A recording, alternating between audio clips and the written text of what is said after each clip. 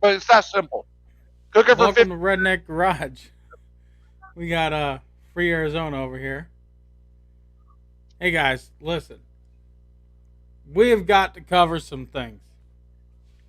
Let me. What the heck's going on here? Still waiting. Okay. There it Like goes. always, I always got this side playing too. We got to cover some things for you guys. I don't know how many people are watching so far. Zero, zilch, nada. Should we? It says two waiting. I don't know if there's anybody in here or not. We'll go on with it, or should we just wait?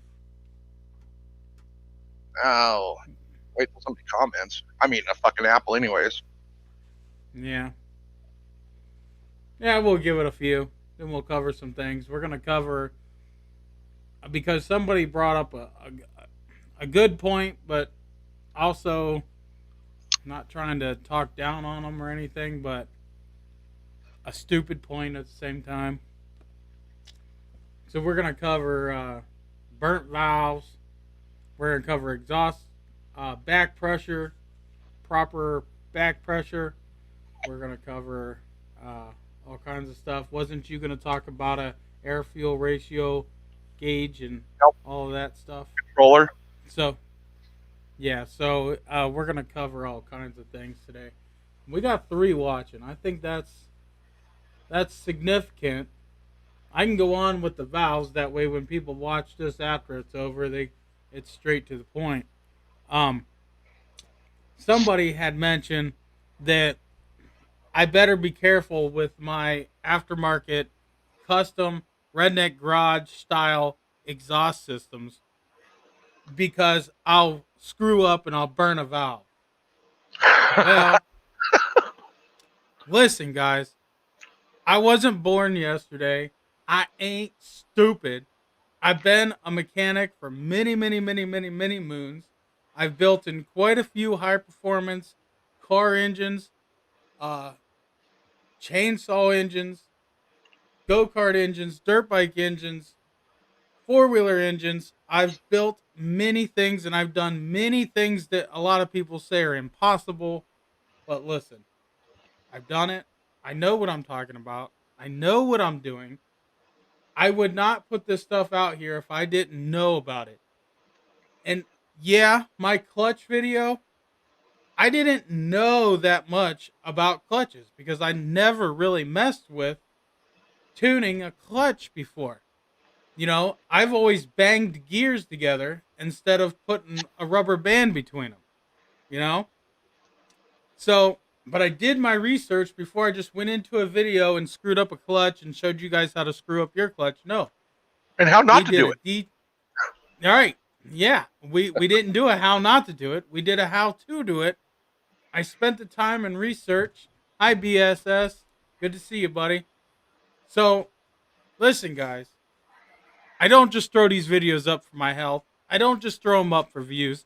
I throw them up to help you guys. Yeah, the views help me, it helps my channel, but I throw them up for you guys. And me and Larry behind the scenes, we spend hours and hours and hours finding different ways to do things and different things that work with the CF Moto machines. And it doesn't just stop at CF Moto.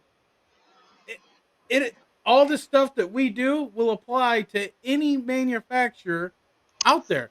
Like the last live stream, we talked about Cadillac um, injectors are the same ones that work on a CF Moto, Same freaking part but number.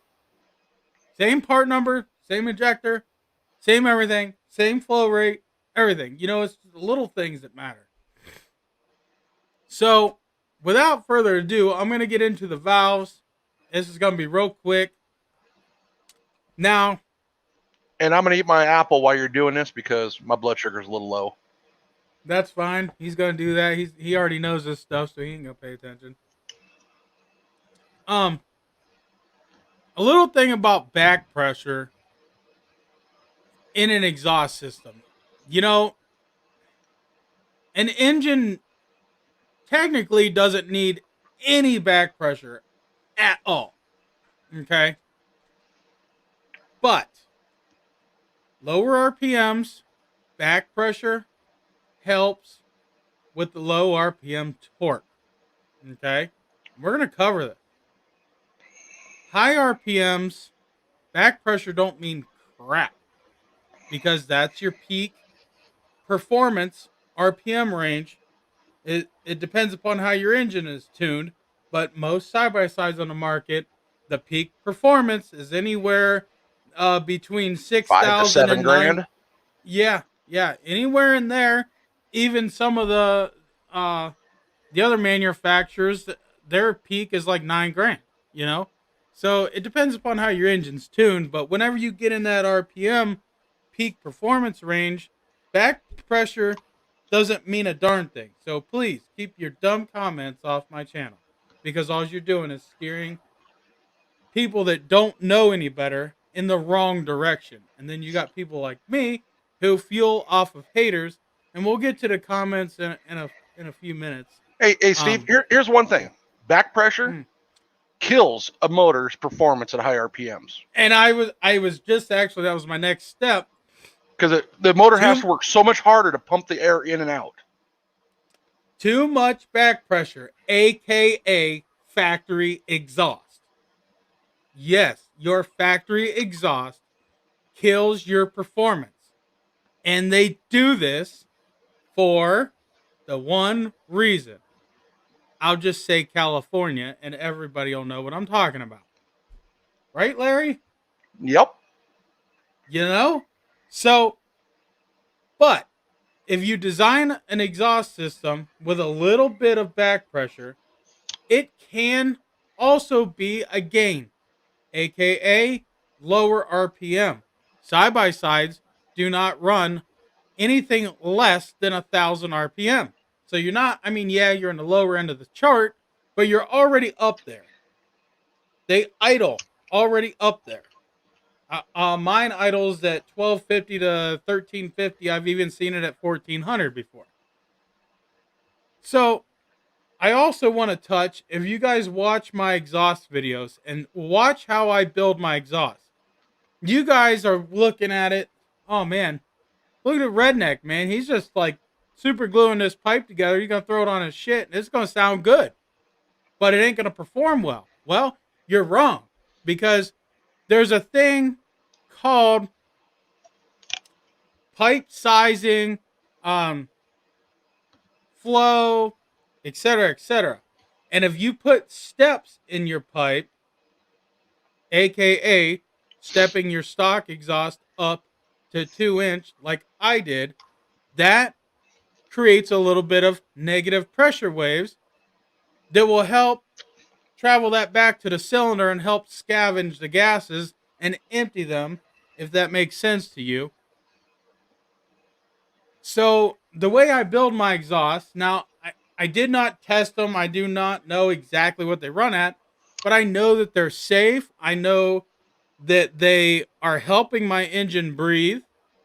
I know that you should have a tuner to tune your exhaust because by putting a better breathing exhaust on, you're changing the air mix ratio and you could lean it out. But you could also do that same thing by changing the factory air filter over to a high flow filter such as a uni filter. If you put a uni air filter on, you're pulling more air into the engine. It's not as restrictive as your paper filter. So you're changing your ratios and your engine could run lean or rich depending upon what kind of filter you went with. If you went with a uni, it's going to run lean because it's But getting here's the more whole air thing. than it's getting fuel. But But here's the whole thing. With EFI systems, it will compensate for those differences if they're not huge differences. if they're not huge differences, if they're a minor difference, such as the air filter, such as a small exhaust change like I did, we didn't do open headers. If we'd have did open headers, then yeah, it would definitely need to see a dyno. But we put slip-ons on that create back pressure. They are high flow, but they're not short headers that'll just throw the flames out. Your computer system will compensate for these small minor changes. So doing what I do in my videos, I always encourage a dyno tune, always, but that's mainly because you're going to gain from it. Do you have to? No, you don't, because your computer on your bike is going to do it. Now, if you had a carbureted bike, you're going to want to jet it. Playing with a carburetor and tuning a carburetor is a pain in the rear. But somebody like me, I know that if I put a pipe on, I need to raise the main jet needle a little bit. I can get away with raising the needle versus changing out the jet in most cases. But changing out the jet, raising the needle, you gain a good low, mid, and high range performance with that exhaust. But if you leave the stock jets in there, it's going to lean it out too much. It's going to run like garbage. If you don't believe me, go see my Kawasaki 300 exhaust video. That's a perfect example as to why I put the dyno jet kit in it. I showed you guys what happens. One last thing to cover, and then we'll go over to you, and I want to address some comments. We're going to cover the burnt valves comment. You're going to burn your valves. You're going to burn your valves. Oh my God, Redneck, you don't know what you're doing. You're going to burn your valves.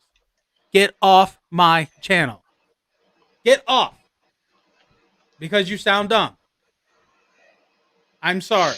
I don't mean to be blunt, but quit passing along stupid information that people that don't know better are going to read and freak out because they did one of my exhaust mods and now they think they're going to burn their valves.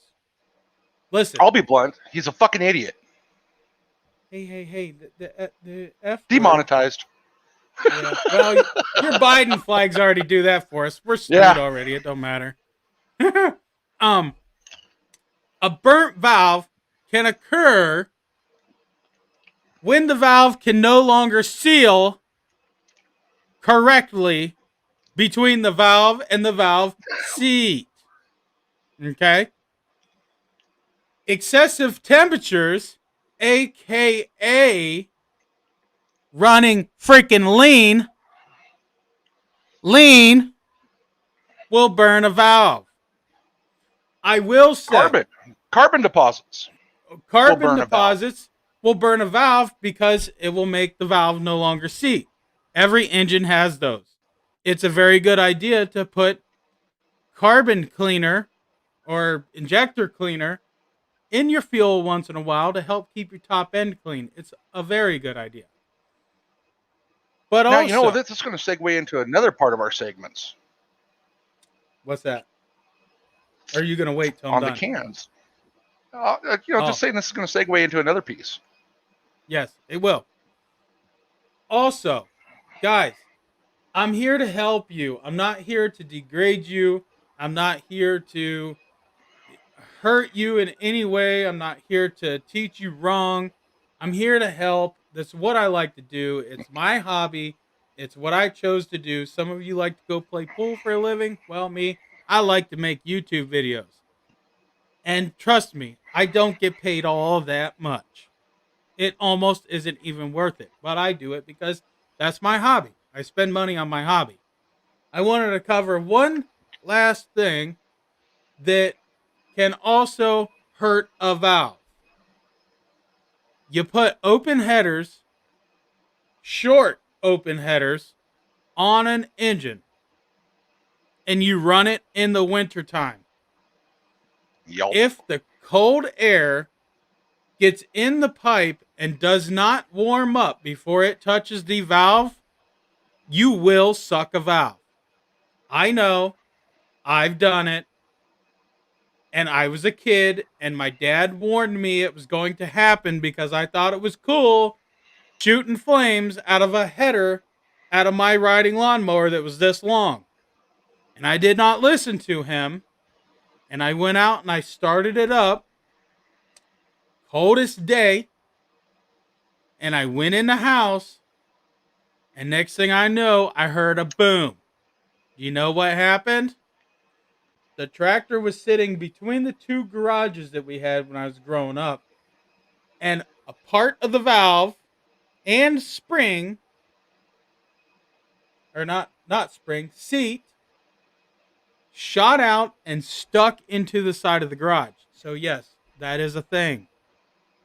There, I covered it. There, I said it. I hope you guys are a little bit more knowledgeable. Hope you guys feel a little bit better about my redneck hillbilly duct tape exhaust on my candy cane snorkeled machine. And what are these comments? I know they're Well, good. I want to touch on something that Brandon just commented. What's As that? long as you're putting 93 octane in. Nowhere in our manuals. Nowhere in our manuals. Cover that. Or shop service manual. The manual does say the manual does say 93, but what else does it say? RQ, which is a different rating than what we use in the US. 93 RQ or 92 RQ is equivalent to 87 octane. But people mix that up. They don't understand it. Right. I prefer Seafoam, honestly. That's what I use, a Seafoam. About every 10 tanks, I'll put some Seafoam in it and call it a day. Yep. Wow. Now I can show you, Bucky.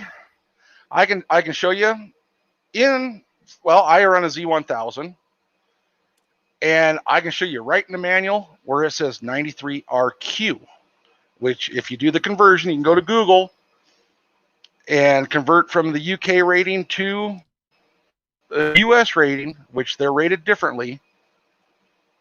It'll be 87 octane. That's all there is to it. Hell, Bucky, you're looking for whips? You see the whips I'm getting ready to send on the whips? Did you see what he said? Did you see what he said about 5150? Oh, 5150 is no better than the cheap Amazon ones that I bought. The only difference between the cheap Amazon ones and 5150 is Amazon is at a reasonable price level, like $150. 5150 wants to charge you an arm, an asshole, and a leg for the same. You mean tell me 5150 whips aren't built like this, where they don't come apart at all? You can try all you want. These are not going to come apart. Nope. And those are what's coming to me. And quick disconnect. Yeah. But thank you, Tampa. These are going to be probably about the same price as 5150s, maybe even a little more. And just because the materials cost 500 times the material strength. Yeah, and cost. Yep. Yeah, I got all the stuff to package those up and send you. I even got a box, Red. Even got a box to fit them in. Yeah. So if it fits, it ships. Large box. Somebody said, I always thought Seafoam was chocolate. Well, Brandon, I'll tell you what, you buy a bottle and drink it, and I bet you won't have no more carbon deposits coming out of your other end.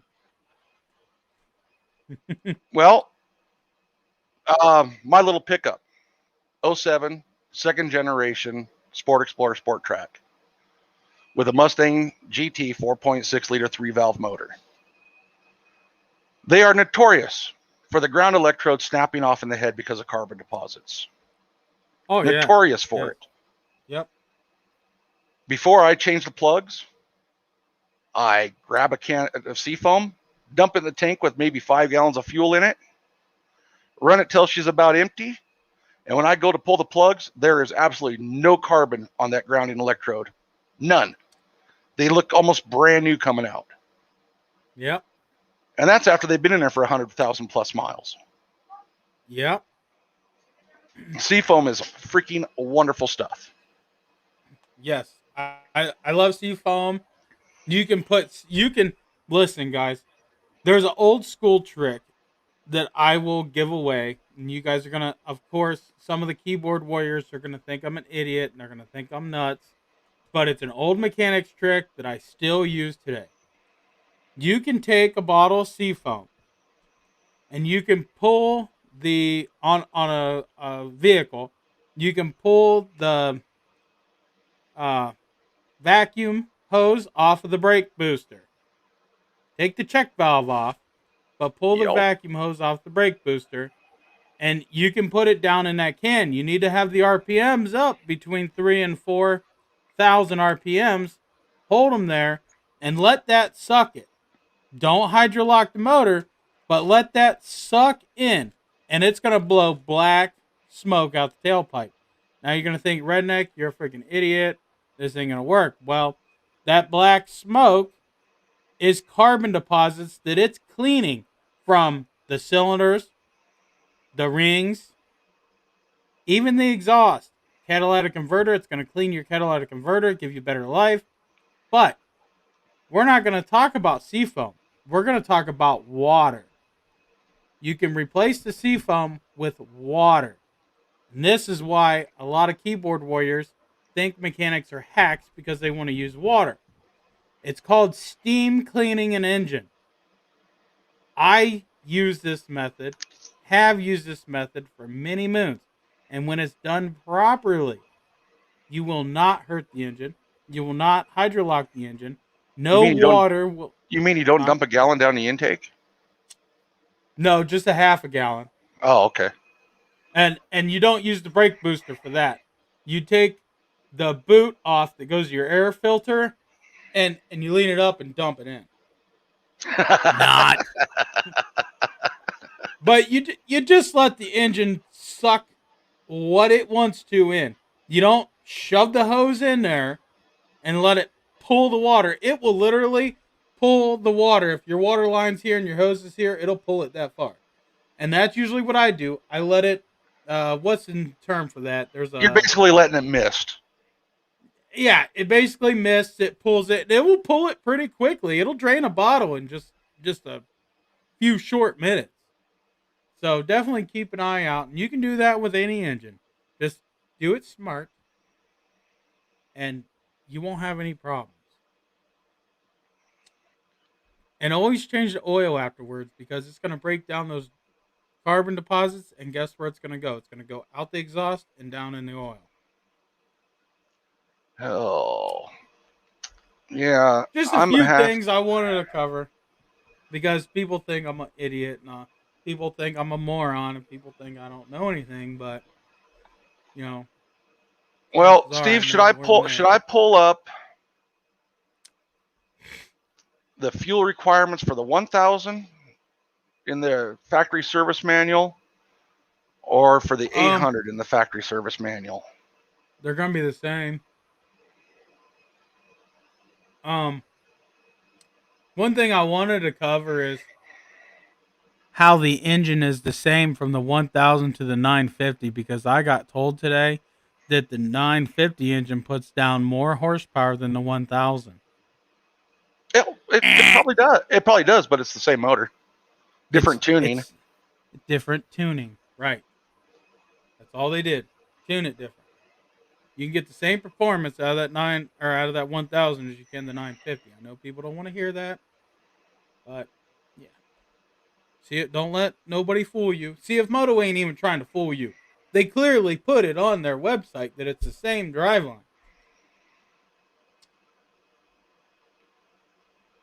Oh, Guess what I was told today, Larry? Hold on a second, Steve. I need to share this screen. Go for it. Why is it freaking flickering? That's weird. That's not good. It's flickering on your end? Yeah.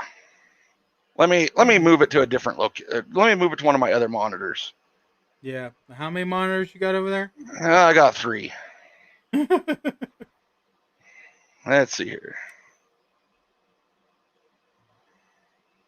All right. Doesn't look like it's flickering now. Luckies. All right. General specifications for the 1000. Fuel type and octane number. RQ92 or higher unleaded gasoline. RQ. All right. RQ is a different measurement than what we use here in the U.S. Correct.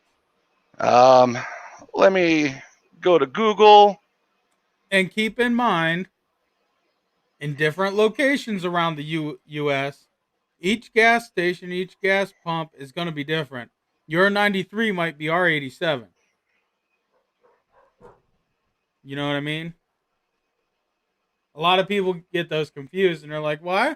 I only put 92 in mine, not 98." No, I'm like, your 92 is R87 or whatever they call it. Oh, you can keep going here while I'm looking for this conversion chart. Okay. Well, yeah, my main thing I wanted to cover was the valves because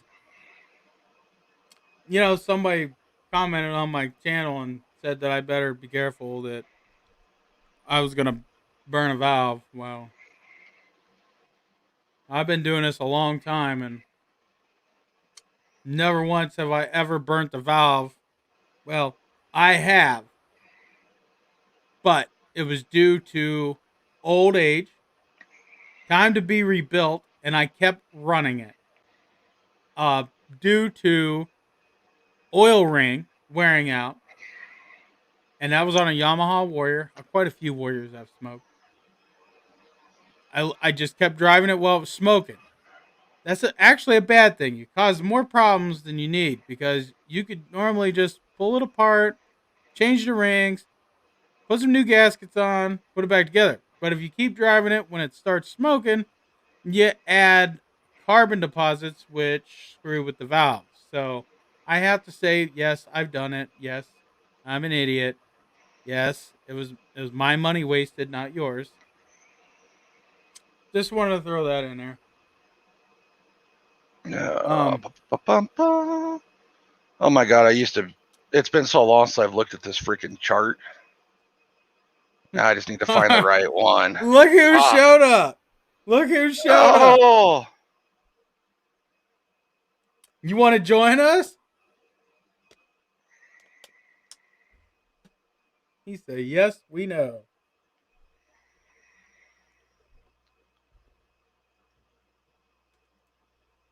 How you been? I figure you was working, so I ain't been bothering you. I know how much working you do. Okay, so 92 octane RQ, sure. which is the RON, used in UK and Europe. Right. Is US standard 85 octane. 85? See, and 85. we have 80, and see, we have 87, which would be that 85 you're talking about. Our local stations have 87. 95 RON or RQ is equivalent to 87 octane. Yeah, see how the charts are different? Like our BP. It's different. It has 85. But it's actually like our Circle K gas station, it's their 87.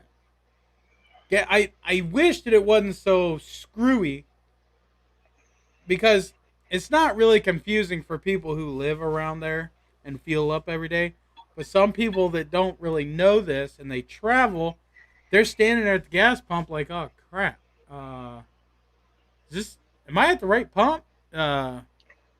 What button do I hit? Well, just hit any button. It doesn't matter. So, where that says 92, that's the UK standard, which would be, 85 octane here in the US.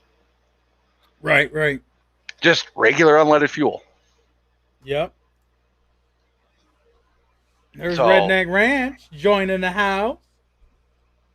No. If he loads. Kind of looks like Larry for once.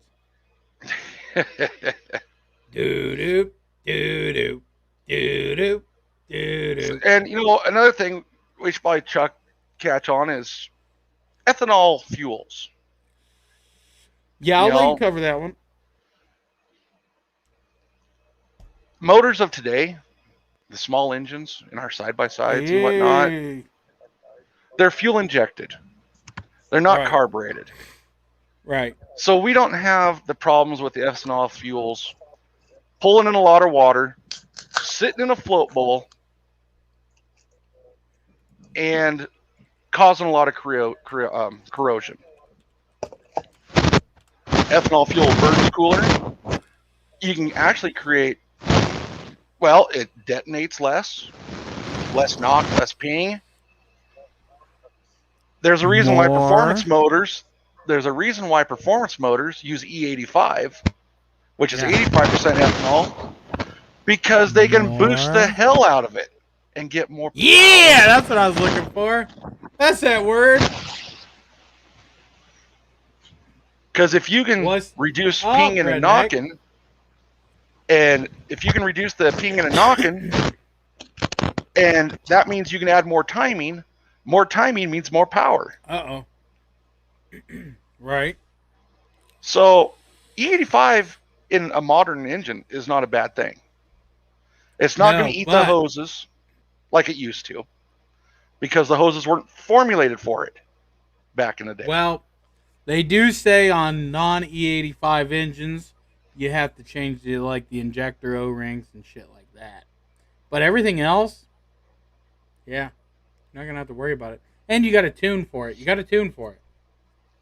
You know, my 1000 got 7,000 miles on it. It's never had nothing but 10% ethanol fuel in it. Yeah. And there's times where I've let it sit for months and haven't used it. And I wonder where RedNeck went. He must have been having problems. Yeah, I can go out and bump the key and it'll fire right up and run just fine. Yep, I've never had a fire up problem. It stumbles on its face when it's real cold, but it fires up, it comes to life. Sounds real cool when it does it. It sounds kind of like it's cammed a little bit. I like it. But it's just because it's cold, and every engine kind of does that, you know. Yeah.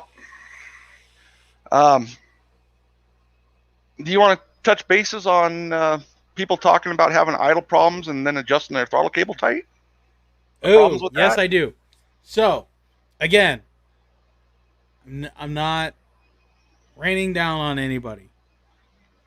Strictly here to help. Please don't take me the wrong way. I seen a post in the group that really caught my eye, and I actually had to read it like 5 times to understand what he was trying to say. His idle was between 1350 and 1450. No, 1250 and 1300. 1250 to 1300. That's right. Somewhere in there. And he tried to adjust his throttle cable to bring the idle up. Right up. I think he was trying to go with it. Well, the bad thing about that is, your throttle cable does not, absolutely does not control your RPM on these machines. And if you are controlling your RPM on these machines, it's wrong. You need to back your cable off until the RPMs no longer come up, and you have a little bit of play in your cable, because if you don't do that, you're going to break A, the cable, or B, something on your throttle body. Bad idea. So, I also want to let you guys know that if your side-by-side is anywhere between 12 and 1400 RPMs, that is a complete normal range. It should be right around 1250 to 1350, but if it's lower, it's okay. It's just the sensors telling the machine it needs to idle at this speed or this speed because of the temperature outside. All right, Steve, hold on a second here. Got it pulled up right here on the Z1000. Idle speed, 1300 RPMs, plus or minus 130. Right, exactly. That puts you 12 to 14, basically. Yep. Look at Brandon.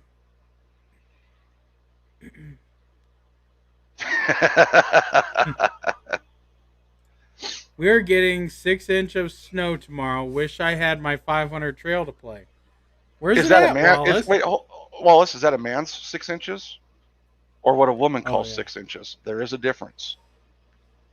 Yeah, 6 to us, or 6 to them is like 12 to us. Yeah. Give a few more inches. Because a woman all her life is told 3 inches is actually 6, but we know that's not true. Yeah. Yep. I always say, if it goes from the fingertip to the second knuckle, it's 8 inches. I listen. Harbor Freight, I think, built my finger, but it's accurate. Oh, so it's China made, metric, It's China. Yeah. Yeah. Metric. centimeters, We 8 centimeters. not standard around here.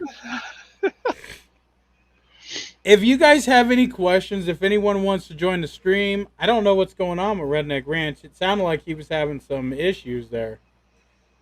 He said, Buzz, Steve man. Meister Stevie says fuzzy math. But if you guys have any questions, I mean, feel free to ask. We're not going to beat you up over it. You know, we're here to help. That's what we started doing these for.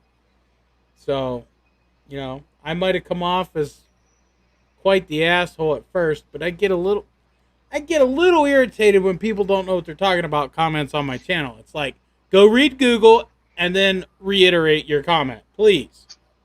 At least do that much. Steve, how long have you been an automotive technician? I've been a technician at an automotive shop for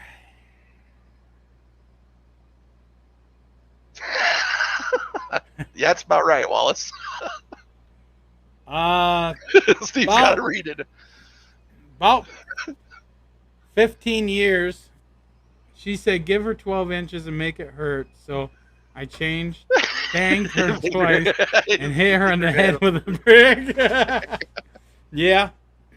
Well, I've been in an automotive shop on the books since I was 18 years old. When I was 10 years old, I started tinkering with lawnmowers, go-karts, mini bikes, three-wheelers, etc., etc. By the time I was 13 years old, I was working on them for customers at home out of my dad's garage. And I was making really good money, actually. And then when I was 14 years old, I worked under the table after school at a rental place as a mechanic. Under the table from the time I got home to the time he closed, Monday through Friday. And Saturdays I worked a half a day.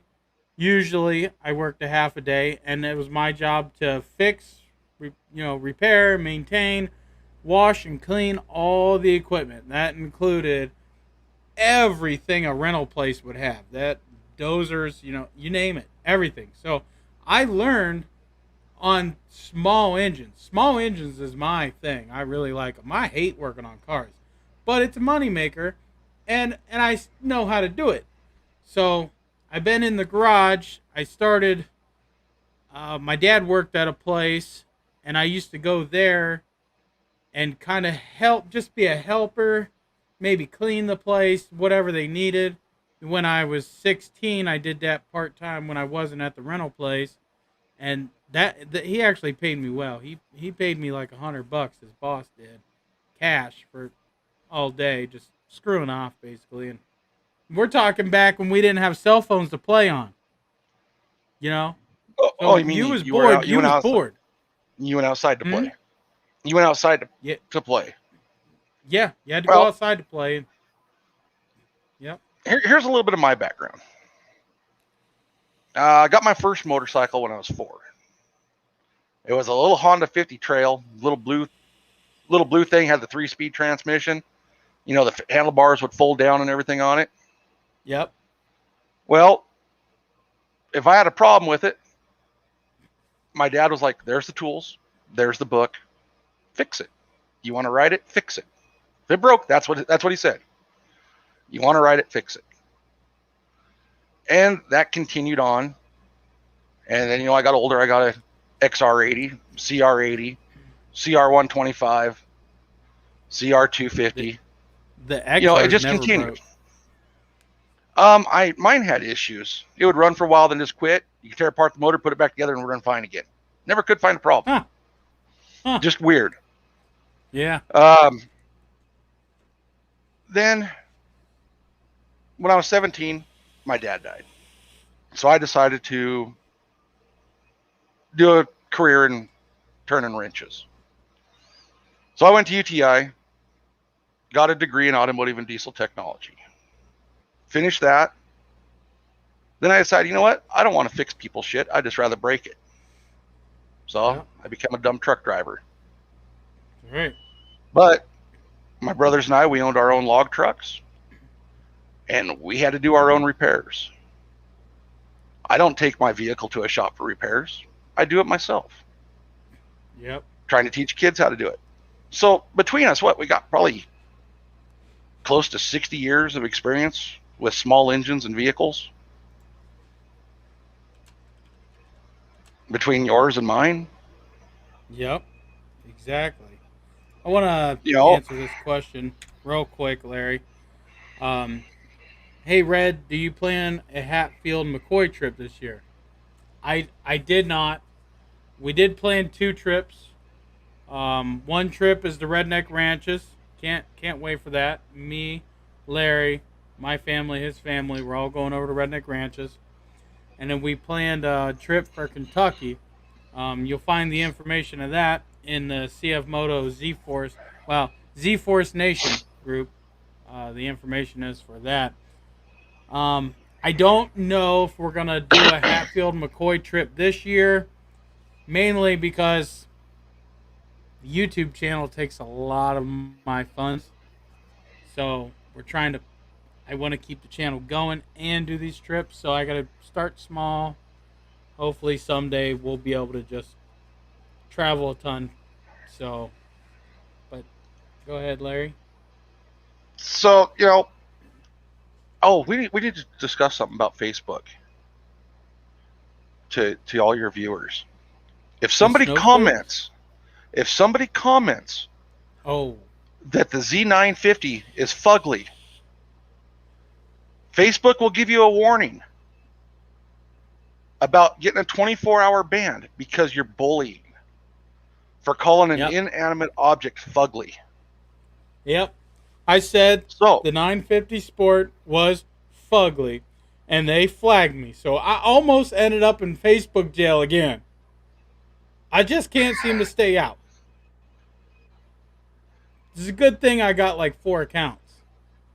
I know it confuses these guys because yeah. they're like, what account is Redneck Garage on? Well, listen, if I'm on Facebook jail and I disappear and you guys don't see me for a while, it's because I'm using another Facebook. But if you send Redneck Garage a message, I still get it. And that is the messenger that I keep using.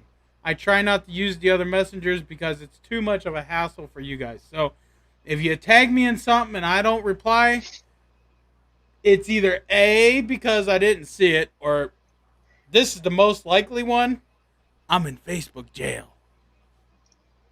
Lock me up. And that also brings us to MeWe. A lot of people don't want to Yes. switch to MeWe because they say, "Oh, but everybody's on Facebook, so I don't want to go. I don't want to go to MeWe." Well, if everybody would say that everybody's on Facebook would go over to fucking MeWe, then everybody would be over there.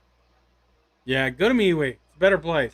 If And you can't handle MeWe, we you don't need to we be have there the anyway. groups, and we have the groups mirrored over on MeWe that we have Yep. group on Facebook. Yep. The difference is on MeWe you can say whatever the hell you want without fear of going to jail. Yeah, so we You're can say still the free over there. Z950 is fugly. Yeah. For now. Yeah. Yeah. No. Did you read that comment? That was much far. I gotta put it up here. So yeah, Steve got in trouble for bullying because he said the Z950 was fugly. And I'm sorry. It is. I know some people like it, and that's, listen, guys. There's nothing wrong with you liking something that I don't, or me liking something that you don't. That is the joy of living in America. I know we don't have that right anymore, but I tend to believe that we still do. So, you know. Well, looks like my opinion on the Speed UTV. When they're finally out rolling around, I don't think there's a UTV out there that's currently made that's going to touch them. Right. in power, performance, ride, safety. Isn't that the one that they're taking prepayments to build? Yep. I But thought so. the front end looks like a goddamn Cadillac Escalade. Awesome, buddy. Awesome. And the body looks freaking ugly. Would Yes. I still buy one? Yeah, I would. Just because all the good that machine has outweighs the bad body looks, in my opinion. Oh, the 950? Is that what you're talking about? Well, yeah, just like the 950 compared to the other Z Forces, and then you Yeah, look at it's the Speed UTV is an awesome built machine right. with tons of R&D into it and Right. safety features and power. I mean, come on, 300 horse on a stock 3-cylinder motor, 1 liter. Yeah. But the body to me looks ugly. Yeah. You know, I don't care for the body design, Well, but that's like the 950 Sport. It's ugly. But if you stack it up against its own brand, and we can stack it up against the 1000, the regular old style 1000, it's hands down a little bit better of a machine. I like to say, and I was told that my opinion doesn't matter because I have pavement princess as well. Anybody that thinks that is flipping wrong, so you can go back to your mom's basement and leave me alone. But I mean, some of you might like it. It did not impress me whatsoever. And the main reason I say that is because if CF Moto was going to do such a huge change like they did, give they us a could new have actually, powertrain. they could have gave a new powertrain. Listen, if it was pumping out 120 horse, I could get over how ugly it is. Yep. I mean, that's just the point of it. But when I'm not really gaining anything by buying an ugly machine, of course I'm going to stick to my boxy style Chevy C10 in my garage. Since everybody who owned one that now own the 950 are, oh, they're so boxy and ugly. Well, didn't you own one? You know, I'm just saying. But if they would have actually went above and beyond and changed the diffs, because God knows you'd have to change these diffs because they're not going to really hold up to that kind of power. Put 100 and even 110 horse, 120, 130 would be, somewhere in there. Then I could outweigh ugly performance because it does perform a tad better, not by much, but a tad better Clutching an ECU than, too. yeah. And people say it rides better. Well, I'm Yeah, sure it's a it trailing does arm. because, yeah, the trailing arm, they did, redesign the strut shocks a little bit. I want to call them struts because I'm in the automotive industry. But they did redesign the shock, uh, you know. So, yeah, it's going to be a better ride. Now, if you take and you put a set of Fox shocks or Elka shocks on that sucker, then it's going to make its factory suspension look like garbage. CF Moto cheaps out on their suspension. They make them look good, but in all honesty, their stock suspension, eh, you know, not all that great. And I'm not bagging on CF Moto by any means because what do you expect with the price point that they're stacking these things out at? You can't really complain. I'm not complaining at all. I'm just throwing out the obvious. But if CF Moto would have really, put their hand in the bag and pulled something really cool out, I may have traded my machine in for it just to get my hands on it. But they didn't do that. I kind of frown upon it. So that's my thought on it. And I I just think it's ugly. Other than the spaceship looking part, I can dig it. I can dig that you can fit 32s on it, even though it's a dumb idea.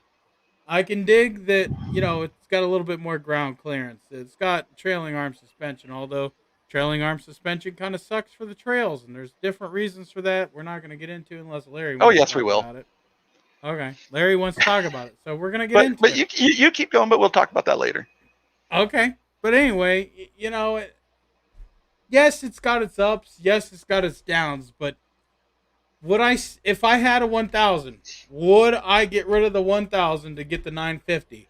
No. I would save my pennies and upgrade the shocks, clutch kit, and an ECU tune. And bam, I got better than the 950, mainly because it looks better. Let's see. CF Moto, or Brandon, I hate that CF Moto is so focused on accessories for the 950 and forgetting about all the other Z-Force models. Yeah, Brandon, I'm definitely right there with you, buddy. And I've got to highlight your comment because that is the best one by far. But now on the other view of that, Steve, there's a reason for that. Yeah. What? The 950 CF Moto wants to be that model to be their flagship. They're trying to make that compete with all the razors and everything for ride and that aspect. Right. He mentioned Justin the Creator. Decent channel. I have to say the guy is kind of all over the place with his videos. Nothing wrong. What's that? No, I didn't say nothing. Oh, okay. I didn't think I heard anything. The guy's all over the place with his videos.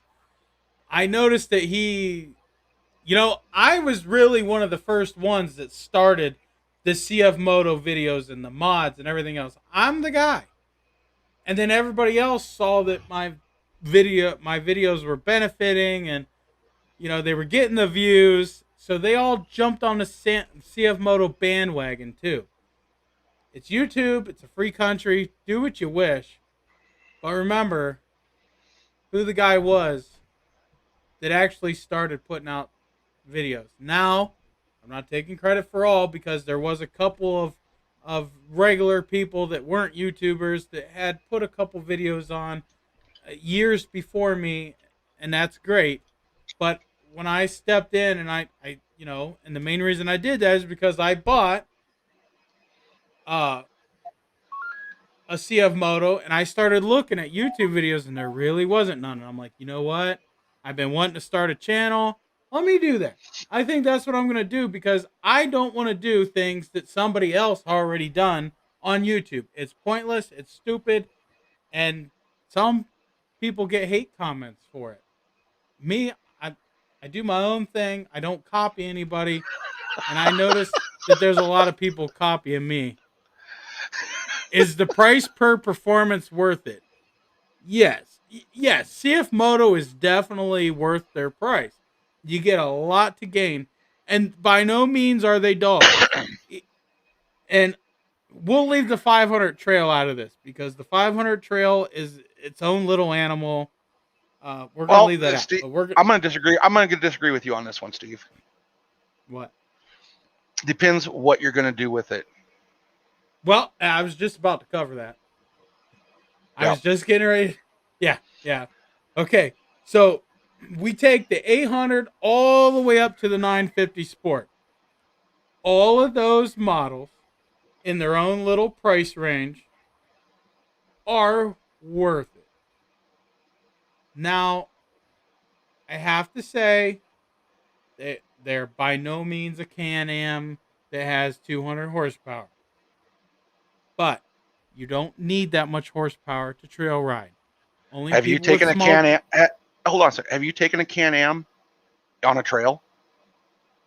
Oh, they ride like crap. Well, they bought them out. That's their center.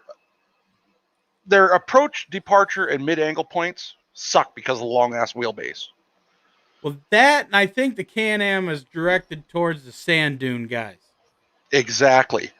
And if you have a sharp corner on a trail, a sharp turn, well, you may make it in a 20-point turn, because the turning Yeah. radius sucks because of how long they are.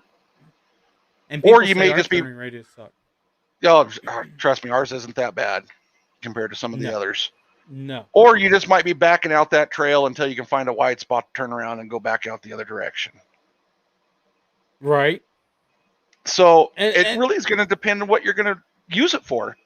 yeah, and I wanna go over that. I wanna say, listen, guys, if you're a beginner to the side by side industry or even the ATV industry, CF Moto makes some really good machines at a really competitive price.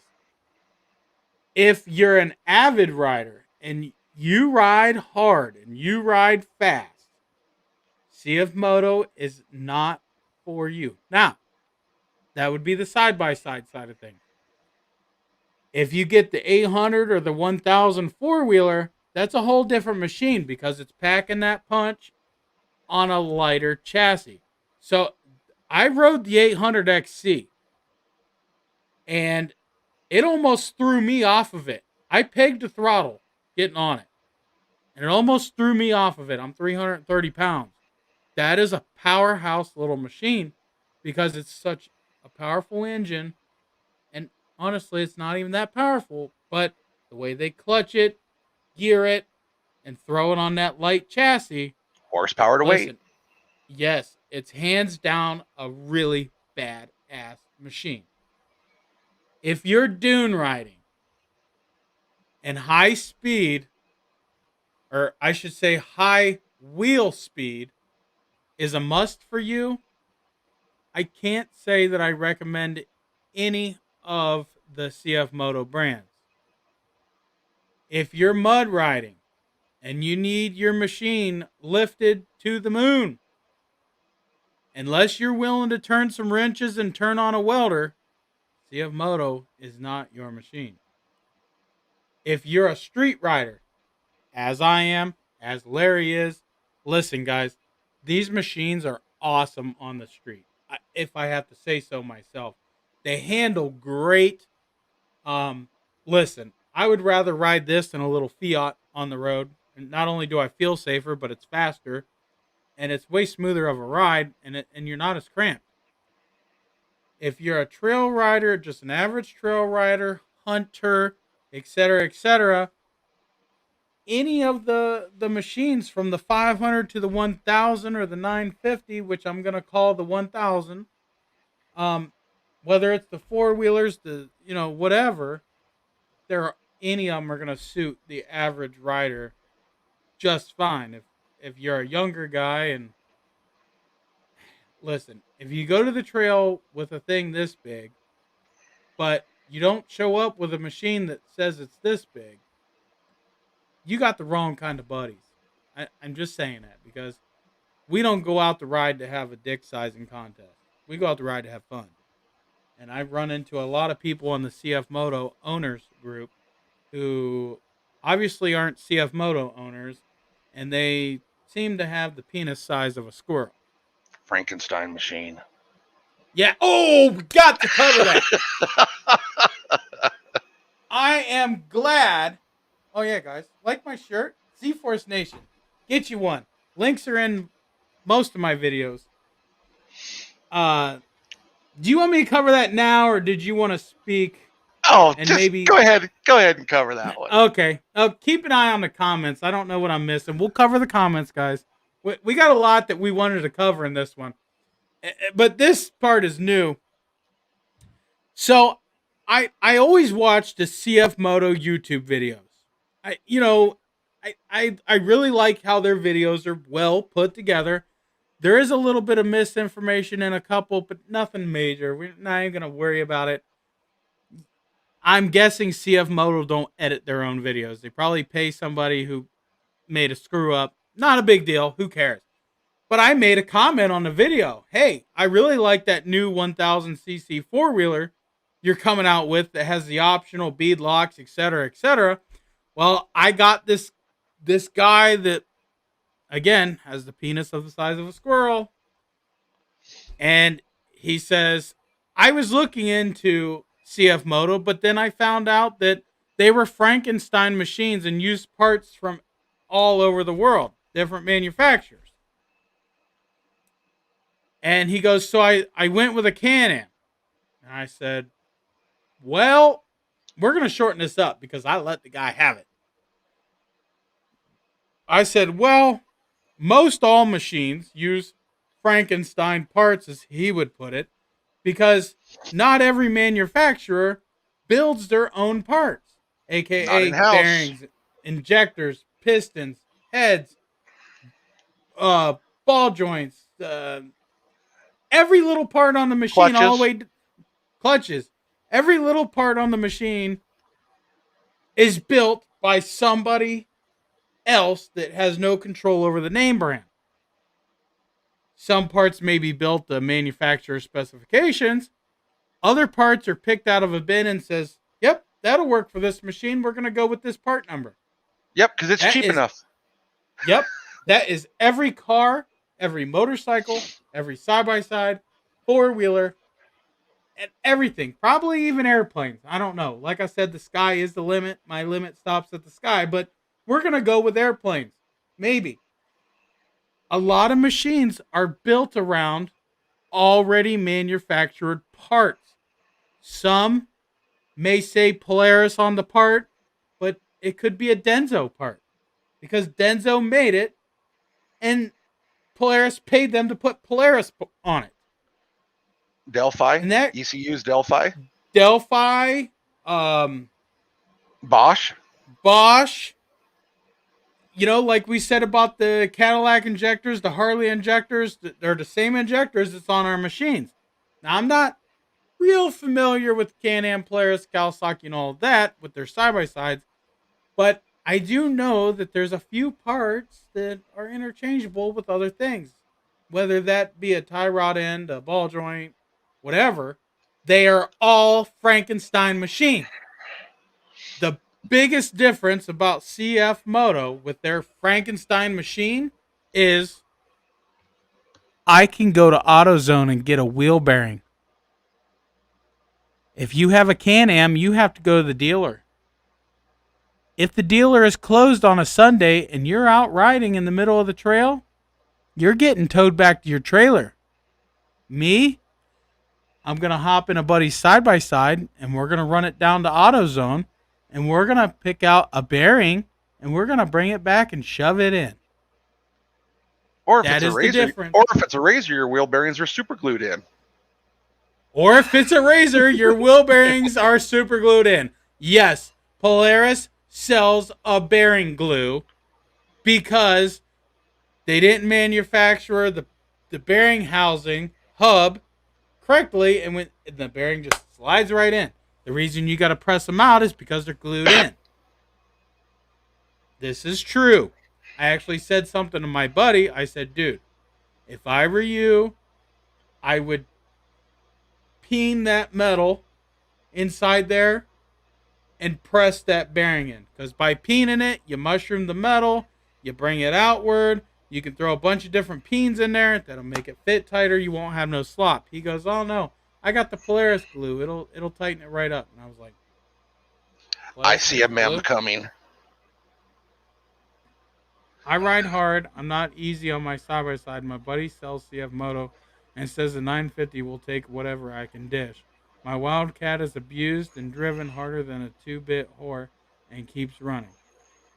Okay, I now I want a little bit of clarification on his comment. Yeah. Is it the Wildcat XX that Robbie Gordon designed, or is it the old style Arctic Wildcat? Because there's a big difference between those two. Right.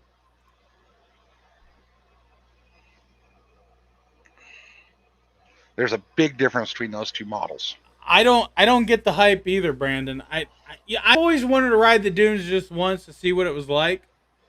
And the main reason why the dunes destroy them is because of sand. And they fly. If you're not flying through the dunes, and yes, there's some dunes that you can ride that you don't have to do 180 mile an hour on just to make it go. I would like to ride the sand at least once to see what it's all about. I just want for the experience, but I don't want to be in every weekend we're going to the dunes type guy. That's not me. Although I will say sand is easier to clean than mud. Oh yeah. And Now this is where I have a little bit different experience Wildcat than you. Wildcat 1000, he says.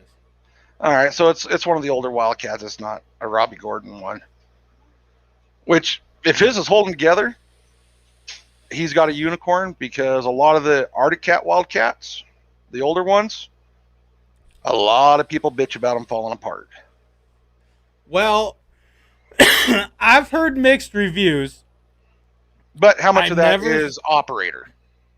right, and that's what I want to say because if you noticed in the CF Moto groups, aka David, most of the brakes are operator error. You got people like me, you. We take care of our machines. We ride them hard, but we don't overly excessively abuse them. And mine still looks new. Larry's still looks pretty new. And yours Yeah, is mine's what dirty. older than? Well, Yeah, it's dirty, but mine is first one. Well, mine was made in 2017, December 2017, Z1000, and it was the 256 one that rolled off the assembly, 256 one that ran off the assembly line. right. So it's an OG Z1000. But it's not all whooped. No, it's not all scratched up or, you know, well, there's parts hanging off it right now because I got it tore apart, but You're welcome, Beefy. It, I mean, and that's really with any side by side. I know I talk crap about the razors mainly because they're garbage. Um, they're but great for all weenie honest, roasts. yes, all honesty, if you take care of your machine and don't ride it like it's a Sherp, A submarine. you, yeah, you'll be fine. The razors, the biggest thing with the razors is they eat axles, wheel bearings, transmissions. Oh, I pretty much named the whole machine. But really it boils down to, the biggest problem is the axles and the reverse chains. And I'll tell you why the reverse chains go out. Because people get stuck in a mud hole, they shove it in reverse, and they think they have to bang it off of the rev limiter for 10 minutes. And the Only reverse thing chain's that's about the size that's on your BMX. right, right. So Polaris could have done a better job on their transmission. Their motors, great, run great, hands down. They designed their motors very simply. They're not overly complicated, and we all know overly complicated engine is the one that has the most issues. Polaris's engines are simple, easy to rebuild, but they really don't go until they got thousands and thousands of miles on them. I seen a Razor with over 10K miles, and it just was starting to smoke. And it was a machine that was rode hard. So if they would put that same concept in the rest of the machine, they look good. I think they look okay. They might have a better machine. Now, Bucky asked a question here in the comments. CF Moto makes their motors. Is that right? Yes, CF No, Moto makes their own engines. yes, They also and I got a little bit make some engines more for KTM. Right. I can cover that if you want, Larry. Do your Yeah, go shirts for it. shrink a lot? Do your shirts shrink a lot? He says. No. The store that I use, they sell really, really high quality shirts, man. Absolutely love their stuff. Hands down, good quality. I know they're a little bit more on the expensive side, but you're paying for that quality. CF Moto engines. A lot of people say that they're a Can-Am Rotax copy. Some of this is true. They are built, or how do I say, based off of the Rotax engine. The Rotax engine looks almost identical to the CF Moto engine. I don't even know what they call that engine. Does CF Moto even have a name other than 800 1000? I don't think they Yeah, do. I don't think they do. Yeah. But the 800 1000 are based off of the Can-Am Rotax engine, which I believe was the 800cc class engine. Um, and it's the V-twin Rotax. There is more than one Rotax, but it's the V-twin Rotax. The heads look the same. The cams are almost identical. The valve covers are almost identical. No, they won't fit. No, the Can-Am stuff will not work on the CF Moto machine. This is mainly due to um, Patents, the heads copyrights. copyrights. They had to change some things, so even the valve cover will not fit. It looks identical, but the CF Moto valve cover is a little bigger.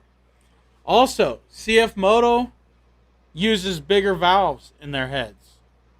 CF Moto uses different cam lobe separation. CF Moto uses different piston sizes. Everything about the engine is different. It may look the same, but it is different. So I wouldn't exactly call it a copy, and I definitely wouldn't call it a junk engine. That is one thing. Now, if you need an oil filter, you can go to the auto parts store and get one for a Can-Am, and it's the exact same oil filter. Exact same. Well, yeah, they use that oil filter on a lot of brands, though. Yep. And also, if you don't like that little canister filter, which I'm going to swap mine out here pretty soon, I'm going to go to a spin-on. And the adapter Can-Am. for the Can-Am works for the Z1000 and the Z800. And I know it works because Glenn did it the other couple days ago. But I'm going to go to a 3-port. Right. Because I want to add an extra engine oil cooler plus an oil temp gauge. Why, would you ask? Another engine oil cooler and an engine oil temp gauge? Because I'm in the freaking desert. Yeah. I ride in, during the summer, 115, 117, 125 degree weather. So for me, that makes sense. Steve, if money was no object, this comes back to a Facebook post earlier today, would you buy CF Moto again? Well,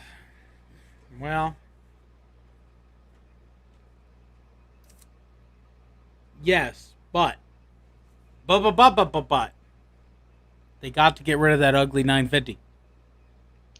Oh, this is your warning. Bullying. I'm sorry, Facebook. I would buy CF Moto again if they build something better and better looking.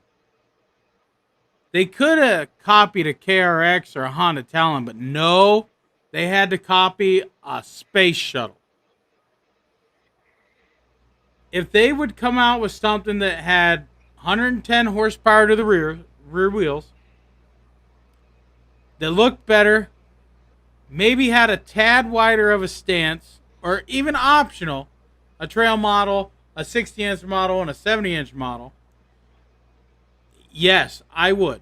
But if I get rich between now and next year, and CF Moto doesn't have anything that impresses me, no, I would not buy another CF Moto.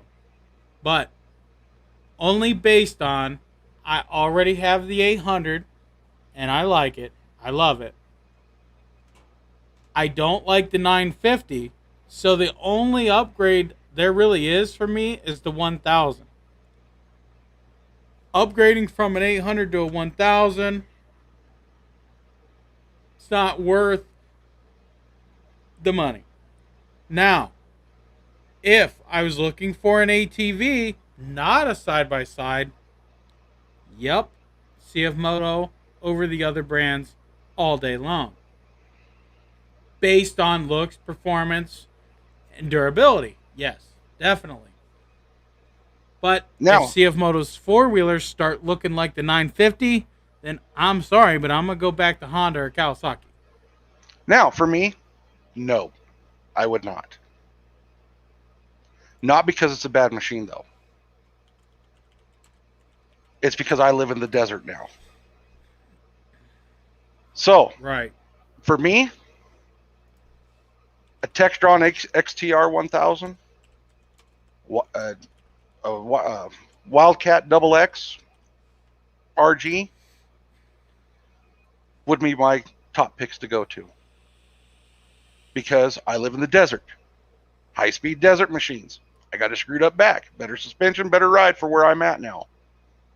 But if I was back in Washington State, where I was doing mostly rock crawling and trail riding, yeah, I would buy another CF Moto. Hands Yep. down for that. Yep. So really on whether or not would you buy another CF Moto really depends on what you're going to be doing with it, where you're riding. Yep. That I is have that is pretty my much feeling on it. I have pretty much adapted my CF Moto to my riding style. But yeah, like you said, with the riding that you have, driving a CF Moto every day may not, it'll do it, but it won't do it pleasantly. Because you have a lot of Exactly. boulders. You got a lot of boulders. You got High a lot speed of whoops. that and heights to climb. And while the machine will get the job done, it just, yeah, it's like Not as taking comfortable. a, yeah, right, right. Now, would I even consider a canned ham? Absolutely not. The simple Nope. fact is, if you've went and sat in a Can Am, the driver's side, there's all kinds Wait a of minute. room. Wait a minute. But Look at when you get in me. the I'm past, driving a Can-Am. yeah, but when you get in the passenger side, there's no room. Your knees are in the dash. Yeah. So if my wife and I are going out riding, well, she won't be able to drive it at all because I'm sorry, 6'1", 300 pounds. Yeah, I ain't sitting in that passenger seat. It ain't happening. Nope. He said my But glasses. He said take my glasses off. yeah, it's because you bagged on Polaris. Oh. But yeah, so see, should I show what I did in my 1000 exhaust? Go ahead. He must be a Polaris guy. Listen, guys, I'm not here to rough up any brand. I just call it out like it is. I'm not saying any brand is the best on the market, anything like that. Polaris has the most issues than all the other brands. Can-Am eats belts, but that's due to driver error and horsepower. And Yeah, I got a buddy in Vegas that has a Can Am. He's pushing about 300 horse out of his, and a belt yeah, lasts 300 miles. and you know, I think I think if I were to get a Can-Am, the wheelbase would have to be changed. It would need more ground clearance. It would need to not have a belt. It needs to have a transmission like the Talon does. The Talon Honda really did it when they come out with that small transmission. I haven't heard of any issues with them, which Honda, I mean, you can't go wrong with anything with HONDA on it. I mean, you really can't. Their stuff just lasts. But Can-Am needs to step up their game if they want to pump out that kind of horsepower. They need to put a transmission in and a good one, not a crappy one. They need to get rid of the belt because these belts, no matter what kind of belt you get, guys, you're pumping horsepower to it, and you're one of them guys that want to launch it. And there's nothing wrong with playing with your toy. I'm a man. I get it. I like I like playing playing with too. my toy. Yeah, right. I mean, we all do, you know. But you put that much stress on a belt, you're asking for trouble. So I don't dislike the Can-Am as much as I dislike Polaris, and I would be on board with Polaris. Listen, guys, this is just the way it is. Back in Hey, the William, day, Just send that pic in Messenger to Redneck Garage. He'll post it up. Yeah, we'll share it, buddy. Uh, send it.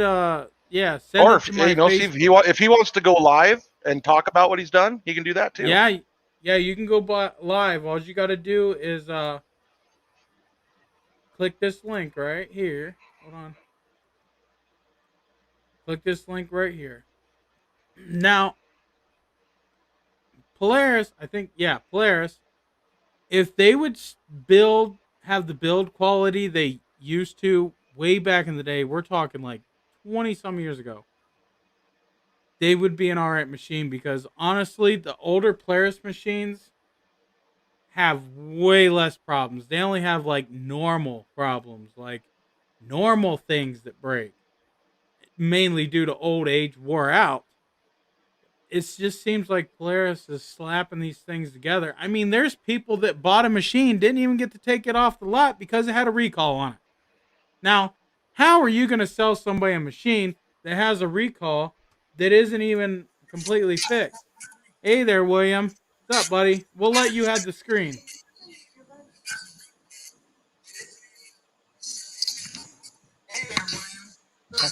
Okay. Well, I'd be happy to upload a picture if I could figure out how to do it. Maybe I'll just share a screen and I could do it that way. Yeah, that works. That works. Yeah. Mute your YouTube so you're not echoing. There's a little bit of a delay. YouTube. The delay. See, this is what we like to do. We like to get people on here just like this, and he muted himself on here. Oh, I can. You muted the wrong one. Oh, you can. Okay. Nope, it won't let me because he did it. He muted himself instead of just muting YouTube. Yeah.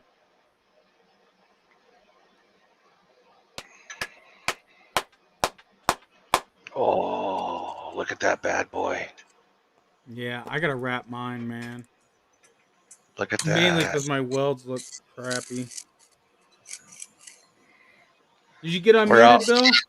Yeah, there he goes.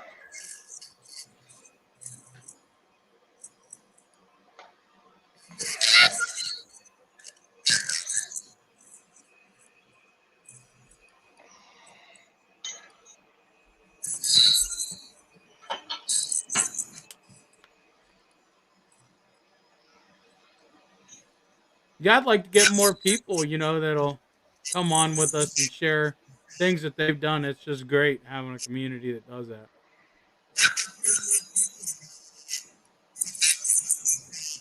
Because, Bill, I relocated my radiator on my Z1000.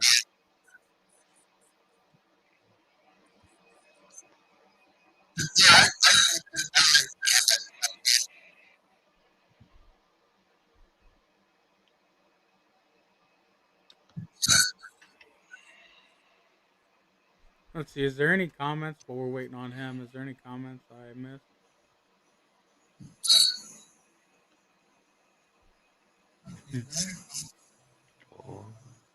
Finger cuffs. Mm-hmm. Yeah. I knew a girl like that in high school. Oh, yeah?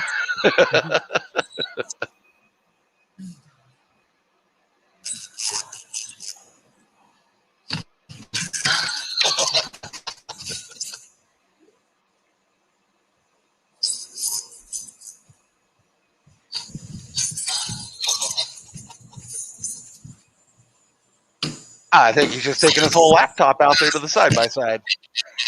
That's all right.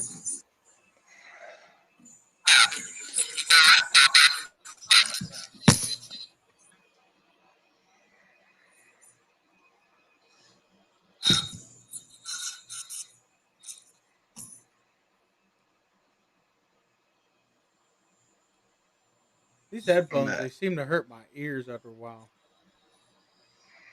That's probably because your wife's beating on you, boxing your ears. Especially when you take her to a Sawzall or her little Z500 trail. Yeah. Now she likes how it sounds. Oh, he's sharing.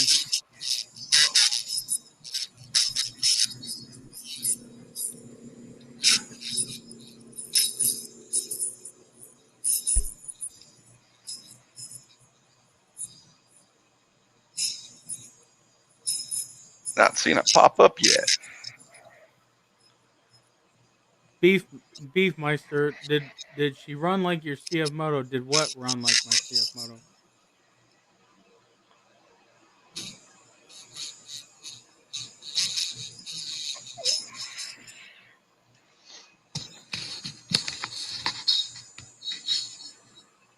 Oh.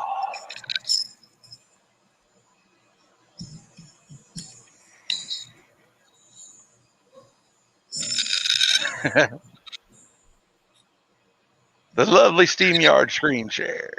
Yeah.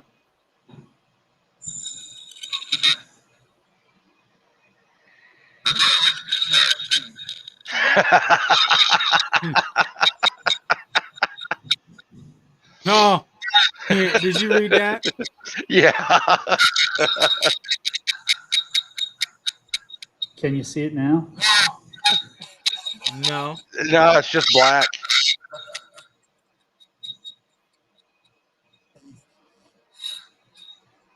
But I got a question for you, Bill. On your relocate,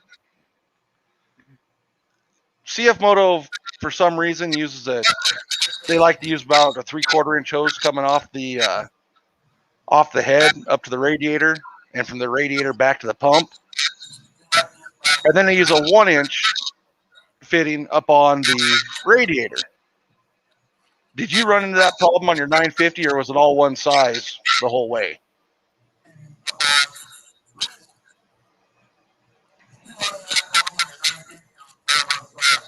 All one size, 1 inch.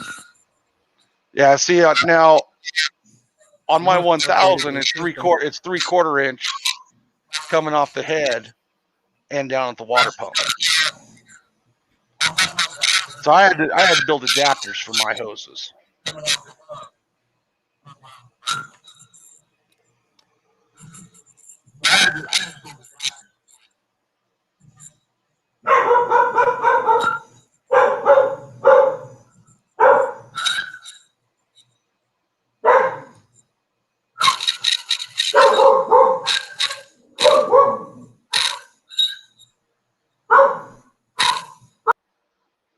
And it'll come back to him when he gets it straightened out.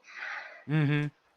Since the air intake is between the seats, why is there no snorkel that comes off that directly? If the air inlet is there, wouldn't you jabbed it to be waist high in water before it came out? Yes, but yeah, is what he's talking about is wouldn't you have to be waist high in water before you got air into the snorkel, where the factory air intake is? Yeah. Yeah. Okay, but here's a little bit of thing of that, and we're going to get a little technical with fluid dynamics. As you're rolling through the water, as the water comes up, comes past the back firewall, comes up by the engine, it's going to be a little taller because it's going to hit the stuff there, and it's going to kind of pile up in that area. Mm-hmm. So your water level there is going to be just a little bit higher than what it's going to be towards the middle of the machine. But most of us that snorkel our air intake isn't because of water. No. It's because the factory location sucks for dust. Yeah. So we are snorkeling them to get into some clean, cool air. Yeah. Why do we want clean, cool air, Steve? More power. Because the cooler the air you get, the more power you get. Yep. The cleaner the air you get, the less frickin' times you have to clean an air filter. I haven't cleaned mine in 1,500 miles. Yeah, I couldn't tell you how many miles it's been since I cleaned mine. It's a ridiculous amount. Mm-hmm. Before, if I was on a dusty trail, it would be plugged in 15 miles. Yep. Same with ours. I got tired of taking it apart, cleaning it. I just snorkeled the dang thing. Yeah, I've had to clean mine in the middle of a ride. Yeah. Because it just choked off so bad I had no power. Yeah. So it's mainly for dust control. Yeah. Yeah, you can take your Sea of Motos kind of deep before you got to worry about water intrusion. Um, with all the miles I got on my clutch, I took it apart. It needed clean, but it really could have lived a lot longer.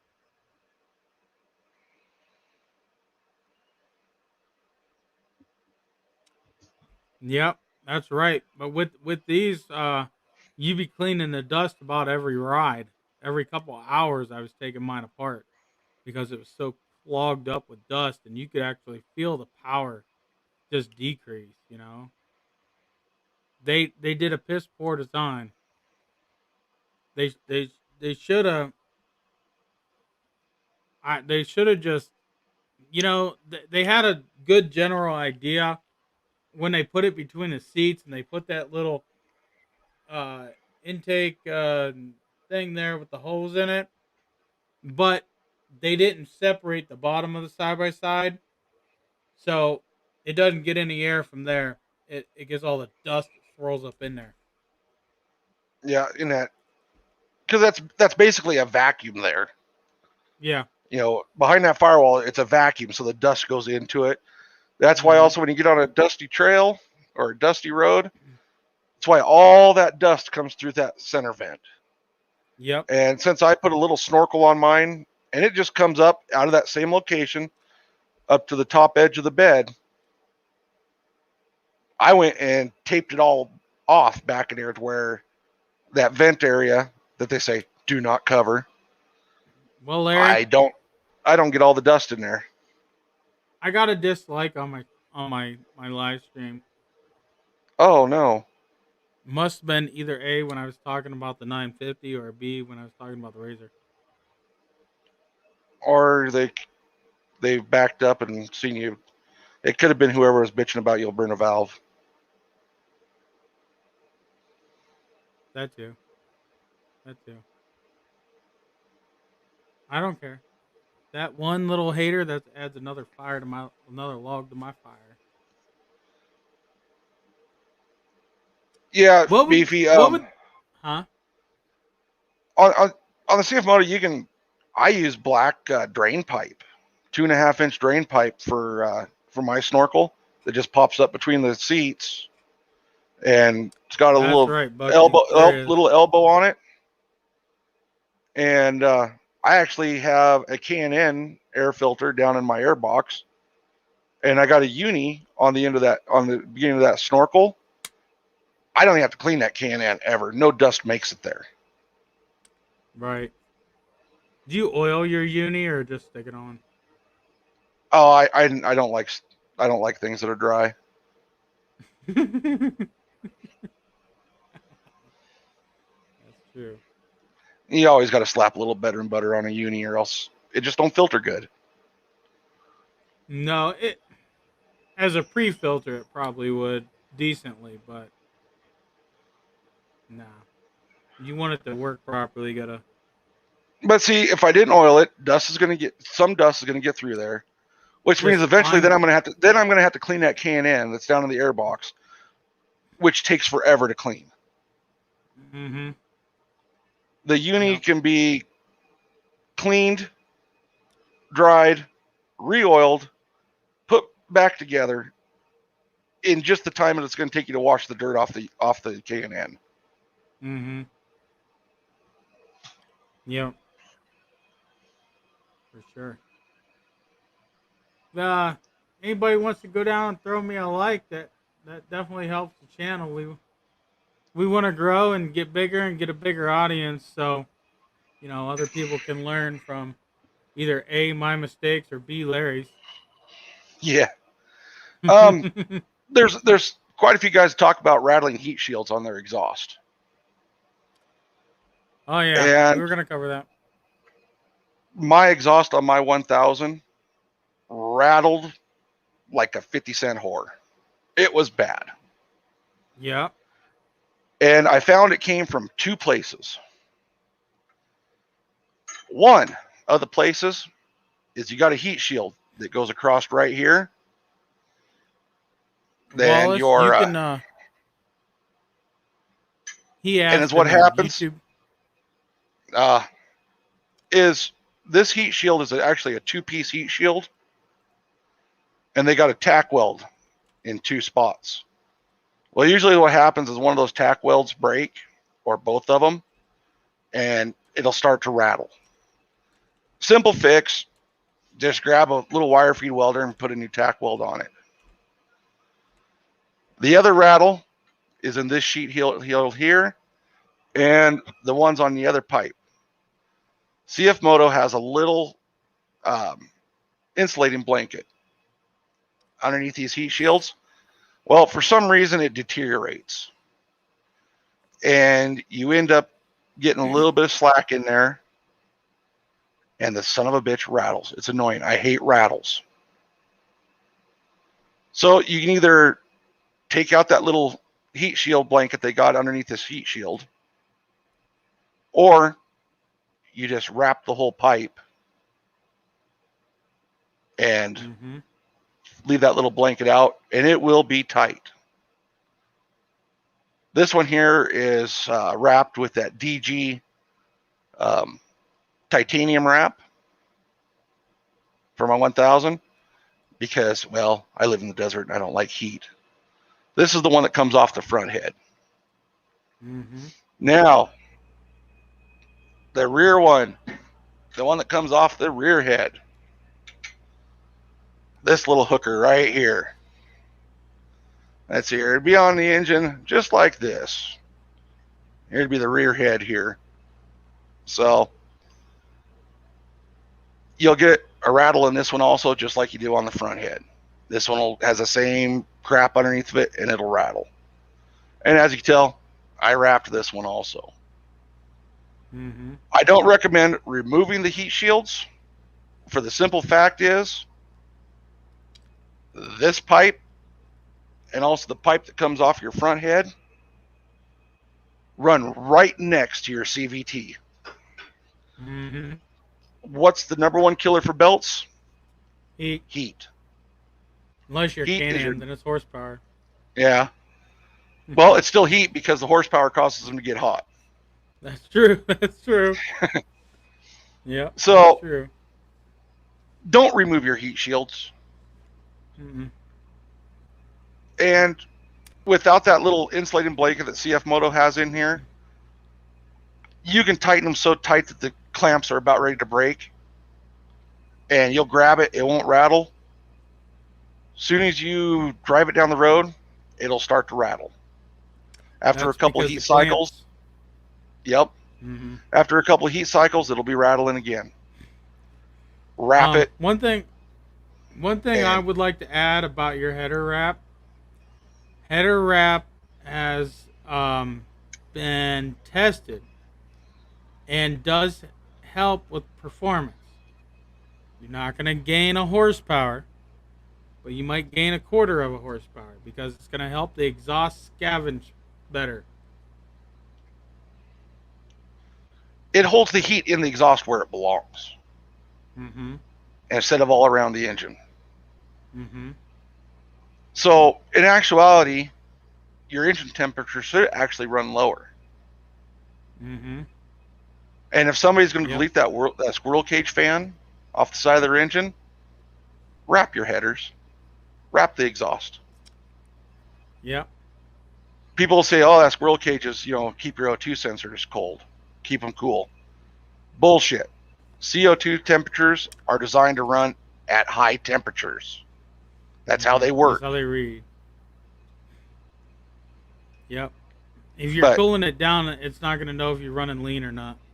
Nope. They're made to run at a certain temp. Yep. That's why, like a lot of vehicles, you have a standard O2 sensor, and then you also have a heated O2 sensor that'll heat up on its own. Upstream, downstream. All right. Beefy, in my opinion, yes. But watch how far the overlap is when you wrap it. If you wrap them too tight, where the wraps are too close together, you need some overlap. But the more you overlap it, the more heat it'll hold into the pipe, and it can ruin your exhaust by too much heat. Go rust. Well, mine Or will. crack. Mine's stainless. Yeah. Z1000's all stainless. They'll crack. Yeah. Yeah, So you only need you a want. little. Oh, where can you see here? So, if you look, here's an edge of the wrap. Here's the other edge. It's only overlapping maybe a quarter of an inch between wraps. Mm-hmm. And Those haven't heat cycled yet. No, these haven't even been put back on the machine yet. And as for part of my parts that I've had to put in my machine that broke that weren't my fault, there's one of the $12 parts right inside there. That little graphite gasket. Some reason, mine just up and disappeared. Was gone. Didn't exist no more. And that was a whopping $12. Does yours have an exhaust gasket between the header and the head? Yes. Yeah, mine did too. Yeah. A lot of ATVs and stuff side by sides don't have one, and RCF motos do. Yeah, it's got like it's made from graphite. Single layer, yes.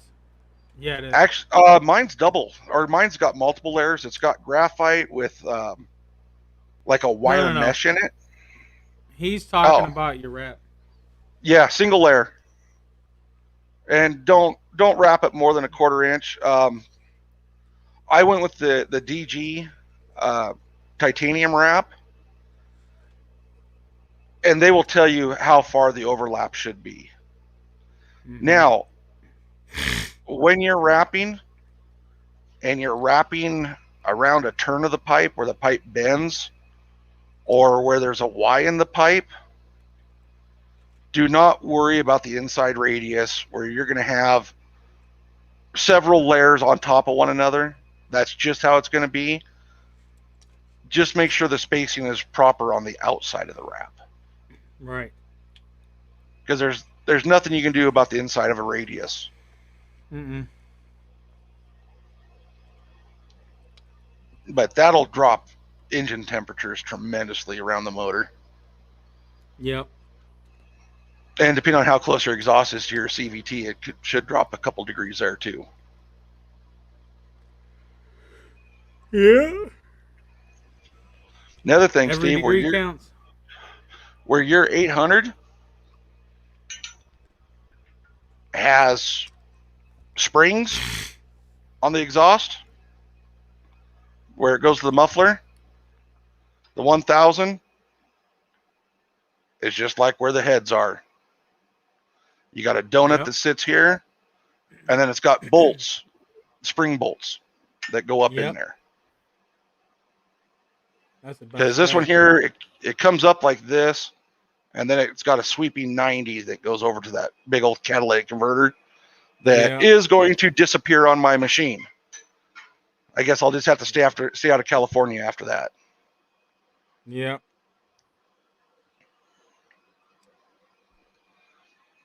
I think I'm going to go with a Flowmaster or Flowmaster knockoff on mine.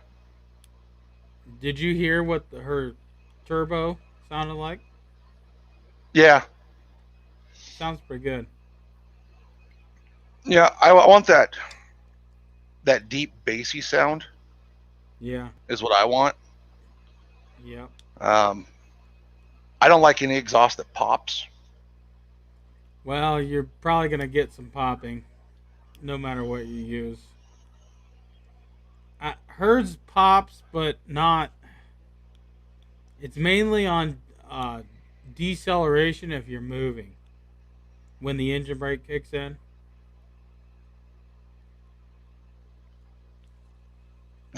Bucky had to disconnect the emissions on both his ATVs. They were creating problems for him. Imagine that. Yeah. Yeah. But no, it's there. But oh wait, Steve, that pop is actually back pressure. So Right. you mean to tell me that that exhaust you put on your wife's 500, the guy said it had no back pressure, but yet it pops. Well, you know, it's gonna Pops burn a usually come valve from up. back pressure. Yeah. Yep. Yep.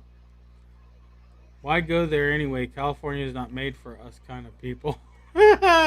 You got What do that you mean? right. What do you mean? I got my Biden flags behind me. Yep. That's right. Oh, I know I can't. some people. I I Huh? can't bag on all Californians. I know some that absolutely hate California, that live in California, and it's not so much the people that suck. Well, there's them too. It's mostly the Yeah. politicians in California. Correct. Yep. Because if That. you get up to Northern California, they're no different than the rest of us. Right. Right. What? Beefy, you don't like my Biden flags behind me? Yeah, he don't like your Biden flags. Those are Biden flags for YouTube reasons.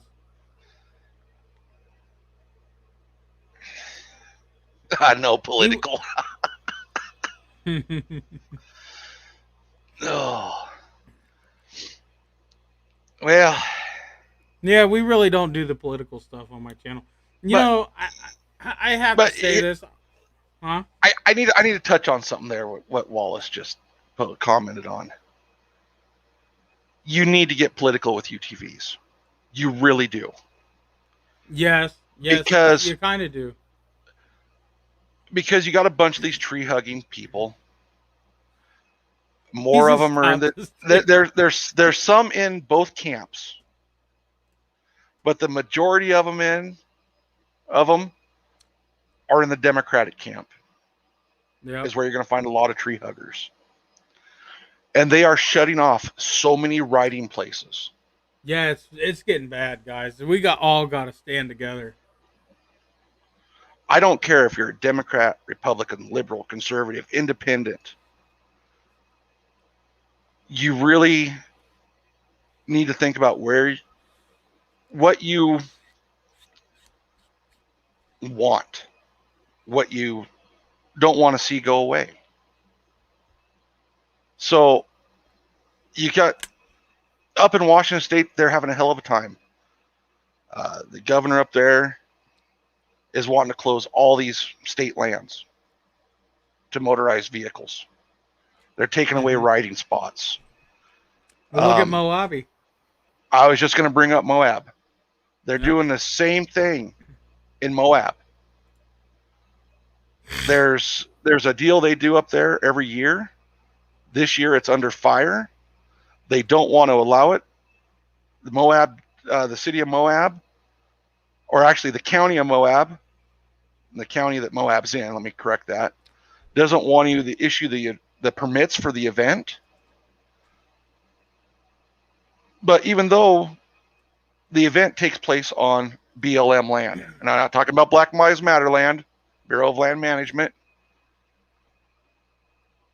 So the people in Moab that make a lot of money off this event,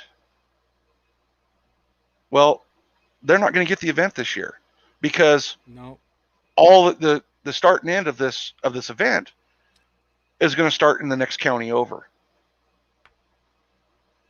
Yep. So you really got you can't be in side by sides and not be a little political. You got to look at what's going on.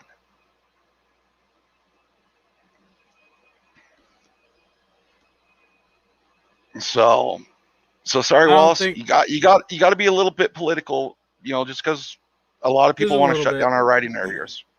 Yeah, my channel is not political. We do not talk political. You know, but in this case, we joke. Yeah, we do joke. You know, it is what it is. It's a fun channel. That's what we do here. You know, but we're always willing to help with side by side stuff and hear about what other people do to their machines, and you know, just because we're pro CF Moto doesn't mean Can-Am, Polaris, whatever can't be in here.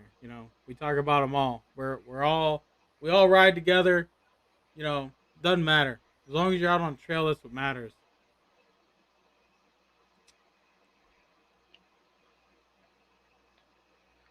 Yeah, Beefy, you're right. Yeah, yeah, he's right. Federal Yep, and state I better. and private is all different. Yep, that's true. But here's something screwy about federal land. Or if you want to talk U.S. Forest Service land, which we have a lot of out here in the West. Most of our riding is Forest Service land. And I will go back to Washington State for this because, well, I live there. Washington State offers a street legal plate called WATV, Wheeled All-Terrain Vehicle. It's a restricted plate that allows you to be on 35-mile-an-hour roads or less in counties that approve it or cities that pass an ordinance to allow it. But because that is a restricted plate, you cannot drive your side-by-side on a Forest Service road. It is against federal law unless it is a multi-use vehicle road. Now, where I am licensed in Arizona with full street registration, I can drive my side-by-side anywhere I want. I can take it down the interstate, which I have down I-10 through Texas. I can take it on Forest Service roads for the simple fact, well, it is not a restricted plate. I can go anywhere anybody can in their car. So there's some deals with some federal land. On the state land side of it, a lot of states have a use permit you have to buy. If I remember right, it's called a wild pass or whatever up in Washington State, that you have to have one for your tow rig. It has to be in the window of your tow rig. Then you also have to have your ORV permit for your side-by-side to be on state land. So there's lots of different things that come into play on where you can ride or not. I don't know what area you're in. Okay, on the question you just asked, most forest roads state owned. That depends. You have state forest and you have U.S. Forest Service. Right. Most places where it's state owned is DNR, usually Department of Natural Resources, which is going to have different rules than U.S. Forest Service. So you got there's multiple types of different roads out there. So you got to kind of pay attention to which ones you're going to be on.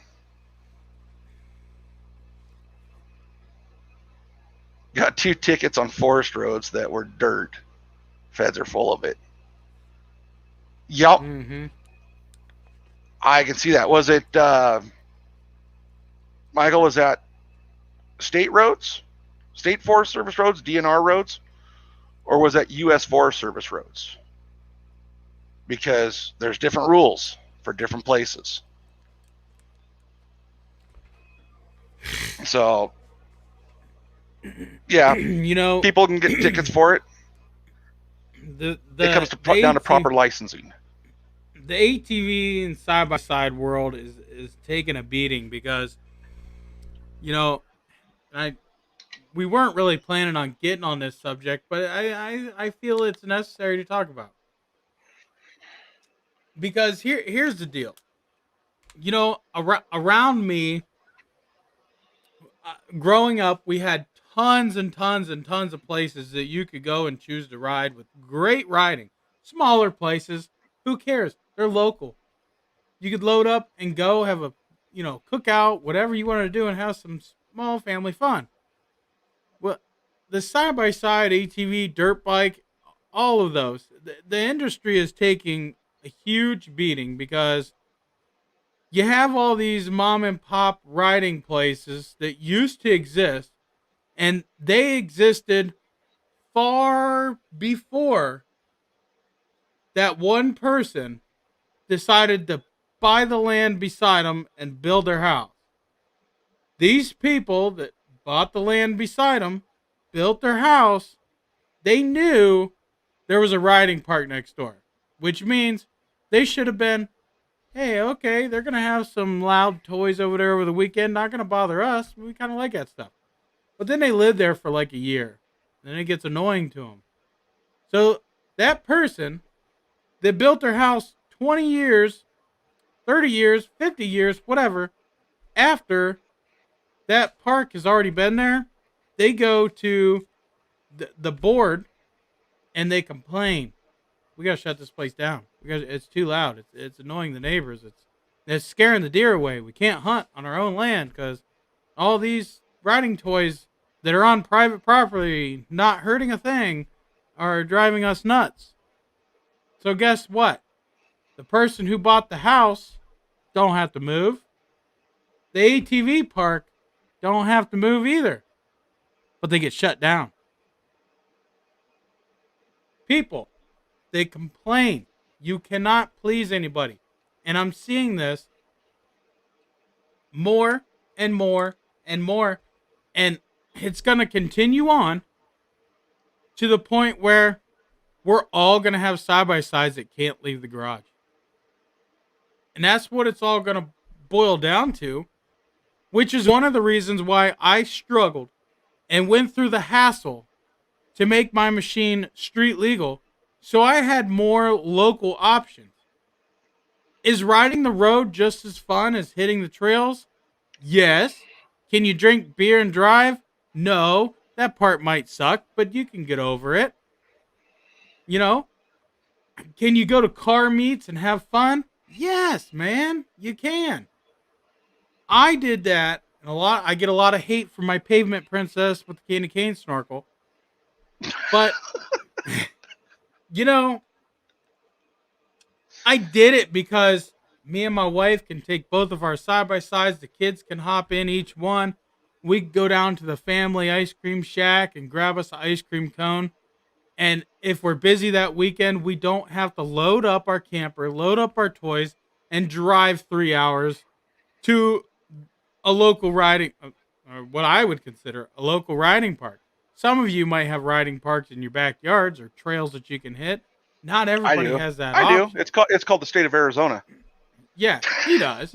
And a lot of people do, but a lot of people don't. There's people that live in apartments and they can't do anything with their toy. Me, I own my house. I own my garage. So if I want to go out there and rev the piss out of something, I'm going to do it. Just don't do it after 10 o'clock. Just don't do it after, curfew or sound ordinance. Whatever. That's fine with me. And, it all boils down to people need to leave the private riding parks alone. I know we have state trails. Good luck fighting the state because the state makes money. They're going to shut you down in a heartbeat. But not all of us can ride state trails. State trails are typically for 50-inch and smaller machines. I have a 60-inch machine. My wife's machine is technically a 50, but I put wheel spacers on it, so it's 54 inches. And so, the only thing we truly have that would fit on a state trail is my Kawasaki Brute Force and the two kids' dirt bikes. And honestly, state trail riding is not for me. I do not plan on going on a state trail. I don't want to give the state any more money than they already get from me out of my paychecks. I'm good. If I'm going to spend money, I'm going to go and spend it at that private park. I'm going to put my money in a private business owner's pocket because the state isn't starving. The private business owner is. everybody thinks businesses are rich, they make a ton of money, but when it all boils down to it, after they pay out, after these riding parks, they have to pay people to go clean up the trash because people are pigs, which I hate. Pigs. They have to pay all this out of pocket. Their insurances are through the roof right now because of all the other crap that goes along with having a riding park. People try to sue. Listen, if you go out there and get hurt, it's your fault. Don't try and sue them. You're the one that wrecked your machine or did whatever happened. You were the one that was an idiot. Operator error. You're the one that was most likely the idiot. And if somebody hit you, well, then they were the idiot, and you need to go after their insurance company. Don't sue the riding park. Now, I want to jump back to Michael's, because he clarified that he was on a U.S. Forest Service road. Yep, you are a sitting duck on a side-by-side or any off-road vehicle on a U.S. Forest Service road, because to illegally be on a U.S. Forest Service road, even if it's dirt, mud, sand, gravel, pavement, you have to be street legal. Period. End of story. Unless it's a multi-use vehicle road. So, yeah, you kind of own that one. Now, there are tips, little tricks, things you can do in licensing in a different state, maybe, that will allow you to get street legal to where you can go tell them to pound sand. I sure do, buddy. I sure do. Oh, yeah, you should see the videos of his neighbors. That's funny when they park and block the driveway. Yep. Mm-hmm. Because I have to share my driveway with the neighbors. Yep. Yeah. That's a whole my Z-Force 1000 is registered just like a car or a motorcycle. Matter of fact, my registration says motorcycle on my Z-Force 1000. It's totally street legal. Like I said, I've cruised it down I-10 past numerous staters. Can't do a thing to me. I can head out my driveway, hit Highway 191, which goes straight up to Moab, and ride my side by side directly down the highway, clear to Moab for 4 hours if I want, and go riding up there. I could go to Rhode Island with my side by side and drive it on the streets.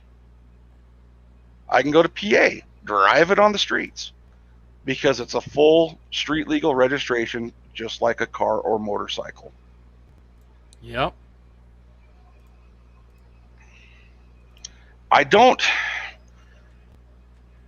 There's a big controversy over the Montana thing, so I don't want to get into that, and I'm not going to. Yeah, we've covered that so many other times. There's a little controversy over the South Dakota plate. Some states you can get away with that, depending on whether or not they title and register UTVs or not. I just happen to be lucky of a state that fully licensed with an unrestricted plate for UTVs, which gives me a lot of privileges. I'm not going to say rights. I'm going to call them privileges. So there's advantages to being here.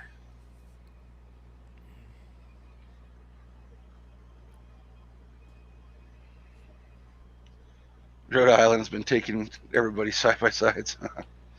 Yeah, about the time they took mine, they'd have a hell of a lawsuit, because now it'd just be like taking my pickup that I drove from here to Rhode Island. Because they're both, my pickup and my side-by-side are licensed the same way. My side-by-side is restricted to 35 miles an hour. I don't stick to 35 miles an hour. I drive wherever I want, however I want. I'm licensed. I'm insured. And as far as I'm concerned, it ain't no damn different than having a smart car. So I've never really been bothered by the police. I hope to keep it that way. And my end goal, because I started the Street Legal Ohio side-by-side group, which I turned it over to somebody because I got tired of messing with all the idiots in there. No offense. There's a lot of dumb people that are they're trying to fray the system and do things that shouldn't be done, when I'm trying to get everybody on the system so we can show the BMV that there's a huge interest, so we can eventually change it to at least 55-mile-an-hour restrictions but no highways. That would suit most everybody. Now, me, I can go anywhere I want to here on 35-mile-an-hour roads. And we do. I can go from here to work, from here to, north side of where I live. I can go anywhere I want to on 35-mile-an-hour roads. But I also cruise the back roads. Nobody wants to look at the city all that much. But it is what it is. And it's kind of nice that if you just want to go riding for a while, just to go out to your garage or out to your driveway, put the key ignition in your side-by-side, and just drive it to the trailhead to hit the trail. Yeah. Instead of gassing up the pickup, hooking up the trailer, loading the side-by-side, strapping it down properly, because, well, sorry, no offense, guys, but most of you don't strap your shit down right. No, I got to do a video on that. Yeah. I got to this summer. It's coming because it's your trailer, it's your machine, it's your truck. It's my safety though when you're hauling it down. It's my safety though when you're pulling it down the road. Yeah, and a 1,200-pound machine flies off, dude. That's not even cool. You ever seen what a deer does to a car when you hit it? Could you imagine smacking into a side-by-side and you kill somebody because you didn't strap it down right? I've seen... What? Beefy.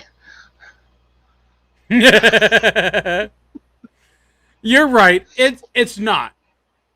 But on the street sense of things, I have every right because them little cars, they're like this big and they're road legal. But they want to complain about our side-by-sides. Or they want to complain about they're not worried about motorcycles, but they're worried about side-by-sides. Thanks, Wallace. Yeah.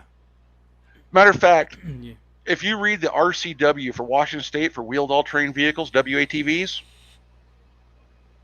they basically redefined a smart car as a UTV by the dimensions, weight, and everything that they said makes a UTV a UTV. Yeah. Because they defined wheelbases, widths, seat height, all that crap. And a smart car is within all those boundaries. The only difference is it's got airbags and it'll crush like a tin can. Well, my side-by-side has airbags if my wife's in it. Yeah. I usually ride alone. I'll die alone. I'll die with a side-by-side shoved in my ass. But, yeah, guys, I mean, my channel's not here to criticize anyone. We're more to help, and you can take my criticism the wrong way if you want, but I assure you, we're here to make it entertaining, so we like to laugh. And we're here to educate people. And I know not everybody was born straight out of the vagina with a huge brain and ready to rock and roll. And a wrench in your hand. That's not how it works. Experience is how it works. And I have a lot of years of experience. I'm doing a lot of different things. And strapping your side-by-side down the wrong way, I have been guilty of doing it. I've done it a few times. Heck, I did a video the other day on the channel where I didn't technically strap it down properly. It was nice and secure. Probably wouldn't have went anywhere. But I was only going like 3 miles down the road. So I wasn't too worried. And I wasn't doing highway speeds either. So, but you still strapped it down close to the steering knuckles, out next to the tires. I did, right. which I that still, is acceptable. right. Where I strapped it down is, yeah, plenty fine. But I should have added 2 more straps onto the rear, and then it would have been 100%. Um, I highly recommend strapping them down at the wheel if you can. I am going to a track system that I hope to get on my trailer when the weather breaks and allows me to be out there comfortably and deal with the camera. Because if I were to do it right now, the camera's not coming out with me because I'm not changing batteries every 15 minutes when they die and dealing around with the cold. So when the weather breaks, come about May, maybe even sometime in April, I found a wheel and a track, a quick disconnect system, whatever they call it, E-track. E-track, and I have a design in my head how it's going to allow me to load any machine I want to on my trailer at any way I want to on my trailer and be able to latch it down any way I want to because I own more than side-by-sides and sometimes I haul cars. I just hauled a car on my trailer today for my neighbor. So, you know, and yes, I have acidly tied that down too. But I was doing 70, not 90 on the highway. Not really. I was doing like 55. Yeah, you're lying because I know that Chevy don't go that fast. Hell, you can't even listen to the radio when it's cold out. I fixed that.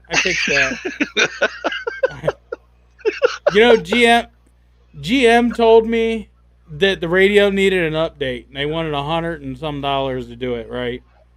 Well, I call bullshit out of the bag because I'm a mechanic and I know better. Well, it turned out to be my battery. My battery was junk. Really? Yep. Put a new battery in it. It got down to 13 degrees the other day in the morning. And I was like, oh, shit. I'm not going to have a radio this morning. And then it worked. And I'm like, oh, it was probably that battery. Because these cars, man, they're stupid funny with junk batteries in them.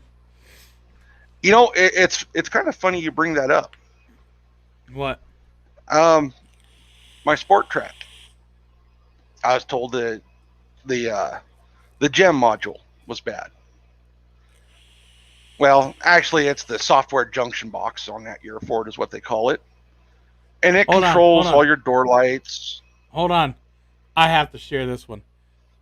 Beefmeister says, I would probably haul my smart car with my side-by-side. You guys rock. Definitely, dude. Okay, go ahead, Larry. So I was told I needed a new software junction box because one of my wheel sensors for the TPMS wouldn't learn to it. My battery was always going dead. Well, I replaced the battery the other day.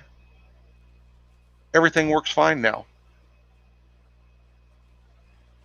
Everything is fine. No more TPMS system fault light. None of that shit. It's amazing how a bad battery, even though it's got voltage, and plenty of, and even though it tested okay, even though it tested okay, the battery was causing me those issues. That's because, and I'll tell you what happens. Because the cells in the battery, the lead, it breaks down and it shit. I can't think of the word, but the cells get coated with shit. What's that term, Larry? The cells get coated with they get sulfide. They get sulfide buildup. Yeah, right. Well, as you use the battery and it charges, it breaks off and lands at the bottom of the battery, and then finally it piles up enough where the cells touch each other just enough to cause a small short that a battery tester won't pick up. It'll say you got a 700 cold cranking amp battery and it's testing out at 550 cold cranking amps. Well, while that is acceptable, it's really not, because there's a problem with the battery, and chances are it's that buildup down there causing a small short, and those shorts cause problems in these electronics in these cars because they're so sensitive. You know, I had a customer and this ain't my first rodeo. I'll tell you 2 customers, and then after that, we're done talking about the battery thing, unless Larry wants to cover something. I had a AGMs. yeah, I had a customer that bought a Jeep with 6,000 miles. It was like a 2013 model, and he bought it in, I don't know, 2018. It had 6,000 miles on it. It was a Jeep that they had gotten from in storage or wherever, and it had the factory battery in it. Well, I got it. I tested the battery because I knew factory battery, that old, that low miles, it got stored. Well, the guy kept a battery tender on it, so the battery tested okay. Showed no signs, and I'm like, So I left it in there anyway. And these people had bought this. They had it one day. They were driving down the highway. The vehicle shut off. All the lights, even the headlights, were all flashing. Headlights, taillights, brake lights, all flashing. The cluster was wigging out, going nuts. They took the key out. The car still did it. They had it towed to me. When it showed up on the tow truck, I seen what this car was doing, and they were going to drop it off and leave it with me to diagnose this problem. And I said, hang tight. It needs a battery. And they're like, no, tow truck driver tested the battery. Battery's fine. I said, just hold on. It needs a battery. I called and ordered a battery. The battery was to me before the vehicle was even off the tow truck. I slapped it in. Problem fixed. That was years ago. And they thanked me and said, thanks, you saved us a ton of money, because I knew by looking at it what it was. Now, a normal shop is going to say, yeah, drop it off. They're going to spend hours on it. You're going to pay them for hours because they don't know. They're not too experienced of a mechanic, so they don't know. So they could spend a week or more trying to track down this problem. When me, I knew it by seeing it because I've experienced it before. And yes, my first experiences with this, yes, it took.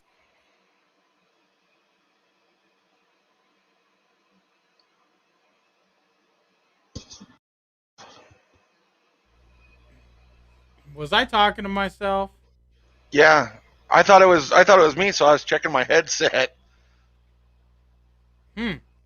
So anyway, I put this battery in there and fixed the problem for him. Now, just I don't know, a week ago, maybe less, I had a customer that works across the street from me. She called me and she says, "Hey, can you bring your jump box? My car won't start.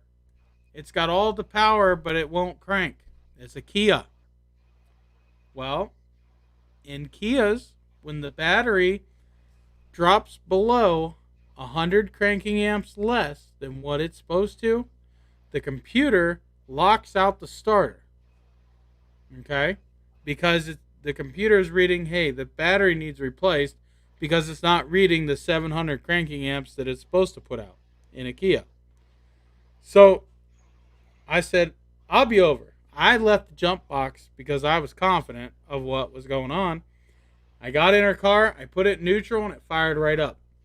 By putting the Kia in neutral and it firing right up, by putting it in neutral, it bypasses that safety feature. A lot of cars do this, bypasses the safety feature. So I told her, your car needs a battery. She put a battery in it, problem solved. And one more thing, just for you Jeep guys, because a lot of people don't know this. You got a standard shift Jeep, and you push in the clutch, and your Jeep won't start. The safety switch for the clutch went bad. Okay? The older Ford Rangers would do it too. Yes, but there's a way around the Jeep. You're not stranded, guys. Put it in 4 low. It will start without the clutch pushed in. Just an FYI. Okay. Now hey, Backwoods, what's up, buddy? Now I'm going to get on my AGM battery kick.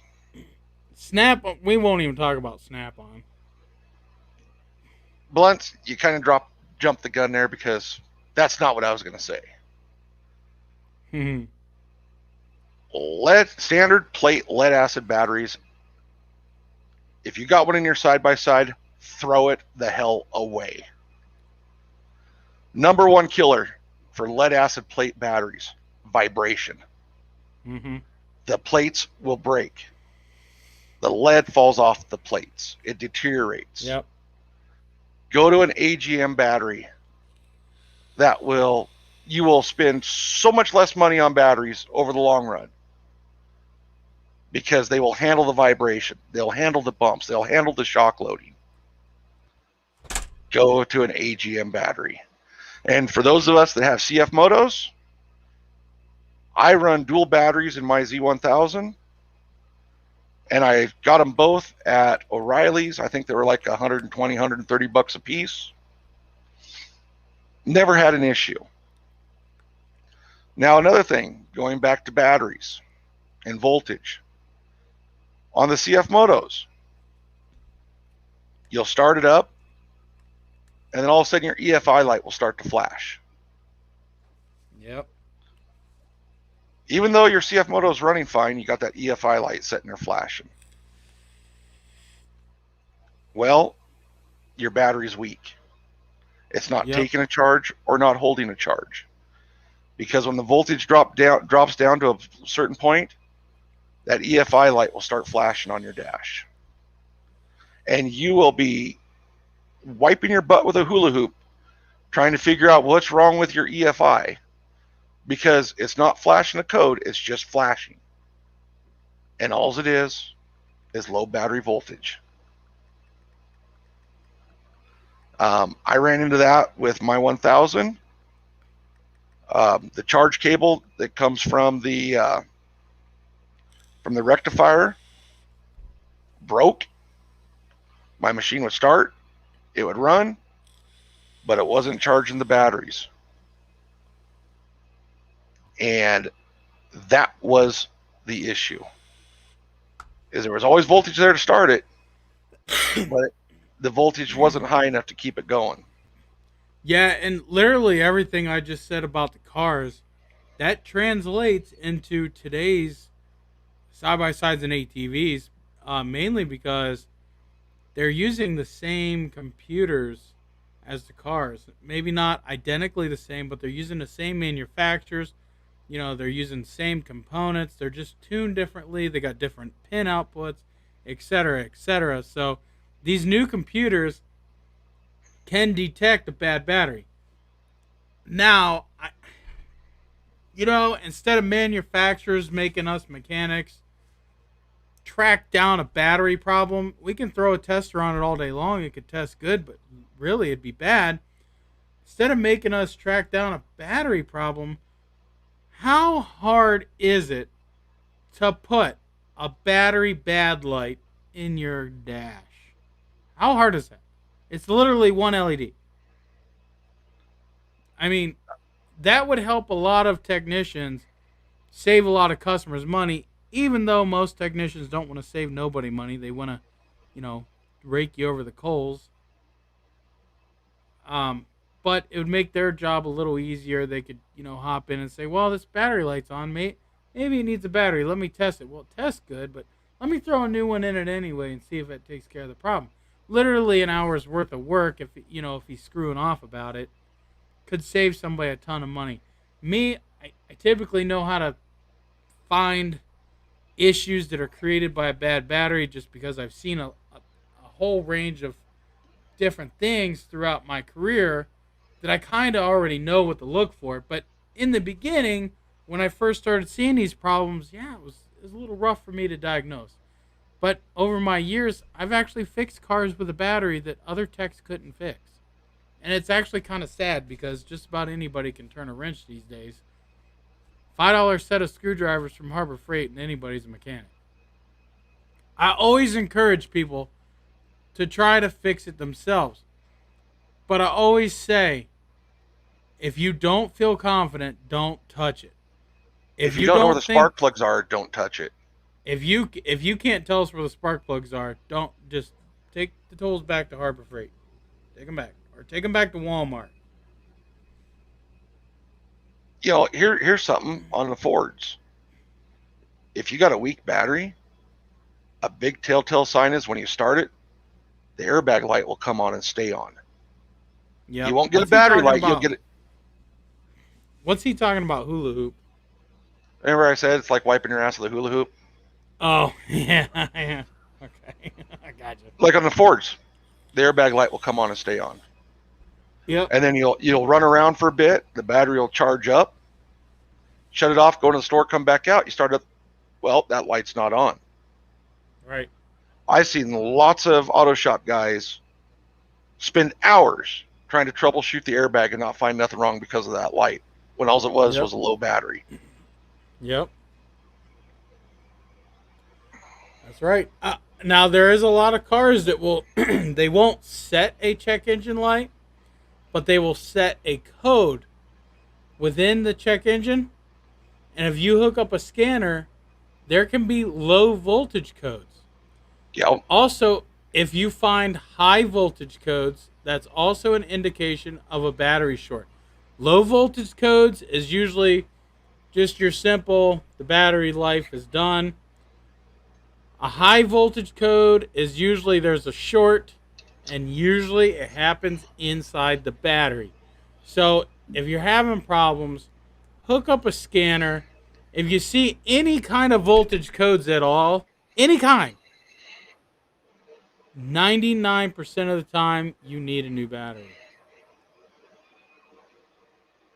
While it says MD does not tolerate any ATVs on the street. They wouldn't have a choice with ours. No, they wouldn't have a choice definitely with mine because mine's licensed as a motorcycle.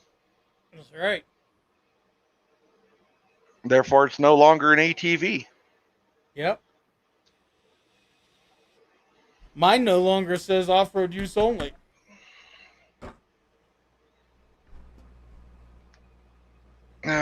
Beefy. No, they don't.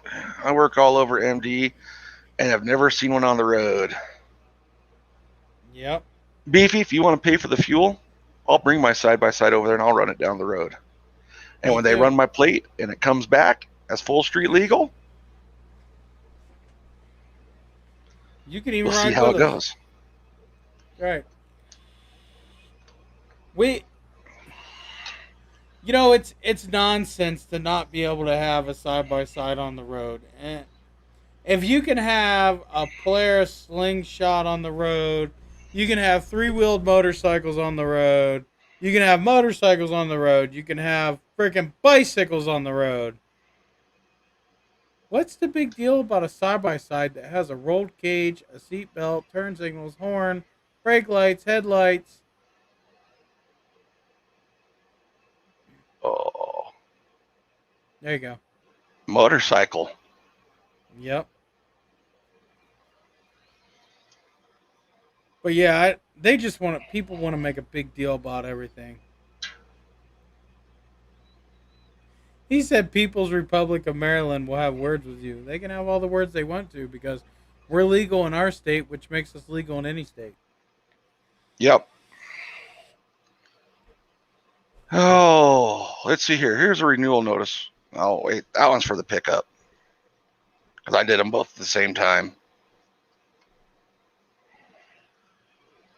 The thing about street legal ATV, and we are not talking about APV plates here. We are talking about full-on road legal plates.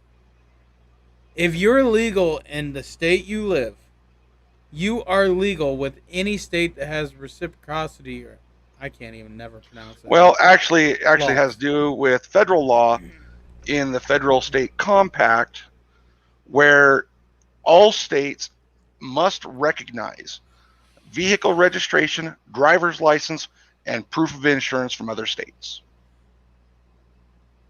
Correct. That is how we can get away with it. Just like the people that do the Montana plates. While it's a way that I don't agree with, I'm still on board with it because I want to see these machines on the street. Because let's face it, the people who talk crap about my street queen are the people that don't have a road legal machine. That's just the way that it is. And let's all face it.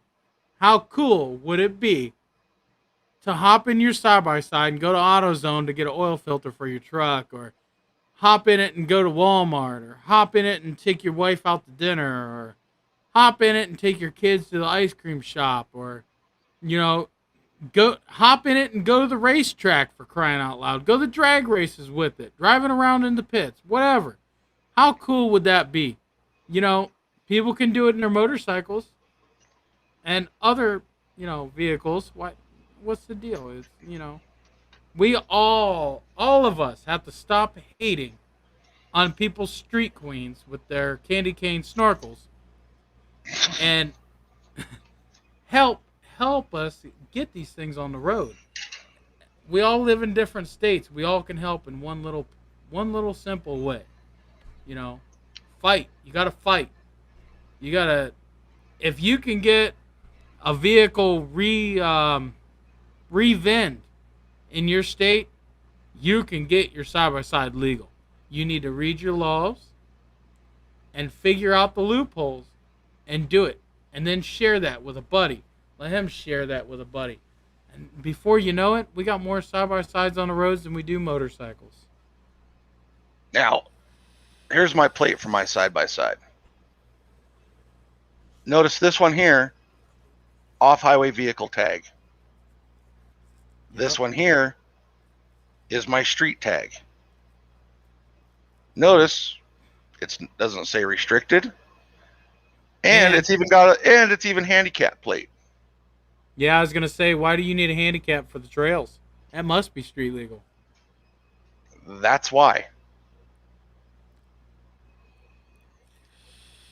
I pay for 2 different registrations. I pay for off-road, so I can go off-road, and then I have a second registration that's on-road.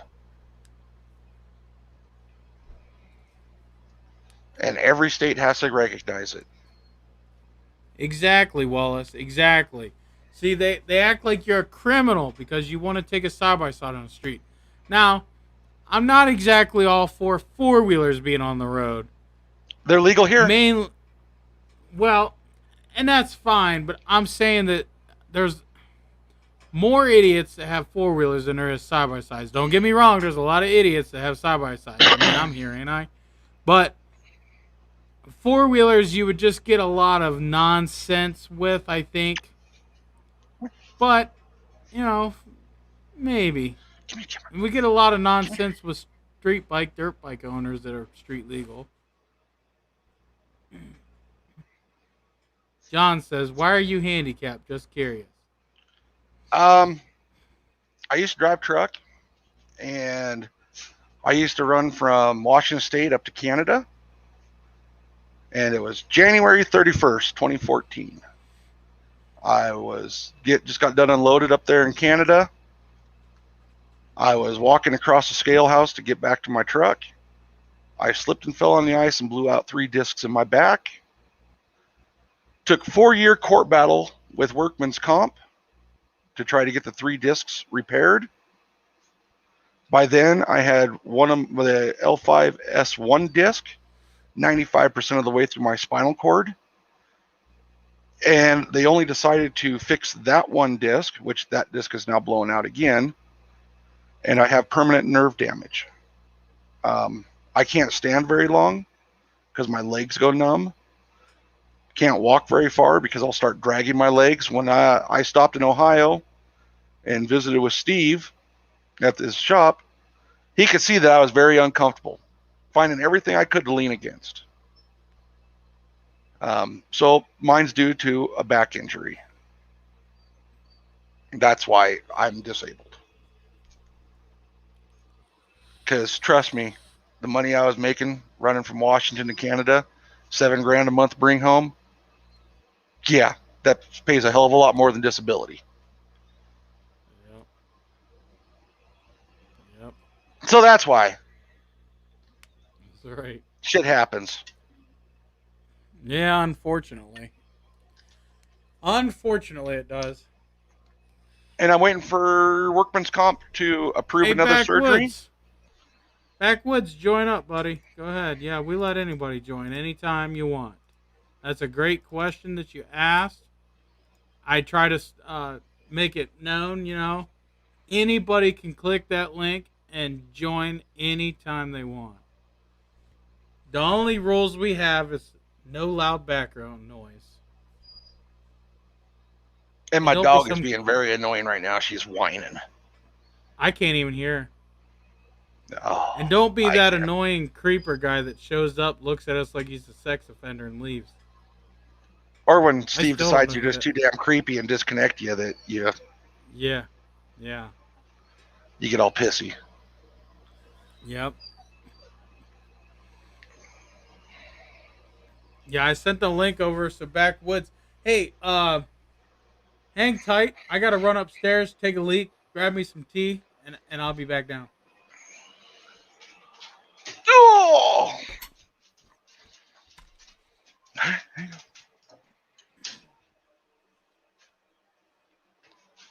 Dum dum dum dum dum. All right.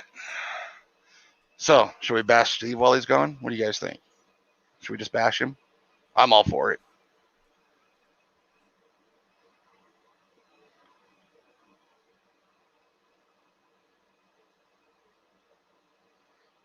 Oh, Wallace, there's no expertise. You know what an expert is, don't you? Just a drip under pressure. But thanks for watching. Hope you smash that likes button. I see we had one hater tonight, but that's all right. He probably just didn't like the burnt valves comment.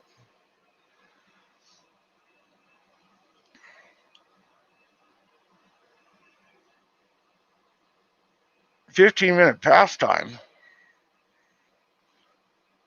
What's up, Bucky? Wife coming in telling you got to go to bed?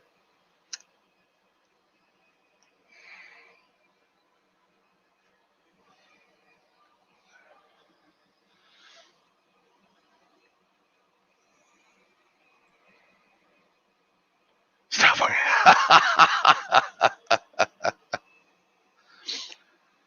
Oh, you haven't seen his best shorts yet.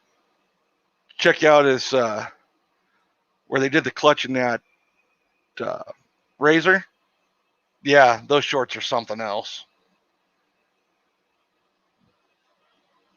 I'm coming, guys. I'm coming. Oh, shh, quiet, guys. No more bashing. Delete your comments. What did I miss? There we go. We're supposed to be getting some snow here. It's supposed to be like 6 to 8 inches or some dumb crap. What's happening, Redneck? Hey, the other night we got 2.5 feet down in Sholo. Holy crap.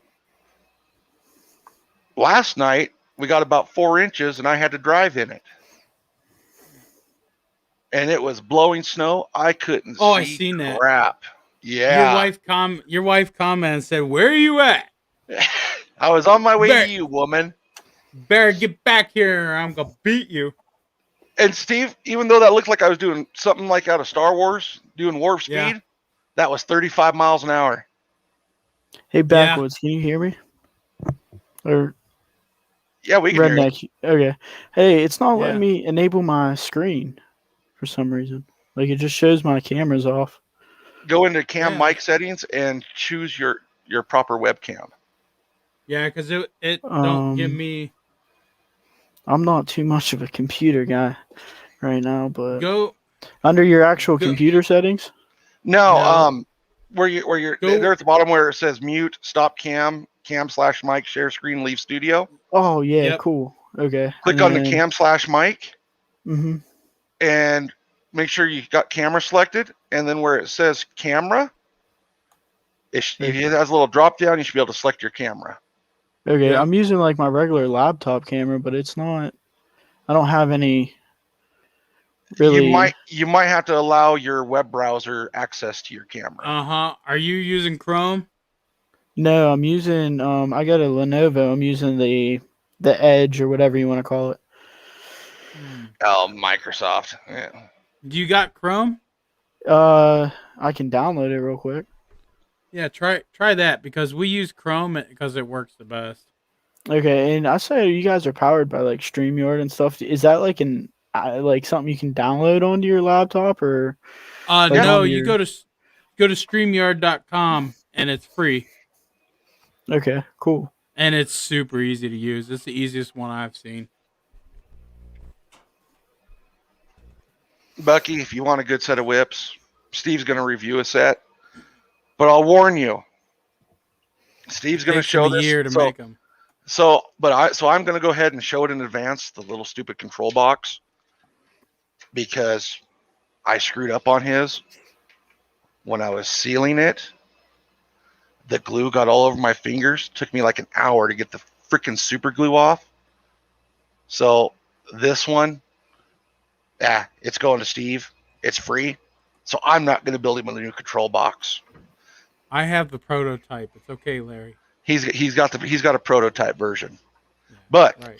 Everything on mine is watertight. All the connections are all sealed with O-rings. That's sweet.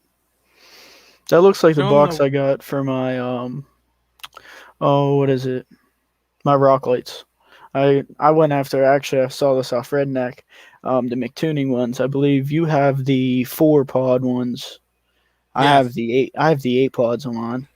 I actually bought the 8 so I had extra pods just in case one went bad. Hey Steve, when I send this to you, here's the power side. All right. It's going to go to your switch or down to your battery. Then there's a connector that comes off it, goes to the box. What connectors do you want on the end of this wire? Because I will solder them on and heat shrink them for you.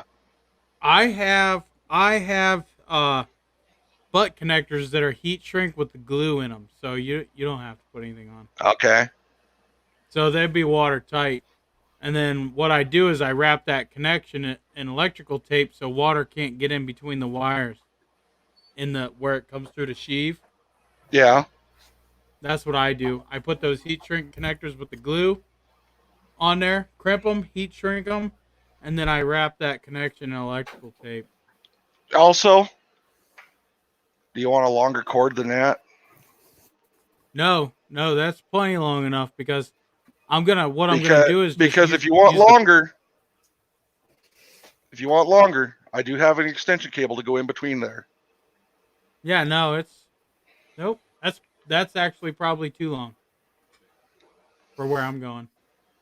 So I got extension cables for power and going to the whips.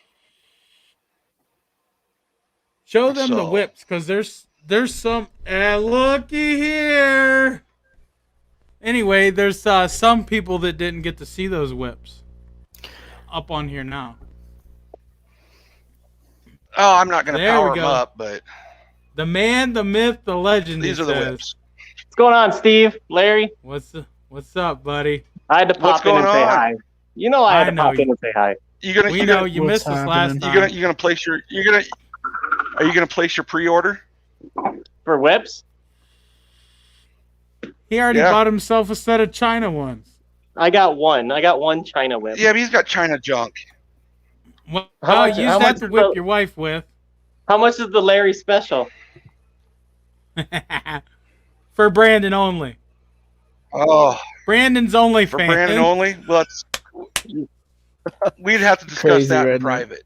The old lady whip. Don't be lonely. Hey, look. Don't be lonely. Brandon'sOnly.com. I missed you guys. Yeah, we know. You missed us last Saturday. Yeah, I was out of town, so. That's all right. Yeah, and, man. These whips aren't 5150 junk either with no freaking heat shrink around the LEDs to where it's going to yellow and everything. Bucky says 1995 plus shipping. What part did you want? The connector that goes to the wire, or he used high quality I think stuff. He just wants. Yeah, those bases and caps are done in-house on a manual lathe. Yes. Yeah. 1995 doesn't even cover my time for making one base. Didn't we watch you on a live stream? Yeah. Hey, you You mind throwing that link? Oh, I see it. Never mind. I You got it? downloaded Google Chrome and I'm going through that, so I'm gonna try to join Okay. it through there. So I'm gonna Okay, hop buddy. off for a second. All right. All right. Just remember to allow permission to your webcam. Okay, I Yep. will. Thank you, sir. Yep. All right.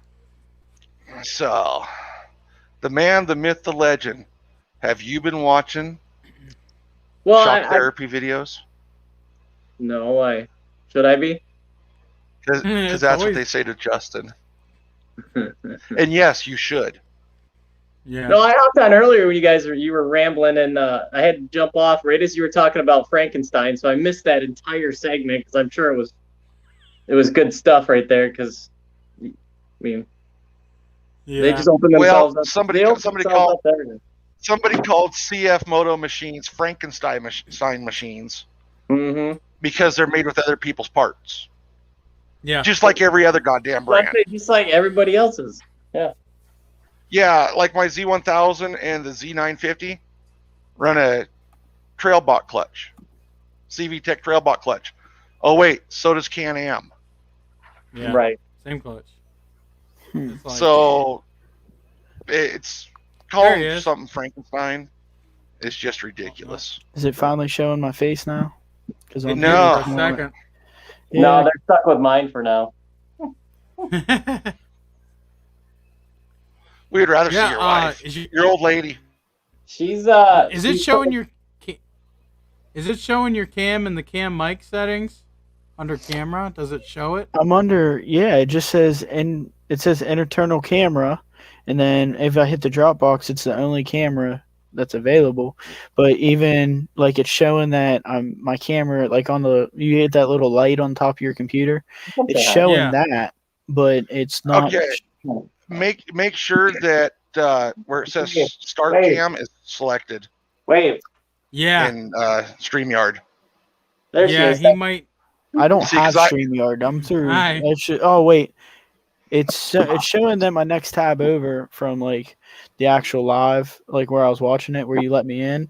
Oh yeah, that's Yeah. Just kind of mute that and Yeah, minimize I it. did that. I muted that, and then it says StreamYard, and then I can see that I'm in the live, but it doesn't show. It shows my camera's not available. But Okay. you see where? Go see ahead, where Steve. it says mute down at the bottom, and then cam the next Yeah, one. it says stop cam. Yeah. Stop it and then restart it once. I There we did go, that. yeah. Probably a It's definitely permission on. setting or something on it. Yeah, chances are it's a permission setting. It's something. So, anyways, what's Company your question there, laptop or- Backwoods? So, what was that? What's your question? What do you got going on? Oh man, I talked to Steve about this. I was just getting into YouTube, and I was I'm using Resolve on him, like Resolve that he showed me, and I just recently got the laptop, and going through that's a struggle. But I was just, wanting to get in to say hi to you guys. I watch Steve, and River, I just watch you guys on live all the time, so I figured why not jump in and say hi. come here. Yeah. Yeah. No problem. Yeah, Come here. not a problem. Yeah, I did Anybody can jump in. I mean, Yeah, hell, look at yeah. Brandon. I think we can have 6 people. They love me though. That's pretty cool. This No, that guy said this my dog looks like his ex-wife. Yeah. Poor River, really. Hey, most Poor of these people they missed such the best live streams, especially when we had freaking Larry's divorce court. Oh, Yeah, you guys have no idea how many I times can't my believe you wife guys. has stopped This in is, here. you're pushing 3 hours here. This is like a record. this is a record. I think we went 4 hours once. Yeah, Usually Steve's yawning, and Arizona's trying to get you to play games and saying quit being a pussy, and That's at like an hour and a half in. then you guys start talking about some weird nonsense about ghosts or something, and some weird game you play where you die or. yeah. We kind of balance when people quit talking about side by sides and don't have questions, we start going other places. Oh, hey. Is this stream already demonetized? Oh yeah, it's been demonetized since like minute 2. Oh, so I can show my new toy? Yeah, All right. go ahead. It doesn't have poop on it, does it? No.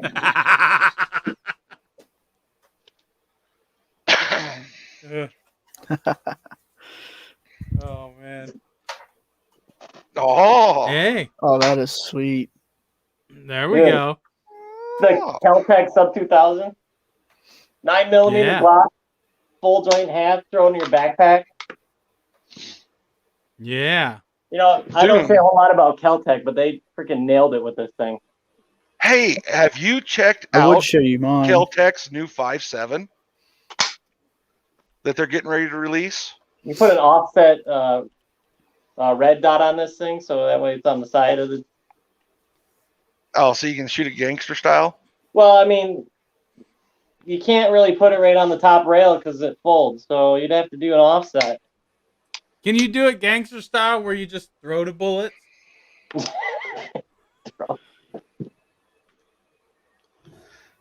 You know, my wife used to shoot 9mm until she grew up.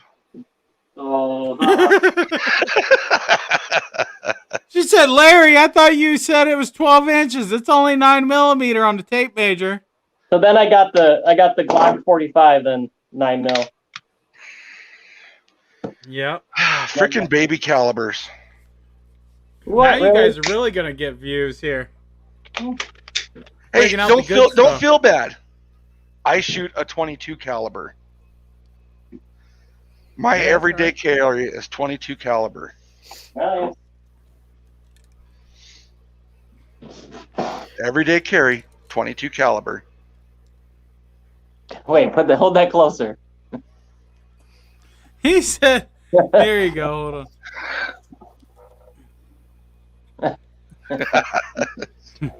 Nothing wrong with 9mm. Plenty of No, No. Put the right ammunition in it, and there's nothing wrong with it. 9mm for those of you that can't handle 40. So, Brandon. I turned my Glock 22 in, which was a 40 cal, for that Glock 45. We still doing a ride this year? Yeah, what was that crap earlier about the gang is going to the ranch? I never got no invite. You can come. I check the mail every day. I don't see an invite in there. You can come to the ranch with us. Mm-hmm. Actually, They won't care. I don't think Brandon joined us on the stream when we were talking about that. I don't think so. Come with Yeah. us. I'm taking my 4-wheeler and dirt bikes. I really wanted to do the one you're doing, but it's 4th of July weekend, and I always have a big thing going on 4th of July weekend, so. Yeah, I picked that weekend because a lot of people go riding. Mm. You know? Yeah, I get it. So I'll just have to meet up on another one. That's all right. We'll meet us with the ranches. Bucky When's says that? he hates 40, but he likes 45. When I guess do he you likes- do that? June. I believe it's June 5th, isn't it, Larry? Yeah, I think so. Larry's June going 5th. too? Yeah. You bringing We're the all going. side-by-sides? Yes, I am. He's going to bring his. I can't bring mine. Why? I can't haul them and the camper. Oh, you don't need the camper. Yeah, you do. Where am I going to sleep? The side by side? Ranch has that big camper sitting in his driveway. Larry's borrowing it. Dude, it's like a 3-bedroom camper, isn't it? I don't know. I don't think so. I think it's a toy hauler. Well, yeah, I bring mean, an it still probably sleeps 8 to 10. Right, bring an inflatable mattress. I don't know. I'm even thinking about not even bringing a vehicle. Come on, Redneck, dude. Priorities, camper, side-by-side. I know. Trust me. It's a long ways away, so I'm trying to figure out a way. I'm thinking I might not even bring a vehicle. He's gonna haul his camper. I'm thinking no. I'll Since I bring don't an have extra to take, diff for you.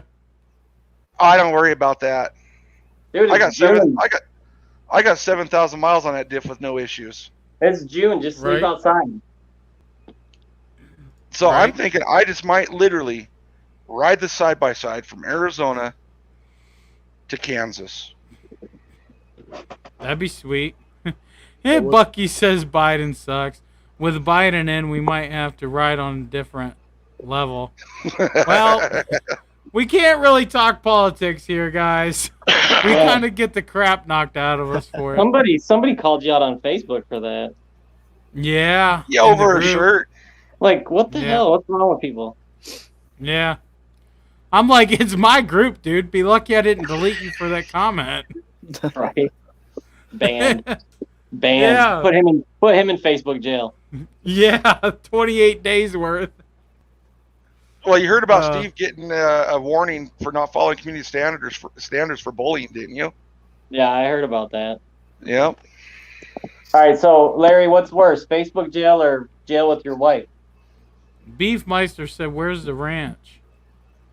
Kansas. Oh. He tried to join. He was having some problems, and we haven't seen him back. I don't know. Yeah, Hey, he probably had Redneck. bad connection issues. Yeah. Would it be? You think it would work if I go through my phone instead of my laptop? That's what I'm Maybe? doing. Yeah, go ahead. Okay, That's what Brandon cool. does. I'm gonna go ahead and try Yeah. that then. Yeah, try Because that, I'll buddy. definitely have to get it fixed for next time. Because I would definitely. You were talking about guns and stuff in Caltech. I got the KSG 12 gauge. Ooh, yeah. So You want to talk about a they make a shoulder nice- puncher? They make nice shotguns, dude. I actually have People- had that. I've people had that rip on- shotgun for, I'd say probably a year now, and it has a Vortex red dot in it, and it's still not sighted in because when you shoot 3.5-inch slugs through it, it kind of hurts after a couple shots. Plus, you ain't Yeah. looking down no red dot when you're shooting a shotty. Exactly. Yeah, it is. Sure is a haul.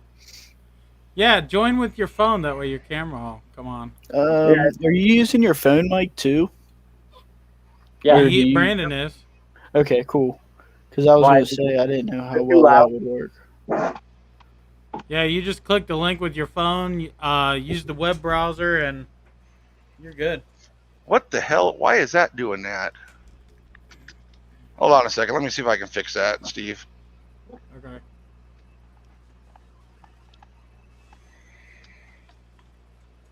So when is Steve gonna finally get his whips? It's been like a year, I feel like. Yeah, it hasn't been I that mean- long. Honestly, he'd be writing so many letters to the company that if he was really buying them from a company. Yeah, but see, he's getting them for free, so Yeah. Oh, you're gonna do a review on your YouTube channel, like Yeah. Justin the Creator. You're gonna get. Yeah. there. Check this one out, Steve. Check this out. This new Keltec P50. Boom. All the CF Moto guys left. Now it's all gun owners. Well, let's see. CF Moto guns, they kind of go hand in hand. That's Yeah. true. 5.7 by 28 caliber, 50 rounds. Dude, that looks so futuristic, man. That looks like something you'd see like in that movie Demolition Man with Wesley Snipes. Yeah, There he it's is. pretty badass. You should check out Keltec's website on it. There we go. Let me just do that. So the one thing that I don't bring to this channel that all your other viewers do is a beard. And this boy- Yeah. And this guy here is bringing it. Yeah. Nah, Right. not right now. The only reason why you don't have a beard is because you like the feeling on your chin. Yeah. Is that clickbait? Clickbait. Yeah. Yeah. Hey, so without giving away too much info on Ranch, what city do they live in? I don't know. Oh. I haven't got their address yet. Actually, they're over there by Wichita. They're near Are they? Wichita. Okay. I'm just gonna type in Wichita and see how far away it is for me. Now that Actually, I I got my think- camera working, you want me to show you that Caltech or that? Absolutely. Sure, buddy. Oh. Yeah. Go ahead. Definitely. Guns, beers, side by side, women. It's all good. And bitches. Yep. We're good. I'm 12 hours and 45 minutes away from Wichita. You're the same distance as me then. I'm 13 hours. There's no way you're. Well, yeah, I guess if we were to straighten that line up, yeah, you're going through. You're taking 70 probably most of the way. Yeah. Hey, we can meet up and Well, finish the yeah. trip down. We can meet up somewhere at Yeah. a freaking off-road park or something. Oh shit! What? Yeah. Yeah. It's got a triple mag tube. So like this is the barrel, and it holds 2 7 rounds underneath. And on the back, it's a bullpup configuration. So all your shells come out of here. And you Yep. can actually control which barrel you want. So you can run 2 or 3 types of ammo, and you can run all one And- barrel. You can run back and forth or whatever. But Dude, that's nice home defense right there. Yeah. Switch from birdshot to What? slug. Yes. Well, you always want to give them that first one as a warning. oh yeah, Throw Yeah. a little bird at them. Oh, you should see what 7.5 birdshot does to a person. What is that model number on that one? that's called the KSG. And what's cool about that, they make a shorty round for 12 gauge, and you can fit 21 rounds in there, with including the one in the chamber. Downward shell ejection. Yeah, that's what you want. That's And the whole gun's like 2 foot long. It's like 26 inches and some change. It's a I didn't remember. Yeah, they didn't have this one at the store when I went. Hey guys, throw up your guns. I'm gonna take a screenshot. All right, let me grab mine. Which ones do you want, Steve? The best looking one you got. Oh. Well, my most expensive one's out in the pickup. Give me a second here. Let me get in the safe. Let me do like a half Okay. folder. Yeah. Yeah. Well, as soon as Larry gets done screwing off. Hey, I got to get in the safe. Do you think I want anybody to see me get in my safe? Hey, I got No. another one from Keltec. It's called the MR30, I believe, and it's a 22 Magnum, but it holds 30 rounds, and the stock comes out like it's like a full submachine gun. Oh wow. This guy's all Caltech out. Here, Yeah. this one's the wife's. This is what this one looks like, and then it's the same thing. If you pull it out, the whole stock slides out. Got it. Mm-hmm. Dude, This is gonna get me. They know how to This do their is- shit. This is gonna get me thrown in Facebook, Joe. You guys But know that, right? Brandon, you see the best thing about this? You see that side? Yep. Do you see that side? Yep. What's missing? Go back. So you've got your magazine eject. You've got your safety. No. What does every AR have on the lower receiver? Isn't it it's got the safety switch. Yeah, he's got safety. He's got mag eject. I don't know. I'm drawing a blank. Let me give you. Where's your dustbin on the other side? Yeah. There I go, guys. Facebook jail. Wait, you putting that on Facebook? Yeah, I did. I just did it. Put us all in. Maybe the inside will give you a clue. Notice how there's no anodizing in there. Is it a bump? Yep. Yeah. You don't know what it is yet? I'm not a big AR build guy, but Every firearm that's manufactured has one. Fire. Every firearm that you buy and you fill out that 4473 form, there's a number that's recorded. serial number. You don't have a serial number on there? Nope. Wow. And that's where it would be on that stock part? It would be in this area right here. Either here or back here. Hey, Steve. Yeah. Hey, I'm the one who always got the KRX I always keep bugging you about. Oh, okay. Yeah. They just sent me. I had some issues with my one-way bearing when I first got it. I was doing the break-in, and it was like 2 hours into breaking it in. They had to come pick it up because the one-way bearing went out, and they actually sent me $1,500 worth of parts. Ooh. Wow. They sent me Spare beadlock rim, spare tire, the full bracket and everything. Y strap, whole 9 yards. Looks pretty sweet mounted up. Damn. Yeah, that's pretty cool. So Definitely. I did get to hold a Caltech. I think they call it an RFB, the 7.62 round one. It's like a little bullpup rifle. I'm not too much familiar with Caltech. I kind of. You just got some cool shit. They just had such unique shit. I mean, I wanted something to throw in my backpack when I'm out riding around on the trails, but I mean, look at that. Pistol carbine in a rifle form. I mean, I don't know. You ever heard of the Dragunov? It's Yeah. like I almost bought one recently. It was it's like a remake. They call it the PLC. I got the AK-47 version of it.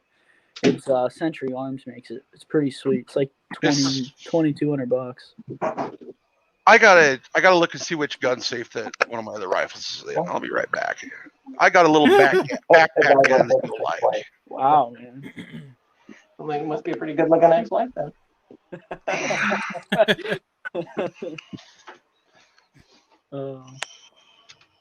Yeah. So, hey Steve, I saw your ride or whatever it was at. What was it, Wildcat? Yeah, we're going to Wildcat. Yeah. Where's that located at? Because I know you're from Ohio as well. So. It's in Kentucky. Hold on, I can pull it up real quick. Well, it's in the other gun safe, and my key for that safe is on my pickup keys, and they're out in the pickup. Y'all, before all you haters bitch about why am I leaving my keys in my vehicle, I live in the middle of fucking nowhere. I'm with you on that one. Literally, and that's when something more likely is to happen. Literally, my driveway is a 1/4 mile long off of a dirt road. I don't live that far. There you out. go. I know what you're feeling. I know what you're. Dang it. But yeah, Michael, you're right. Address. No serial numbers. No, but I won't be able to make it down there. I just started my new job, so I can't get any vacation time right now. Yeah. But I was thinking I'm like 15 minutes from Renegade. I'm literally in the same, like I live in Bloomingdale, like the same area as Renegade. Okay. So I definitely. Yeah, that's like an hour. That's about an hour and 20 minutes from me. Mm-hmm. Bloomingdale, Ohio? Yeah. Yeah. Yep. Is that east? It's like. No, that would be like a southeast. It's between east and southeast. It's not like far. Like Columbus? I'm like 2 hours away from Columbus. Oh, okay. Hey, Steve. Columbus, like yeah. I got a trade for you. Jefferson County, if you have it up. I've got another AR-15 sitting in my safe.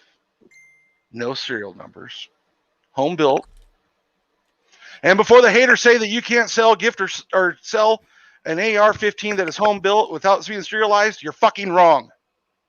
I agree. Okay, and here's why. The ATF says manufacture. Manufacture means you're doing it for business, commercial, or whatnot. It must be serialized. If you build a home-built firearm, whether it's a Glock clone like a P80 or whatever, you can get rid of it. You can sell it. You can gift it. You can do whatever you want with that. You just can't sell it if your intent when you built it was to sell it. Read the ATF white papers. You will learn that.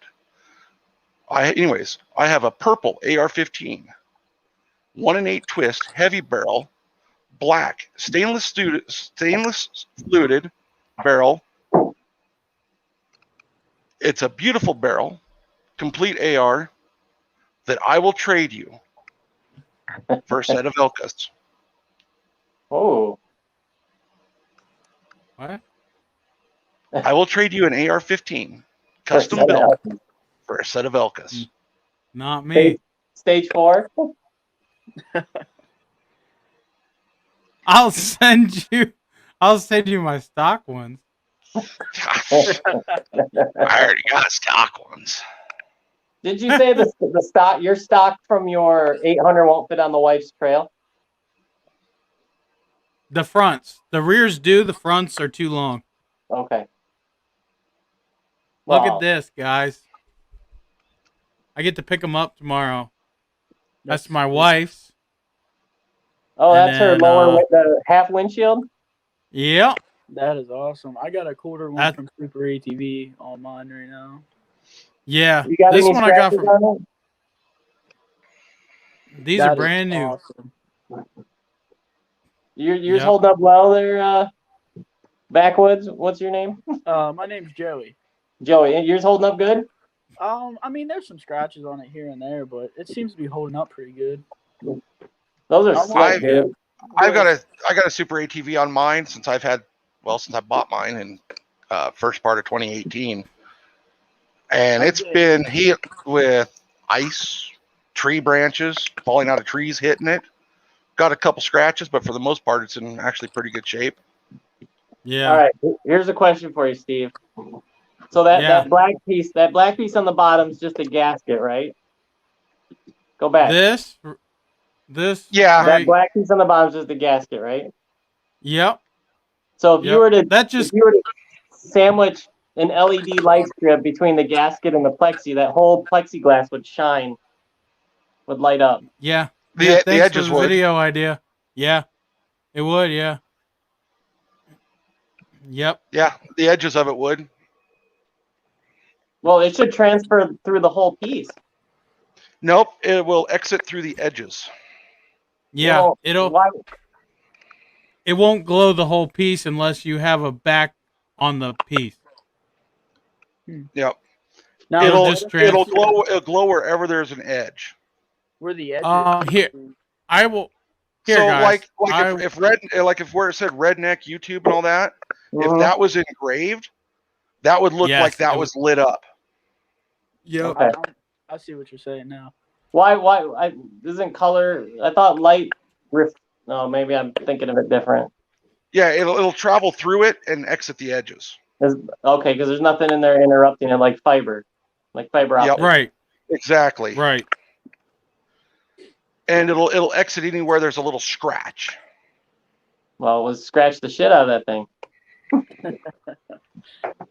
Look, this is what it would do, but see, his is transferring through the whole piece because he sanded it. He roughed it up. So you could do that to the inside of it. Yeah. Technically, yeah.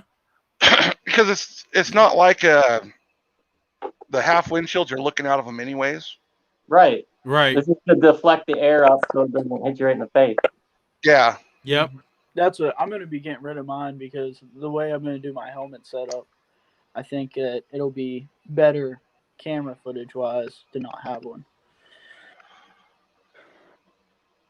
What type of riding are you doing? Right. What type of riding are you doing that you're going to be wearing a helmet all the time? Oh, I just kind of like to have the commentation with the mic through it, not necessarily just to wear it, but like places I want to go, like Mines and Meadows, Hatfield, McCoy, we're probably hitting up maybe this year. The plan is. Because I got a helmet, and the only time that I ever wear it is when I'm doing stupid shit. Yeah, that too. That's about it. If I'm out rock crawling. Yeah, I want to get into that because I see some of these guys on YouTube go over some crazy stuff, and it looks so much fun. And when I'm saying rock crawling, I'm talking about vertical faces. I haven't done that yet, but he's talking like Moab. I want to go to Moab so bad. That's a dream. Hey, I hear it's 4 hours up the road from me. Lucky. That's it. Matter of fact, the highway that my road is just off of is the same highway that goes straight to Moab. So down there, can you ride I see people ride videos, obviously. See people ride their side by sides on the road to the trailhead. Is that pretty common? That's pretty cool. It is it's 100% legal as long as you're licensed for street use. And when you license for street use here, it is no different than your license you put on your car. You can use the interstate, everything. Wow. And all the other states have to recognize it because it's an actual vehicle license, Yeah, that's an actual vehicle registration. So yeah, like I can go out here and leave my house on my side by side and drive it to Moab. He asked, Now- Beefmeister asked what cameras I use. A Hero 8 Black. That's because you're not racist. That's right. And a Casso V50X.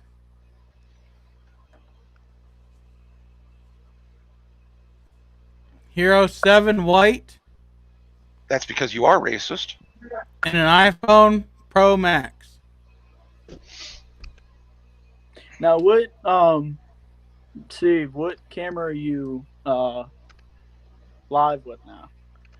I'm using Avermedia from Harbor Freight. Afraid. They're into webcams now and computer parts. Yeah, from Best Buy. Cool. It'll do 1080p, but our live stream is 720. And I'm using a Logitech HD 1080p That's cool. Pro Stream. It's actually a pretty And good Brandon camera. is disappearing. Well, Brandon's a snowflake. Now, Arizona, what kind of, I know it's like a lot about tire setup, and what are you, I know a lot of people run Rockzillas down there, but what are you running for tire? Rage Mojaves, Cool. 30-inch. I was looking at getting the ITP Terra hooks, 32s on 15s, 10 wide. What machine you got? KRX. You got the KRX? Yeah, I Okay. want to put 35s on it, but part of me is like, I do a lot of road riding, so it's like I don't want it to eat the power up too much, but And it would. Because the And then you KRX got- the KRX isn't that powerful of a machine anyways. mhm. Kawasaki should have gave that machine a lot more power than they did. They don't even it's tell the so horsepower. it's so heavy, and it's insanely heavy, but it's built like a tank. Mhm.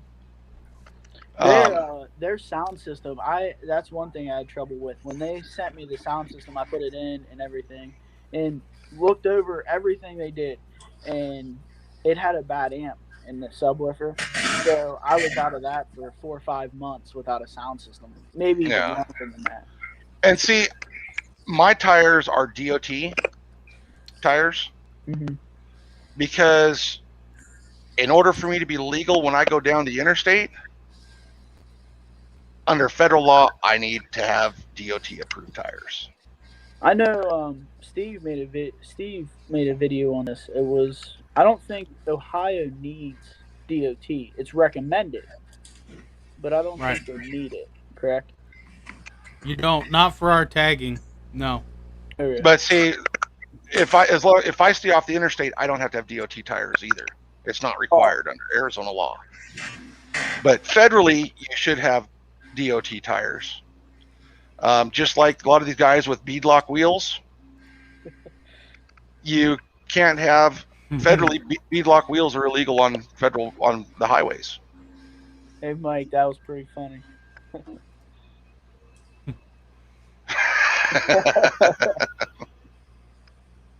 He's got a point. I agree, baby. I'm Oh kind of my thinking God. you should, though. It might man up that vehicle a little. Okay. You know how some hillbillies will take a pickup bed and turn it into a trailer? Mm-hmm. Which I have no problem with that at all. Yeah. The other day, I was going to town. I come up behind this pickup bed trailer that's all over the road doing 35 miles an hour. And it was loaded down with all kinds of shit. Guess what was towing it? The pick up the bed should have been on. Station wagon. A freaking Prius. Yeah. I could not go around that rig fast enough. That's a should have bought a truck, but I like my 50 mile to the gallon. And I bet you it got about 10 pulling that pickup bed trailer. I guarantee you way more than that car did. I bet his battery only lasted 10 minutes. Oh my God. But no, it's Arizona's kind of unique when it comes to making things street legal. With the right paperwork, you could make a wheelbarrow street legal. I was going down the highway heading to town the other day and had a Yamaha Banshee blow by me. Street legal. So Arizona really don't care. They will license anything. I want to get a license on mine, but I have to get a license on mine. I would have to get my title from my bank. I feel like that's such a pain in the butt to try to go through that. Didn't yours come already titled UV? Yeah, I honestly, I don't remember, to be honest. I have to go in there. I actually got to go make my payment next week, so I'm gonna go in there and I'll look at it. Yeah, because a lot of the KRXs are coming UV. But here's something you can think about also. You should be able to go in, get the paperwork for the bank to release the title to the BMV in order for them to change it and then for them to send the title back to the bank. They will. They'll do it. I know, because I bought my truck from West Virginia and I had to get it inspected and all that. Well, when my 30-day tags or 45, whatever they do now, was going to run out, they had a problem because my dealership who I bought it off of was supposed to send me information about getting plates on it, and they wouldn't let me get plates on it. So I was running out. My plates were going to expire, and then they finally let me get plates for some odd reason. Let me find something. I showed it to Steve here the other night when we were going over some things. Oh my God, what's that noise in the background? That My dog's chewing on a bone. Yeah, it's burning. And it makes a noise? Oh, maybe it's not him. Yeah, that's not his dog. That was probably my window AC. I think it burned up today. It sounds like a treble from Star Trek or something. Oh my God, there I am dating myself. I was just sitting there humming. Star Trek, oh my God. Oh shit. You just lost a little street credit with me there, Larry. Yeah. Hey, I was young once.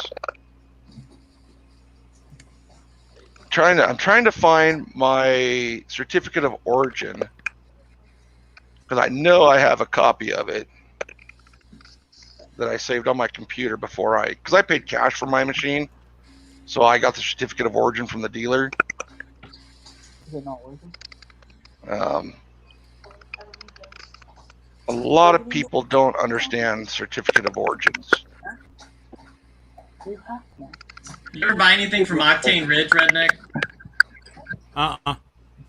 They got a lot of accessories on their website for the Z-Forces. Do they? Yeah. More than I thought they would. I'd like a set of rock sliders for like $100. I'm not paying Super ATVs $400.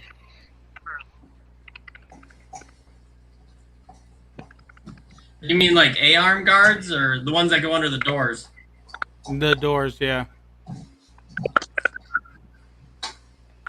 You don't want to know how much I paid for mine. What? You don't want to know how much I paid for mine in 2018. I probably don't. And paid for dealer installation because the machine was new and that just made everything covered under the factory warranty. Right. Now those Alpha doors. You know anybody with the Alpha 2.0s that have the door bags? I think there's a couple people that have those doors, but they complain about the latches. You know, Steve, something we were going to touch upon tonight was exhaust and fuel tuning. Oh, we did that. No, we didn't talk about the tuner that allows you to set the AR fuel ratio. No. Oh, what's going on? Yeah, that's what mine was doing earlier. All right, I'll stop that. Jeez. Now, Steve, I've got a copy of my MSO up there. See you, beefy. Most people do not see this when they buy a side-by-side or vehicle. It's basically the birth certificate of that machine. Now, Polaris, Honda, I think even Kawasaki, on this, they will say they'll say for off-road use only. CF Moto does not tag theirs as off-road use only.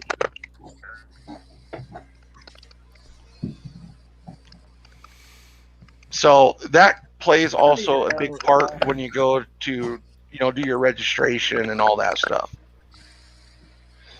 This document is actually the true ownership document of a vehicle, even if the title isn't. Yours went through Oregon? Yeah, I bought mine in Oregon. Yeah.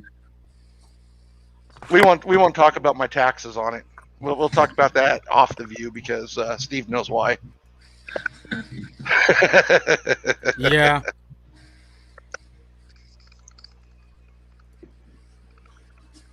Pretty slick deal though, huh, Steve? Yep. So, and then my dealer also wrote a letter saying that mine's DOT tires, federal emissions approved, 100% street legal. So, Yep. Yeah, Bucky, he's got his MSO. Keep that in a safe place because that is your true ownership paper. Yep. And that's what the state has you give up when you file for a title. Yeah. Yep. No. But no. So it kind of goes back to the exhaust and fueling because you're getting more air in and out of the motor.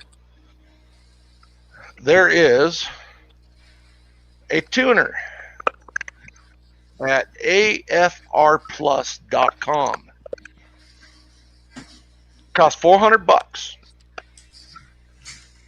You can it's basically a Dobek tuner, but all the tuning is done through an air fuel ratio gauge. So you can always tune your air fuel ratio and have it where it needs to be. And no matter what you change on that motor, no matter what elevation changes you have, it will maintain that air fuel ratio. Right. So for somebody like me, where I live at 6,000 plus elevation and go up from there, and then sometimes I head to the dunes where I'm at sea level, that is really my only option for tuning. Yeah. A ECU flash, I'm either good for sea level or I'm good for my elevation. Nowhere in between. Yep. So that is a drawback I see with flashing. Now, Now- the KRX, $225. The one I'm looking at, well, that's not the one that's. They sent it redirected me to electronic jet kit. Yeah, go to.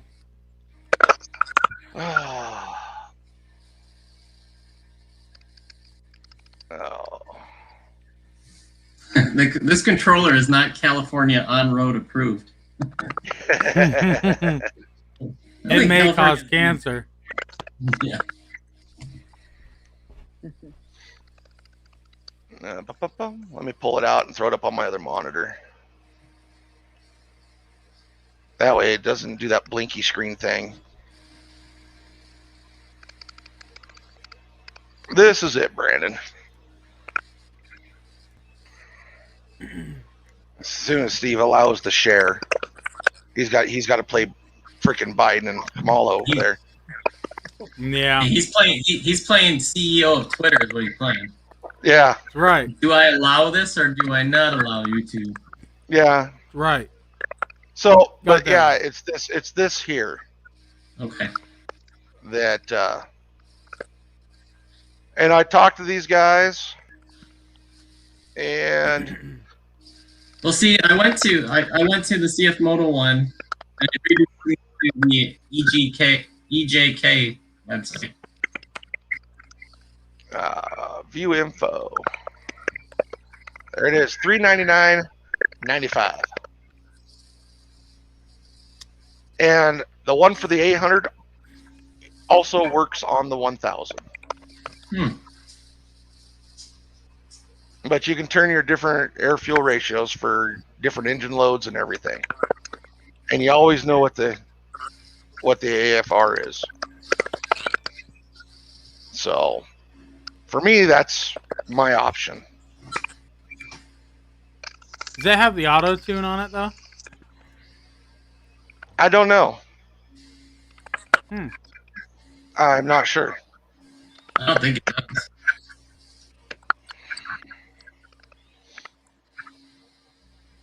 But somebody's treble's starting to annoy the hell out of me. I'm about ready to grab the AR and take care of business. Well, if it's me, I'm gonna sign off. So it was nice seeing you guys again. Well, no, just mute your mic for a second, Brandon. We'll see if it's you. All right, I'll mute. Nope. Yeah, it's Not gone. him.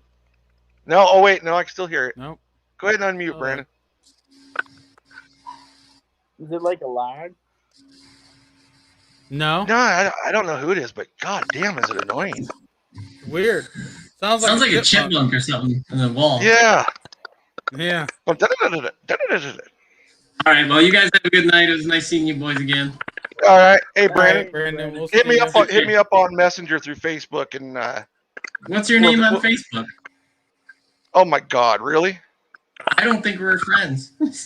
No, we're not. Are you on Z-Force Nation? Yep. What's Larry your name Rose. Larry Rose. Okay, I'll hit you up. You'll look at my little avatar. It says I suffer from PTSD. Pretty tired of stupid Democrats. Yep. All right. Have a good night, guys. All right. All right, we'll see you, Brandon. Oh, the chirping's still there. Wasn't Brandon. Might be me. But no, I actually set up my computer, so I don't know if it's like the fans or something. Oh, wait. No, it's Steve. It's you, Steve. Because I don't wait, hear no. anything. I can hear, like, when you're done talking, it kind of, like, almost like Oh, it's not doing bit. it. Oh, it's kind of weird today. I don't know. Yeah. It might be glitchy. Yeah. But no, it's the KRX is a pretty badass machine. But it's freaking huge. Oh, it's nice because, like, I noticed, like, when I first got it, I really had to loosen up the clickers on the suspension. And then now with me having that so much weight on the above the rear wheels, I kind of stiffened them up a little bit. I haven't rode with them yet. I haven't been riding in a couple weeks, but well, Steve and I heard we've been talking about shock adjustments in private, off camera. Depending on the riding you're doing, is going to depend on where you have them adjusted. Yeah, like, I had mine all the way as, I don't know what you want to call it, as loose. Soft as could be? Yes, all the way as soft as it can be. And I rode fine. I haven't really noticed me bottoming out, but I know, like, if you're in the dunes or something where I don't really jump too much. My wheels don't ever really get off the ground unless I'm doing something stupid. So, but that's about it. I stiffened the rear ones up a little bit just because that spare tire rack in the tire was like 60 pounds for the rim and tire, and then like another 80 for the rack. So I stiffened them up a little bit. Yeah. Well, the slowing them down a little bit, making the flow a little bit tougher through the valving, that will help with the weight, but that's not going to gain your ride height back. Right. Yeah, I understand that. You actually have to And adjust. yeah, the you spring. can do it. You can do it the hillbilly way, and add more preload to it to get your ride height back. But then you also run the risk of coil bind. Yeah.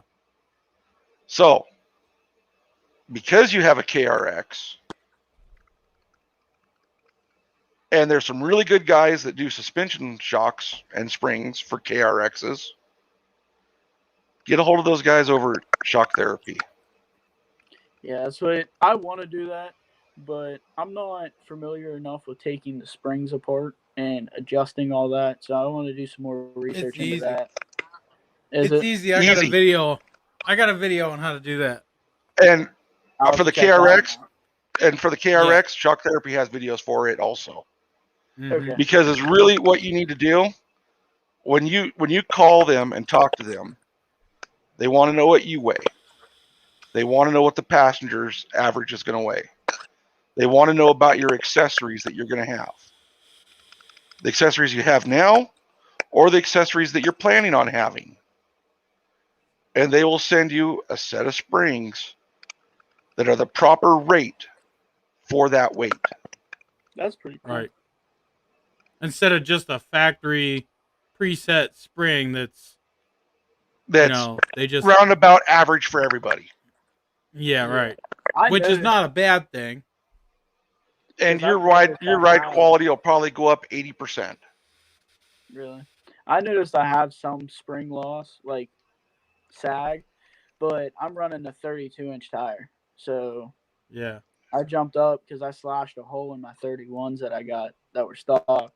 And then when I was down in Tennessee, I found a brand new set for like $600, and they wanted they up here they wanted $800 to $900 for a 32-inch tire. I'm like, that's ridiculous. So I was Well, down there. I drove like 2 hours away from Gatlinburg, and I was like, let me go pick them up real quick. I well, came up here and threw them on. every new UTV or even a brand new vehicle, the springs are going to take a set. Mm-hmm. Okay, they're not going to be sitting in 200 miles where they were sitting when the machine had 0 miles on it. They're going to sag. And part of the maintenance is readjusting the preload to remove that sag and bring your ride height back up to stock. Now is where the problem comes in, and this happens with OEM springs. They never stop sagging. They'll take the first initial set. Then a few hundred miles more, they're going to sag again. So you got to readjust them. A few hundred more miles, you're going to be readjusting them again. When you go with high quality springs, they'll take an initial set and that is it. They will never take another set. Yeah. The only way they're going to get lower is if you add more weight to the rig. Now, is it worth getting your shocks revalved, like where they go and change the oil and all that? That depends who does it. Yeah. Because there are some hacks out there. There is a video on YouTube that I came across months ago where the guy he tells you each setting for your shock to make it the absolute best ride on the KRX with the factory shocks. And I didn't personally get to ride in one, but my wife did, and she said it was like riding on a pillow. I noticed I saw one maybe a month or two a while back. It was Big Pine Sports, maybe. I know. I don't remember.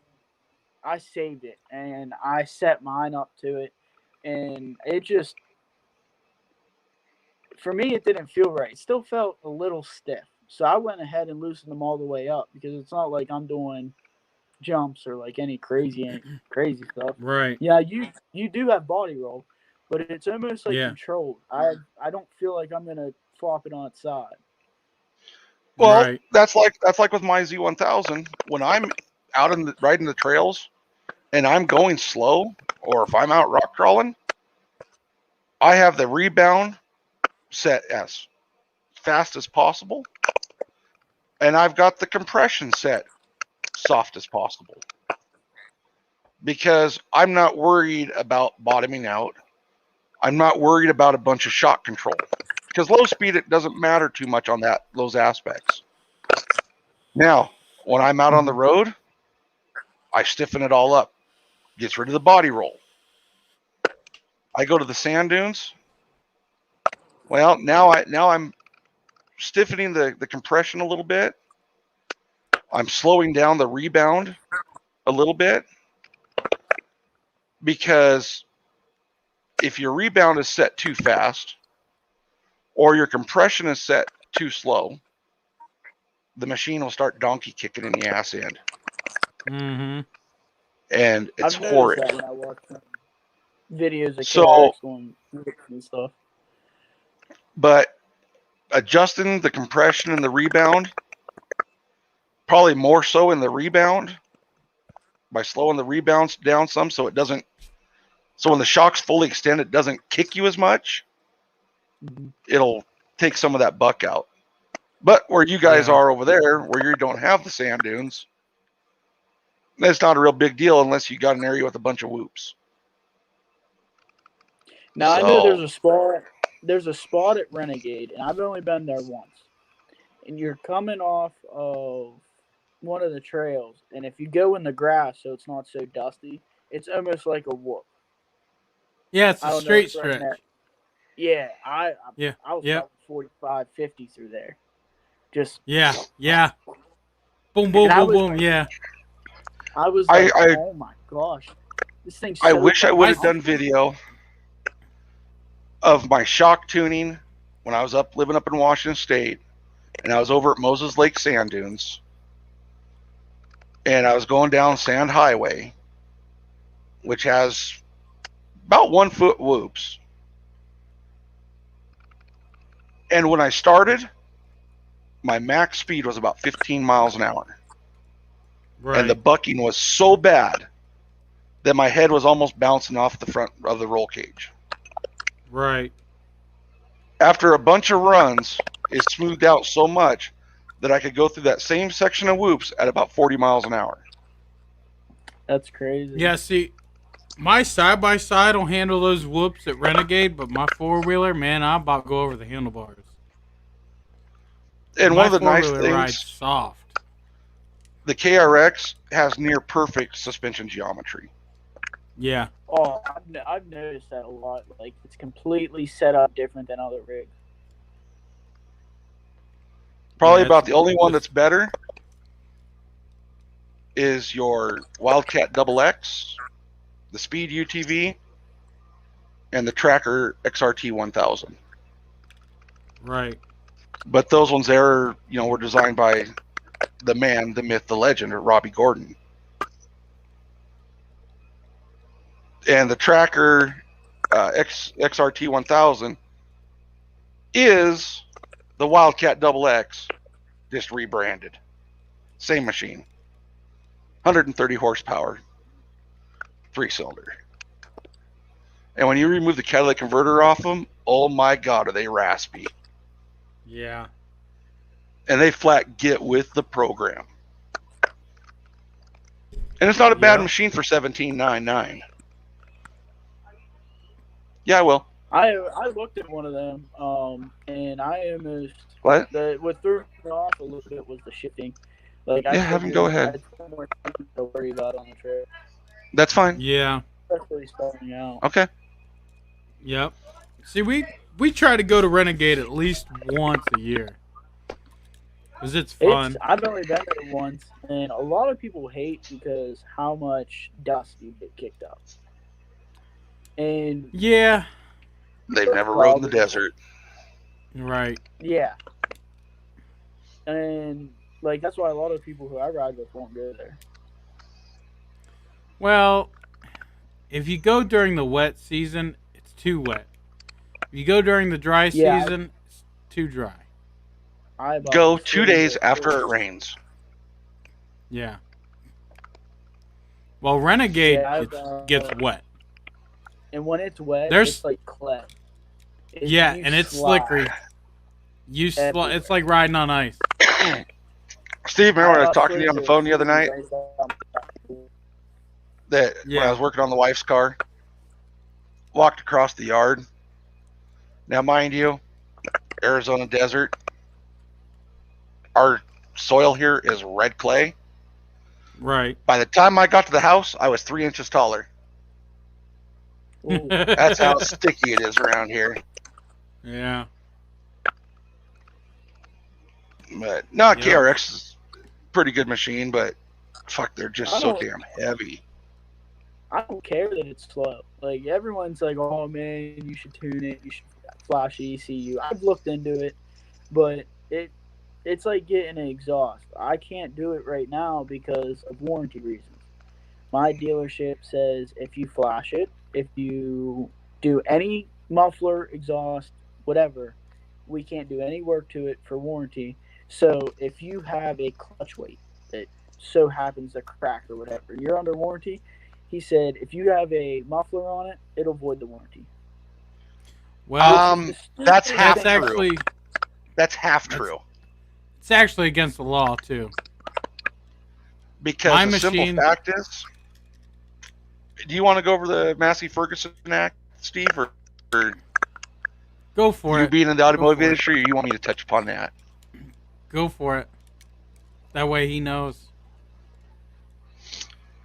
Back in the day, there was a lawsuit. Massey Ferguson.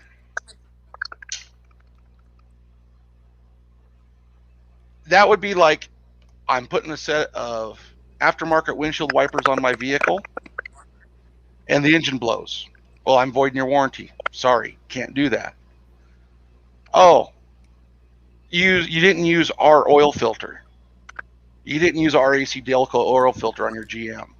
Therefore, your warranty's void. That's what they used to do back in the day. That is against the law. Yeah. So, like, if there's a Now- wear item that, or anything that you do to a vehicle, unless they cover it, like an oil filter or whatnot, that they say will void your warranty, they have to supply those to you for the entire time that machine's under warranty. Right. If you do a tune, they have to prove that it was the tune that caused the problem. But If you I do an was told exhaust, if you do an if exhaust, if you do a tune, they won't even be able to tell that you have the tune. Because But on the KRX, is there a plug to tune it? Because I've seen so many people just flash Right. ECU. yeah, And- right. yeah, it's an OBD. It's an that's OBD2 port. OBD. Yeah, that's just like a car. They won't even be. They could hook a scanner up to it and all day long, and they won't even be able to tell that you even tuned it. The Unless only way you they'll open be your able mouth. to tell, unless you tell them. Yeah. Yep. But My like if- machine has been tuned for almost 2 years, and it was under warranty the first year. And my dealership, they didn't know a damn thing. And a slip-on exhaust. Okay, you put a slip-on exhaust on it. Oh, your transmission goes out, or your clutch flies apart. So you mean tell me that half a horsepower that muffler added made those go out? They have to prove that made it go out. Yes. So they have Yep. to prove that what you did caused this part to go out. See, I heard that, but I didn't know anything about it. I just kind of blew it off because I didn't know really much about all that. So that's Now, that's cool to know. if you go pulling the motor out and modifying it, yeah, voids the warranty Yeah, I on the motor. completely understand that. Yeah, but throwing a tune on it, the only warranty that will void on the machine is an electrical warranty. So if you tune your ECU and then 6 months later your ECU takes a shit technically, you could take it in and probably get it warranted as long as you don't mention the tune. But if you're honest about it, you go, you know what? I tuned it. I voided my own warranty on the ECU. But if you add an exhaust and then you have a rod bearing that goes out, the exhaust didn't cause that. A faulty part, dirty oil, dirt in the motor, that caused that. But keep in mind, if you have a motor that goes bad, they're going to try and get out of it anyway. So if they find one little speck of dust inside the intake, they're voiding your warranty for that anyway. So keep in mind, if you ever have an engine issue, take everything apart and clean it. Put it back together, then take it in. And That here's way another they thing. can't. Where you're talking, you want to go bigger tires.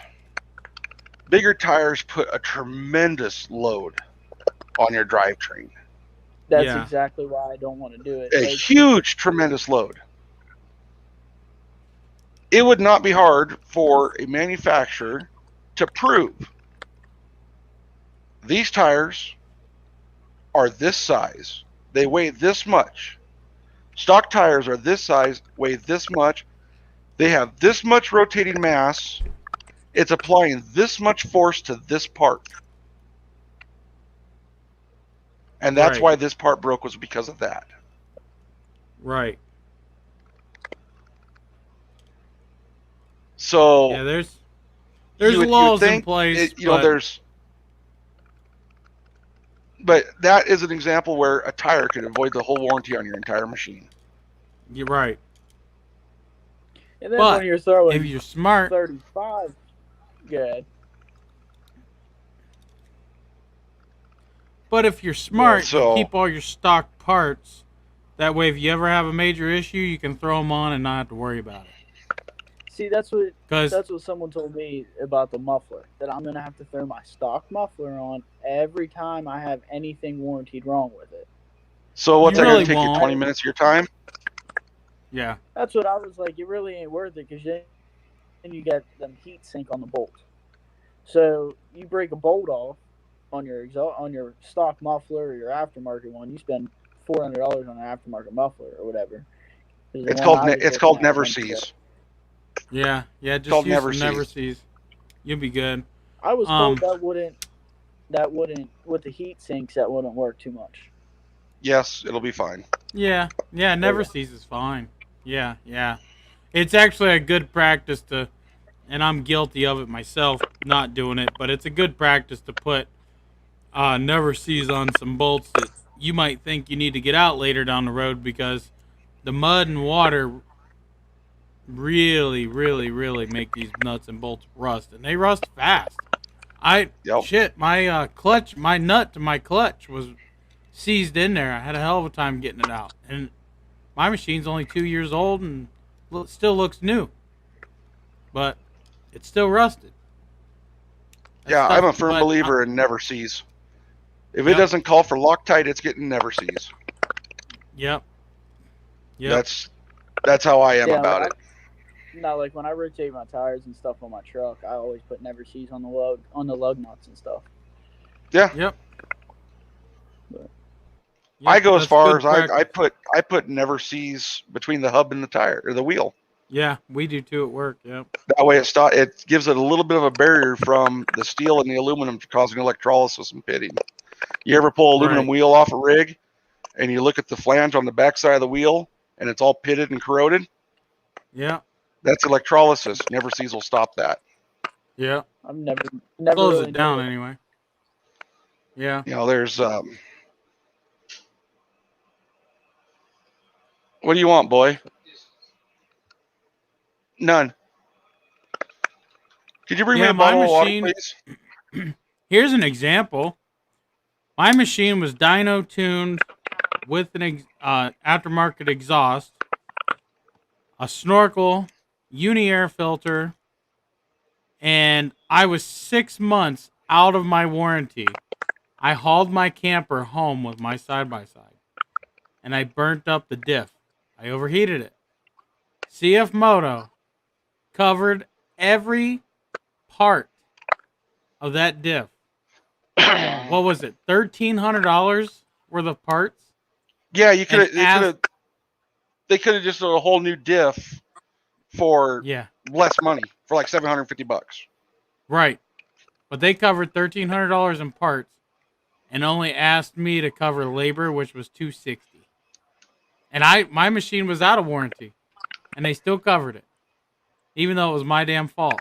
I didn't tell them that, but you know, they did it. And when I picked my machine up, huh?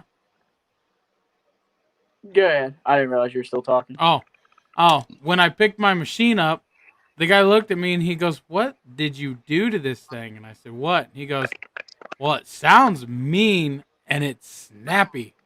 I said, "Oh, dual exhaust and ECU tune." He goes, "It sounded healthy." I was like, "Yeah, it does." Because they have to drive him around the parking lot, and he drove it a couple times. They put like 5 miles on it. So yeah, but it was still I no know. questions asked. My dealership that's closest to me that did my one-way bearing job on it. One of the workers there, when I was picking it up, he said, "I don't even take my own machines here to get worked on." I was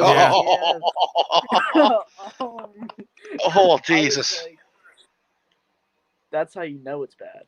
But Well, Yeah. Steve, there was a guy in the Facebook group.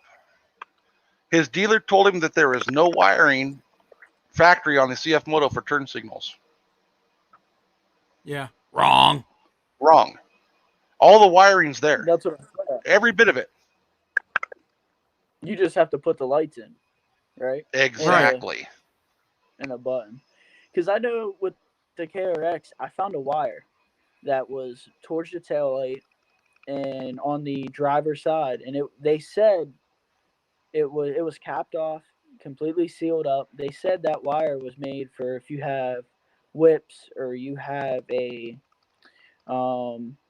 what's the light that shines back? Not the backup light, but it flashes and stuff. Pre-runners use them. Oh, yeah, the safety light. Safety light. Yeah. They said that was basically what that was for. It comes out right at the bottom of the roll cage for you to run it up the roll cage, and it's like a turn on. It's in accessories after you turn your key on. Right. So, which Best of the Desert would say you can't use that because the safety lights must come on anytime the battery is connected. Yeah. No, it's but manufacturers, they like to play games. They want to get out of warranty work. Yeah, they don't want to pay for it. Fiat Chrysler went and voided everybody's lifetime warranties on their vehicles. Well, I have to say the dealers try and get out of it more than the companies, because the dealers don't make no money on warranty work. Now, so they will lie to you. I know at times where my dealer has said they have contacted Kawasaki about my issue and where my parts were. And I called Kawasaki and they said, your dealership never contacted us. Yes. Yeah. So that's because they don't like that. And I basically fed up with my dealer to where they sent me some warranty parts, and I've really never taken the old parts back yet. You're not going to the dealer that's in the West Virginia side on the other side of Renegade, are you? No, I'm going to the one in Brilliant. Okay, because we went down to ride and took a couple of people with us, and my side by side had broke down there. That's when I figured out the diff went bad. So I didn't have extra seats for the people I invited to ride with us. So he's like, screw it. We want to get an ATV, UTV, or something anyway. So we went over to this place in West Virginia, and so we walked in there, and my buddy, he goes, "How much you want for that Can-Am? I'll go to the bank and get you cash today." And the guy told him a price, and he's like, "Well, if I buy it, can you deliver it down the road to Renegade?" And the guy goes, "No, I can't deliver it for you." And he's like, "Well, I'll I'll give you cash. I'll give you an extra $100. You know, well, we don't have a driver. We can't do it. And he goes, well, you don't want to make a freaking sale, do you? And they treated us like garbage because we went in there. We were dressed to ride. You know, we weren't all fancy. Yeah, We went in there all, I- yeah, hillbilly looking. So I think they really thought we was trying to yank their chain, but he was really just trying to buy an ATV that day. And he was going to drive home, get a trailer, drive all the way back to Renegade to pick his machine up. But he was trying to get it from the dealer to Renegade. And it was like a 10-minute drive, and they wouldn't do it. I'm like, That's crazy. these dealers are worthless. Well, a lot of people that have problems with warranty work for CF Moto, it's really not CF Moto having the problem. It's the dealer not wanting to do the warranty work because they don't make as much money. Right. They try and get their way out of it. Yeah. Like, okay, Laura's 500. This is a good example of that brake caliper.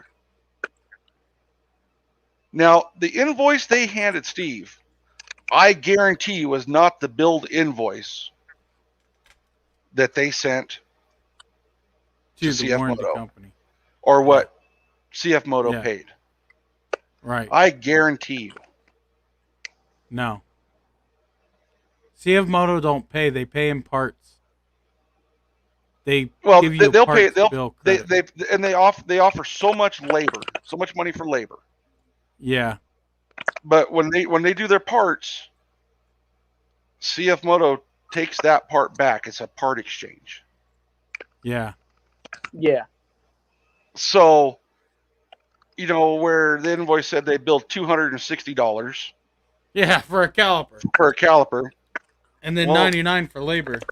Yeah, well, no. The part was a direct exchange between the dealer and CF Moto. And then CF Moto says, well, this is what we pay to change that part. And dealers hate that shit. But I'll guarantee you that dealer did that invoice the way they did because they'll take that as a loss on taxes. This is what it should have been made, what we should have been paid, but this is what we made. But I have to say that transaction was the smoothest transaction I ever had with that dealer.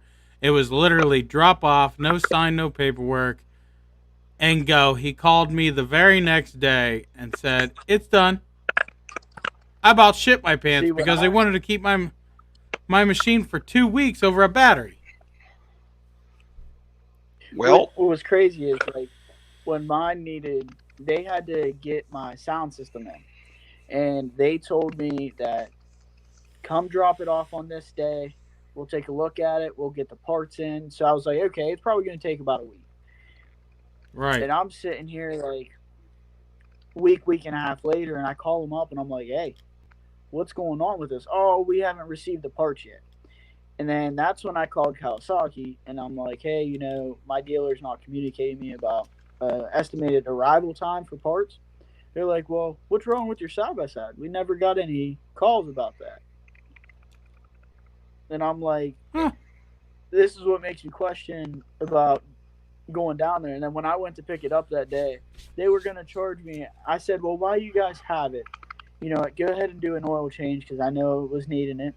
Oh, I was thinking it's probably about $100, you know, whatever. Yeah. $500 to do an oil change and on diffs. And I'm like, yeah, you're ridiculous. I'm coming to pick it up today.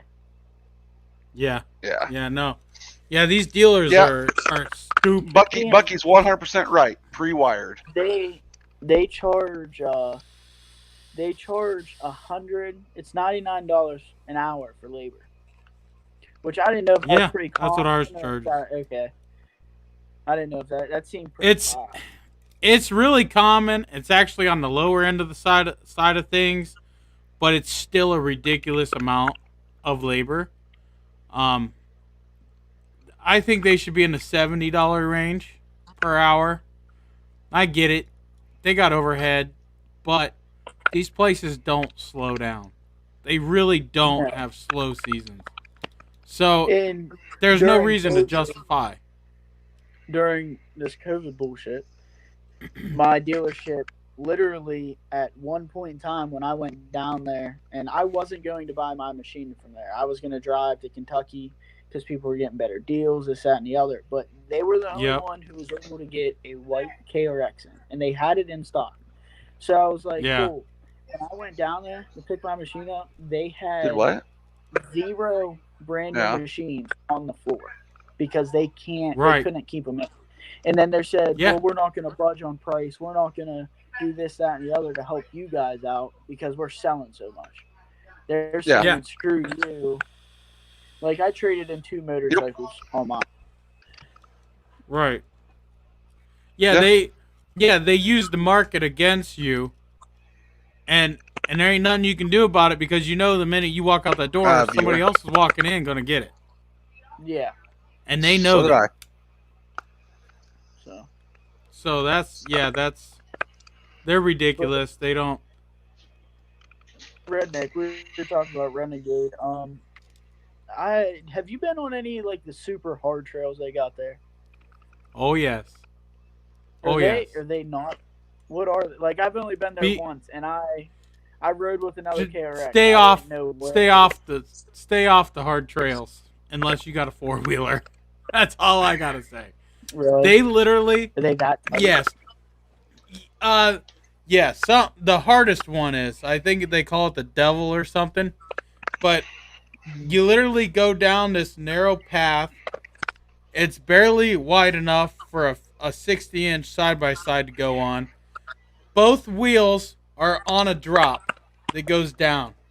So you got to ride this thing that drops down both ways. And then you go in there, and it gets narrower and narrower and narrower. We had my buddy's Kawasaki 4-seater Teryx, and there was like 5 of us. And we kept going down this path, and it just kept getting so narrow where we couldn't get the side-by-side down it anymore. And it was already sketched just to get back there.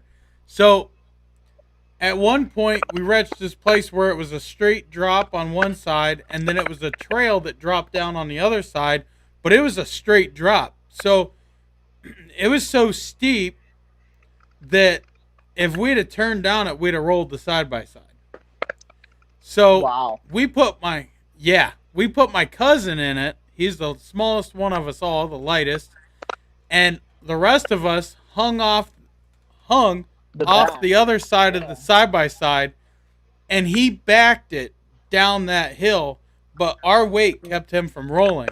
So he backed down into this ravine and then was able to do like a 30-point turn and go up over this hill. Well, when we come up over this tall hill, the belt started slipping in the KRX, and we got stuck on a root. So we all had to lift up the machine and get it over there. Dude, the hard trails, I would never go back on them again unless I was on my 4-wheeler. So I want to touch something else about CF Moto warranty. Hold on. What's you saying? So I know when I was down there, one of the guys we rode with, he turned around. I can't remember the name of it, but I noticed that the tree, like it was, you came off of the hill climb, and then you rode a trail for a little bit, and then it came into them whoops that I was talking about. And yeah. I noticed you cross a creek and then you do a little hill climb. It was so freaking tight in there. Trying to find a spot where we could fit through, I was like, oh, yeah, like that was a some struggle. of them are tight. Yep. But we end up going through it. We stay on some of the medium and some of the hard. A lot of the hard trails are actually easy, but they have another set that's like really hard, and those are the sets I'm talking about. But a lot of the hards are easy. They do get a little tight, so having a bigger machine might be a little challenging because it's challenging in my EX. But, I mean, for the most part, you can do some of the hards. But the extreme hard, I forget. They call it Devil's something or something. Those are the ones I would... Street? No, Elm, no. Elm Street. Elm Street. That's a real fun trail there. That's an easy trail, super easy. Yeah, no It one was looks. going on 'em when we were there. I don't So we know. kinda Maybe because Elm gets kind of little bit sketchy. Nothing hard. Quite muddy, slippery, slidey, hill. I have a video on Elm Street at Renegade Ridge. I have a video, so you can Copyright. watch look it. up, sure. He Gotta said call it something else. copyright. Yeah, So yeah. here's something else about CF Moto warranty. When I first got my machine, my rear shocks blew out at 215 miles. Just for puking oil. Well, the passenger side was puking oil, driver side not so much. I had that same problem. And this was 100% my fault. The machine was brand new, and I was doing a poker run. It's called the Dirty Poker Run. It's in Vantage, Washington. It's 30 miles of whoops that are 8 inches to 12 inches tall. And this was before I knew about shock tuning. I had them set fast and soft. Yep. The shocks overheated. And that's what caused the seals to blow out. Right. I took a picture. I called my dealer, who was in Oregon. I was in Central Washington. Said, hey, got a shock that's really leaking bad. Other one's weeping also. He goes, send me a picture. I sent him a picture. He sent the picture to CF Moto. Hey, covering them under warranty. I'll have them in 2 days. All right. Wow, that's cool. He called me up, Yeah. said, hey, your shocks are here. Do you want me to ship them to you? You pay for shipping? Or do you just want to come and get them and bring me your old shocks? Well, it's a 4-hour drive. I said, hey, Gary, I'll see you tomorrow. I pulled mine off, went down there, handed him mine. He handed me the new ones, went home, put them on. Covered 100% by CF Moto. And it wasn't CF Moto's fault. No. It was mine for the riding I was doing. The compression and rebound weren't set right, and they overheated. So, Yep. a good, and this is where people are giving CF Moto a bad name. It's not the brand, it's the freaking dealers. It's the dealer network. It is. It is because when I first got my machine and I first started modding it, I believe my first mod was the light bar. I think it was. It might have been the whips, one of the two. But I was wiring one of those, and I pulled the battery cover off. And I looked in there, and I seen both battery terminals were cracked. Common problem on these style of batteries. And it's from the dealers installing the batteries and over-tightening them. I called my dealer. I said, hey, told him what was going on. He said, well, you over-tightened your batteries. I said, listen, I just got the cover off. I didn't even get any power wires ran. It needs to be fixed. It needs to be warranted. Well, go ahead and bring us the machine and we'll look at it. I said, well, how long? He goes, well, we're about 2 weeks out. I said, I can't just bring you the battery. You swap me out, give me a new battery. I install it. We're all happy. Nope, can't do it. I said, well, what if I load the machine up on the trailer and leave the battery cover off? That way you can peek in there and see it. You give me a new battery. I'll take that one off out in your parking lot. I'll swap it out right out in your parking lot. Not a big deal. Nope, got to drop it off. We're 2 weeks out. I said, well, fuck you then. I went to AutoZone. I bought me the best battery that the AutoZone had, and it was like $180, and it's been a great battery. And I put it in myself, and I kept that battery and put it on my homemade generator, and it's been a great battery. Just has cracked terminals, and they wanted to have my machine for 2 freaking weeks over a battery. No, I don't it's what think they wanted. Is what they wanted. was they wanted you to be pissed, not wait that long, and just buy a new battery from them. That's what they wanted. That's what they wanted. And they had that battery in stock for $200. Literally a couple of dollars more than what I paid for the one from AutoZone. But you're right, Larry. And that's why I went to AutoZone and bought my battery, because I wasn't giving them my money. And let me guess, you went to an AGM battery. No, just regular power sports battery with the heavy duty terminals. My terminals are like this, dude. So see, I went AGM on both my batteries in mine. I just went with that. It is a little bit of an oversized battery. I got a bigger battery for all the accessories I run, and I have not once had it go dead. I have not once had any problems with it. It's been a great battery. And see, I love the radio. And see, the AGMs I went with were a deep cycle start. Right. To where they can be ran down a little low. I said I'm not familiar with CF Motors or anything, but do they have a stator for charger, or do they have like a actual stator? Okay. They got a stator. So now, Arizona, you said you run 2 batteries, correct? Yes. Now, do you still run off that stator? Yes. Because I know with the KRX they have an alternator kit. It's like $800, but I've seen people on the TerraX run 2 batteries, but I didn't know if it's going to cut down on charge time or your charge time is going to increase because you're going to be charging 2 batteries at the same rate. Yeah. Okay, so we're gonna use hypothetical. Say your single battery charges at 10 amps, because that's all your alternator, your stator will put out. Mm-hmm. Okay. Well, if you have 2 batteries in there, guess what? It's still only going to charge both of them at 10 amps. So each battery is only going to get 5 amps of charge. Right. Does that make sense? Yeah, I know where you're coming from. But if you're running accessories,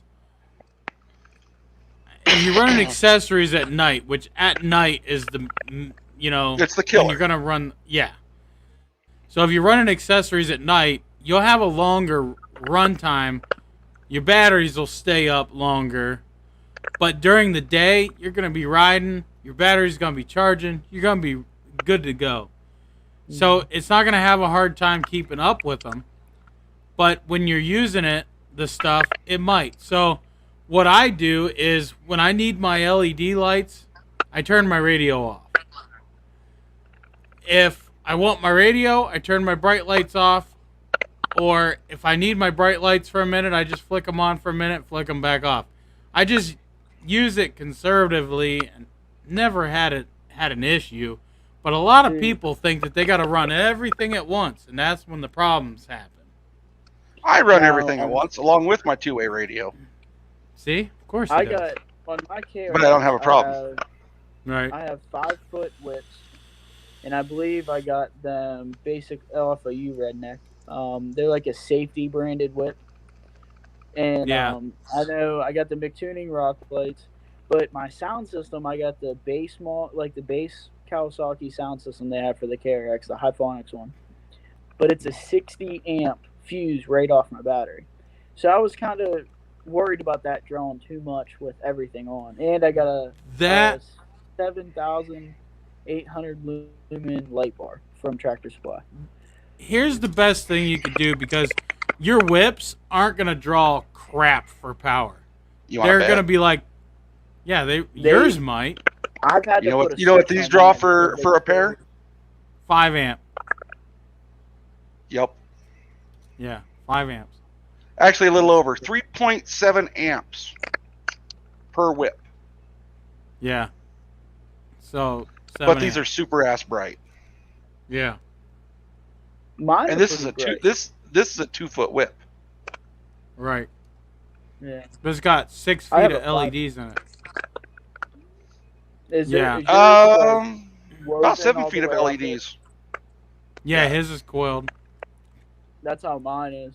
And then on mine, I paid like $100 for my 5-foot whips, and some of the LEDs are starting to discolor. Like if it's blue, it's orange, or blue if it's blue, it's red, or something like that. But we ride a lot at night, and that might be a controller, not the LED.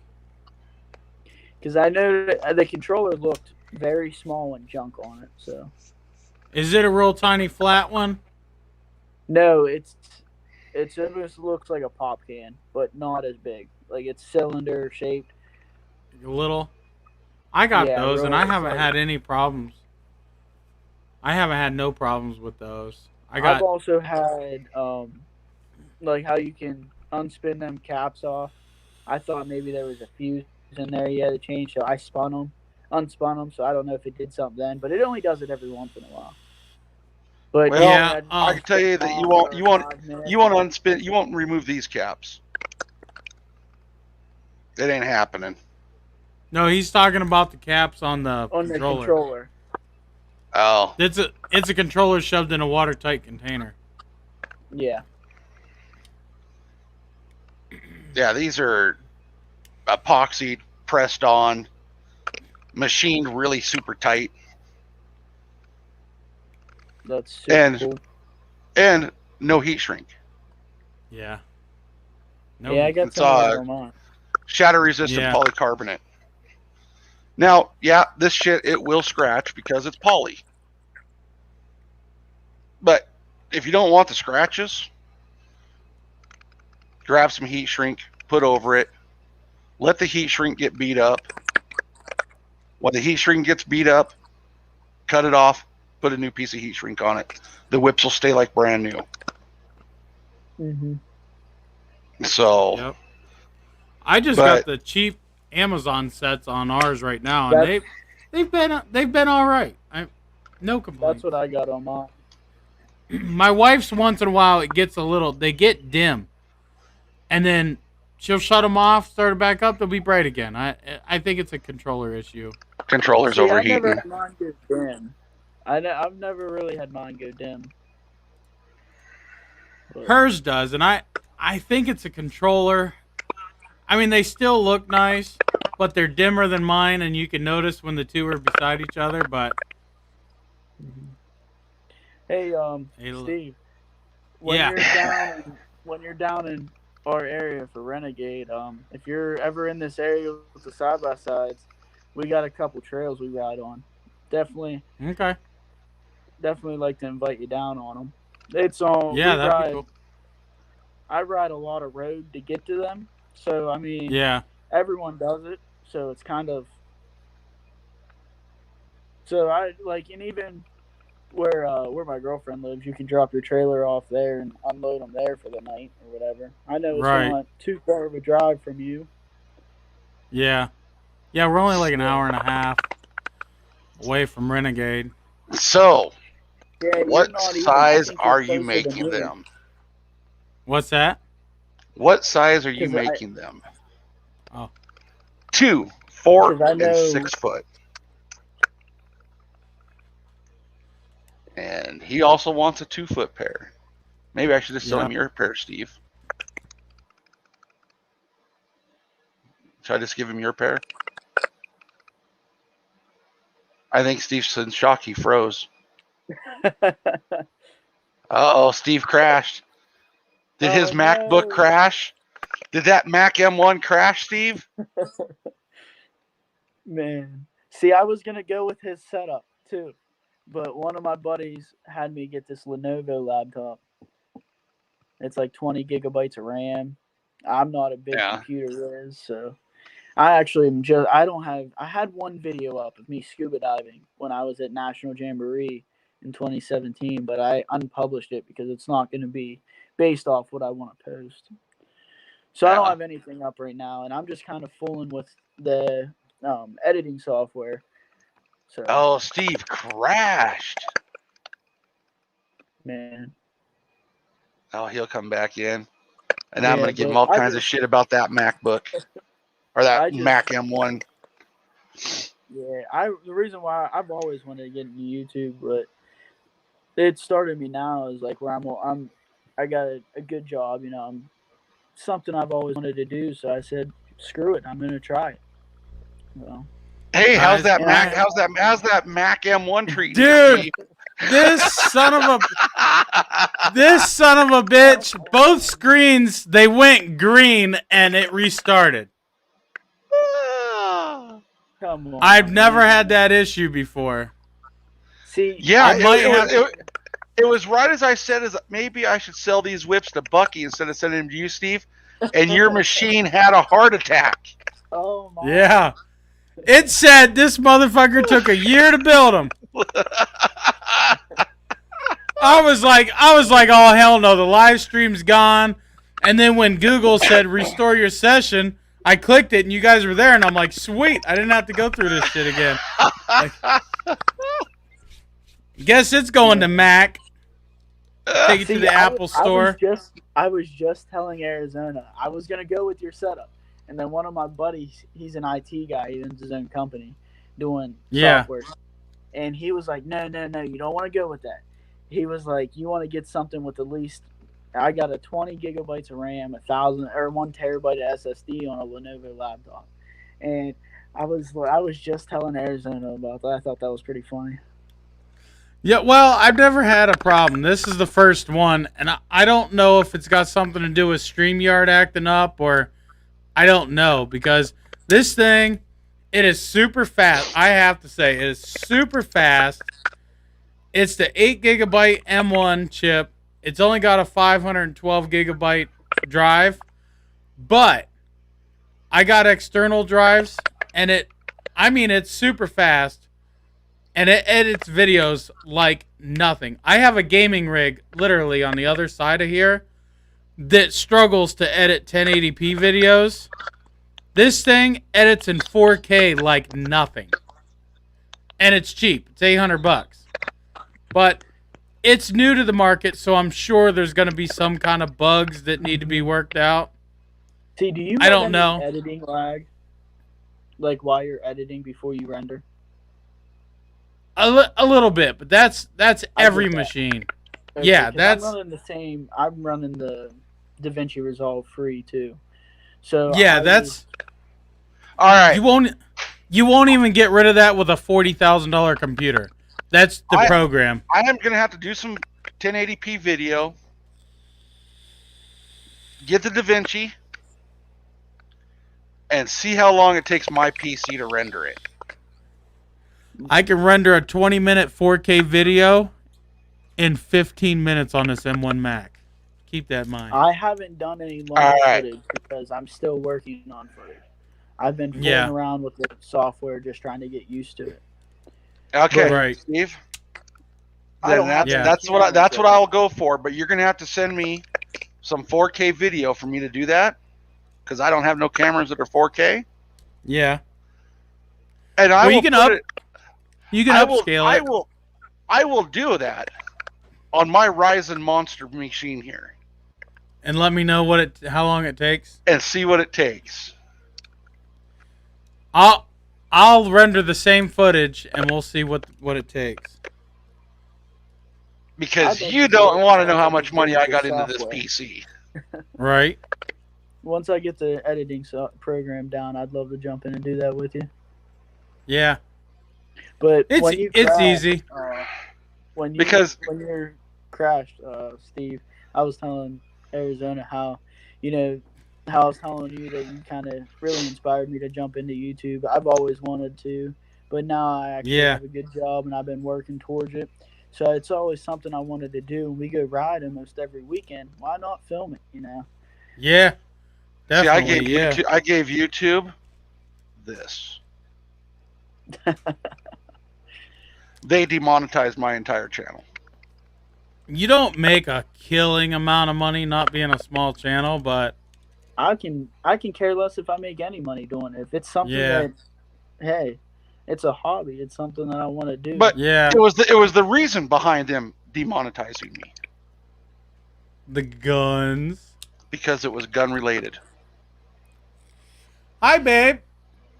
How are you? Hey, what's up? They're going on 4 hours. I'm going on like 5 minutes because my computer crashed. Hey, That's tell her awesome. she's slacking. Katie's been in here like 5 times in the last 4 hours. Hold on. It green screened me. You know how Windows blue screens? Well, Mac obviously green screens. Yeah. I was just sitting here bullshitting, and then bam, like the power got shut off. Well, Maybe that's what happened. That's what happened because it had a heart attack. Said I was just going to sell your whips to Buc-ee's. Yeah. That's what it was. Freaking Arizona here. It might do it again. Let's not talk about this. Yeah. You're okay, Mackie. You're okay, buddy. Chill out. Chill out with your little M1 chip that runs colder than my gaming computer over there. Chill out.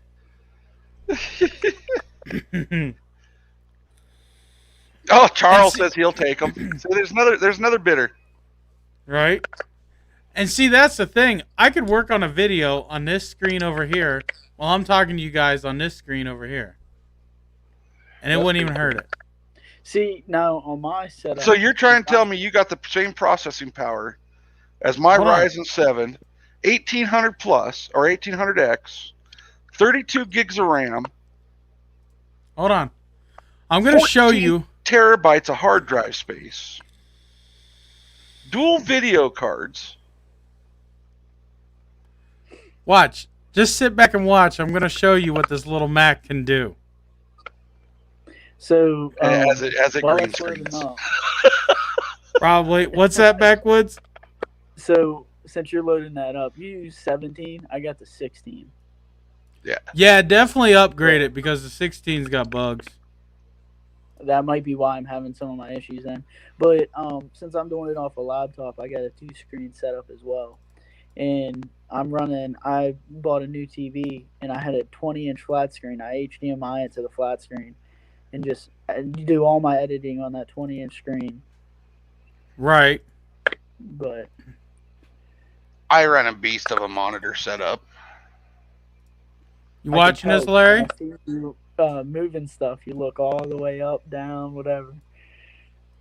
Yeah, I'm looking at one monitor here, looking over another monitor here, and I'm looking at another monitor up there. That's so cool. My buddy, his setup, he's mining for Bitcoin right now.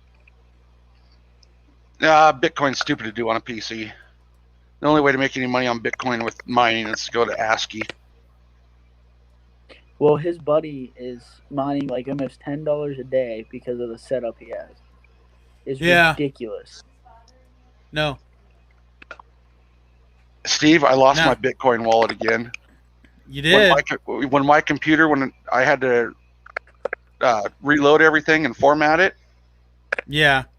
The section that held my Bitcoin wallet key was in that section, so now I don't have my key. And Bitcoin right now is $33,000. Damn. Wow. That's nuts. I had some Ether. I had some Litecoin. And I can't get into any of my wallets. Yeah, this is Renegade. Cool. We're gonna render out a 13-minute video. Let's see what it does.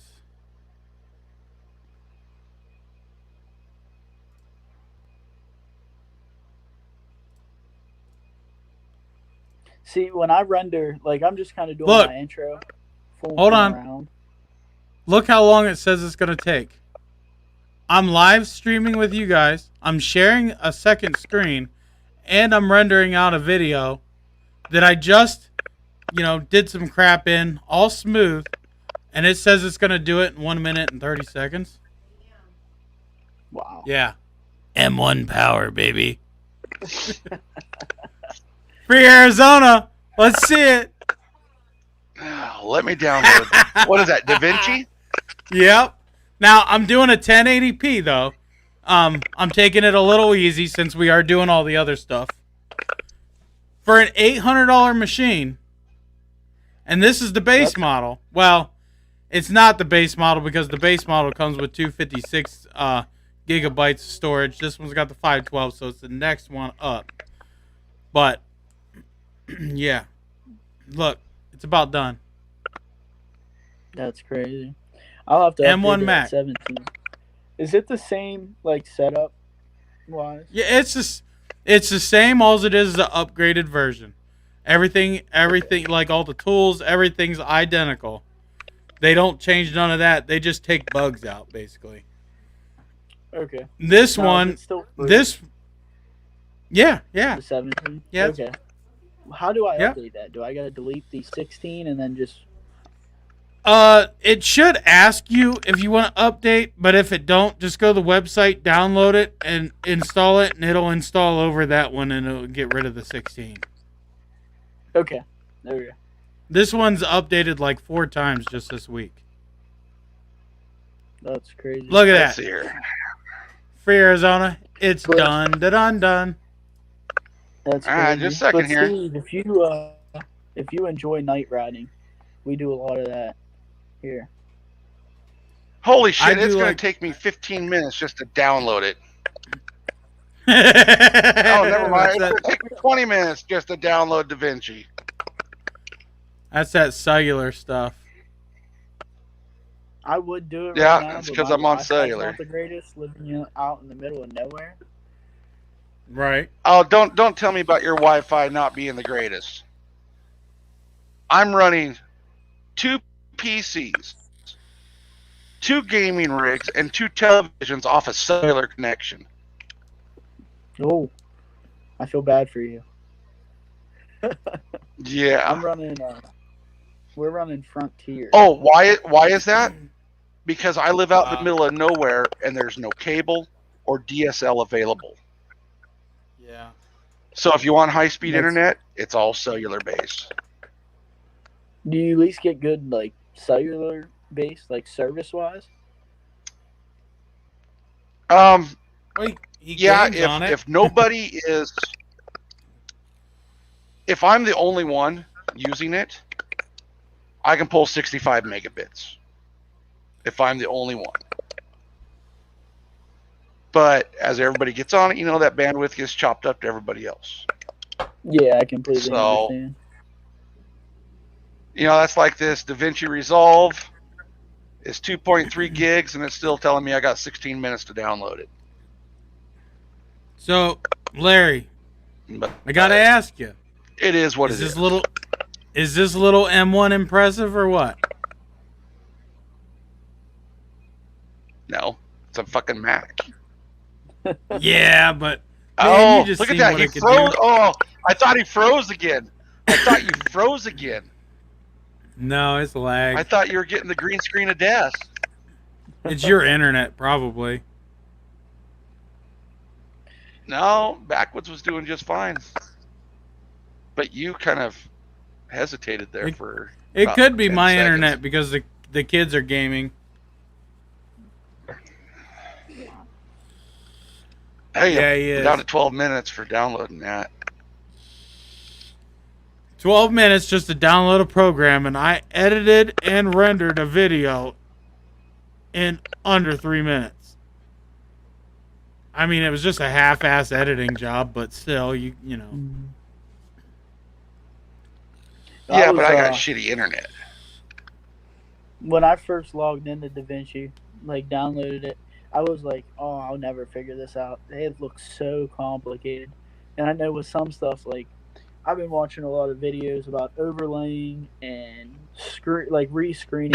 So, like on my intro, my plan is what I'm working on is to get a couple clips of us doing dumb stuff and Right. overlaying. Like my buddy's got a Players General, screening that and overlaying that before his clips with my KRX, Right. get a cool looking picture and overlay that. So I thought that would be pretty neat. Yeah. But And I get my I gotta music. stop this download. It's just killing me. Okay. I get my music from. Hold on. I will show you. All right. Bucky says Starlink internet. It's off a satellite. It's over. It's faster than 1 gig. Yep. And I'm on Musk's beta wait list for that because I want to test that shit. I will pay See, the I looked $500 for the equipment. I'll pay the $100 a month service to have it, even as a beta tester. because I pay $120 a month right now as it stands for my cellular internet. That's where I get my music from. And you can download it by downloading the actually you don't download it, but you go here, YouTube to MP3 downloader. You click here, copy that, you paste it in here.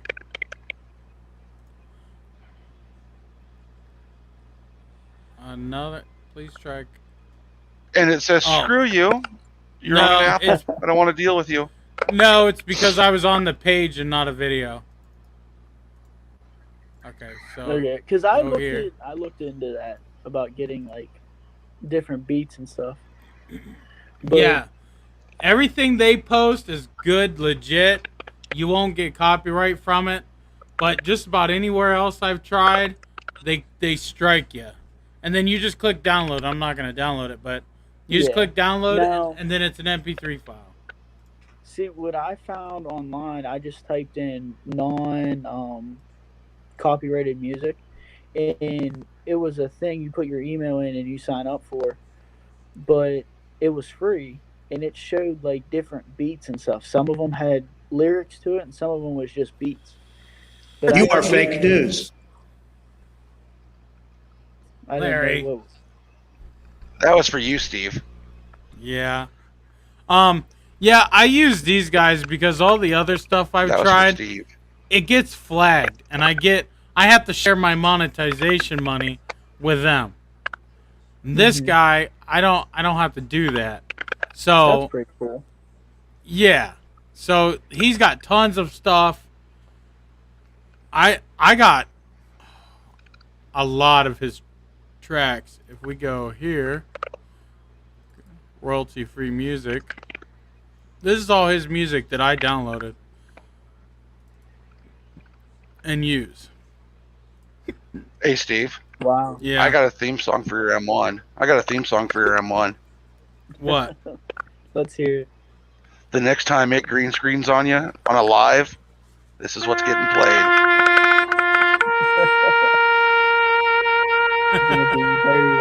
That's what's going to get played the next time your Mac green screens. Uh-huh. How do you get sound to play from your computer onto there? I will never tell. I'm sure you've heard this before.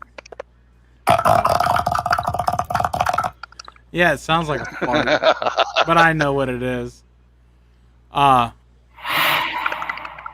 Whenever I play a YouTube video, it won't play the sound over the live. Sadie, come here. Yeah. Sadie girls, what are you doing? Yeah, Jake, come here. You know, Steve. Come here. What? You got to quit being a bully. Because if you don't stop being a bully, this is what Facebook is going to tell you. Because you'd be in jail. Yep. Hi, what are you doing? Are you tired? She's ready for bed.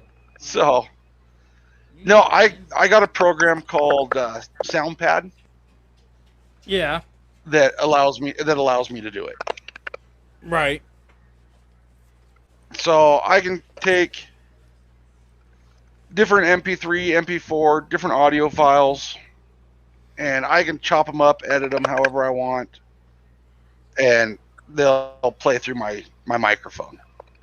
Yeah. So that way other people can hear it. Ah!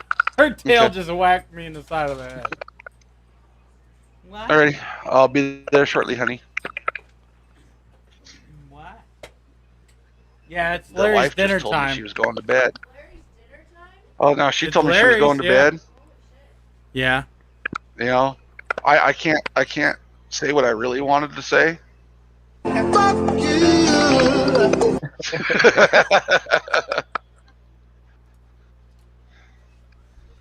But Patty's Performance, what is up? Thanks for stopping in. Yes, they are pit vipers sent to me from another YouTuber. That's awesome. Which is RedNeck Ranch. They sent them over, but they're actual pit vipers. They're super sweet. We call them douchebag glasses. Yeah, they're too expensive for my blood, but since they were free, I'll wear them. Mm-hmm.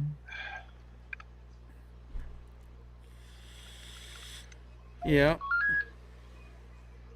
Yeah, if you guys don't know Patty's Performance, they're a small engine channel. Pretty cool. So That's cool. You guys should definitely check them out. I joined their live stream at like 8 o'clock this morning. As soon as I woke up, well, I was up, but as soon as I got downstairs, got on my phone, I seen it and I clicky. Hey, Patty, you talking about my mullet over here? Somebody else told me to do that too. I'm like, nah, I can't grow nothing as it is. Mine's getting cut off here soon, but Mine too, soon as winter's over. But at the rate I'm going, I won't have at the rate my wife and kids are going, I won't have any hair left. I love you. You know, Steve.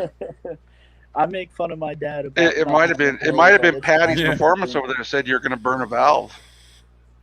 No, it wasn't them. Maybe they're your closet hater. That's a good thing, Patty. Got to make that cheddar. Yes, Bucky. I've been here for 17's free.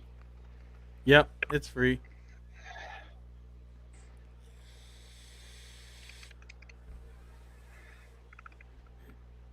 Yeah, in case you watched my M1 Max showing up them. In case y'all missed my M1 Max showing up them gaming PCs on the other side of the screen. Go back about what, 10 minutes? Really? go back about 15 when it green. Hey, we can't talk about that. We can't talk about that. That's the first. That was the first time that happened. Better put my first time I ever got a green screen on a Mac. Probably a power outage. I was ready to join with my phone. Probably I was like, a power outage. I have to say, one problem out of how long I've had it.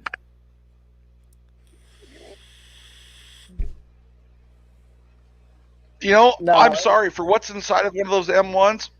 I would not definitely, pay that amount Patty, of money. Definitely. And for the shit you can't upgrade,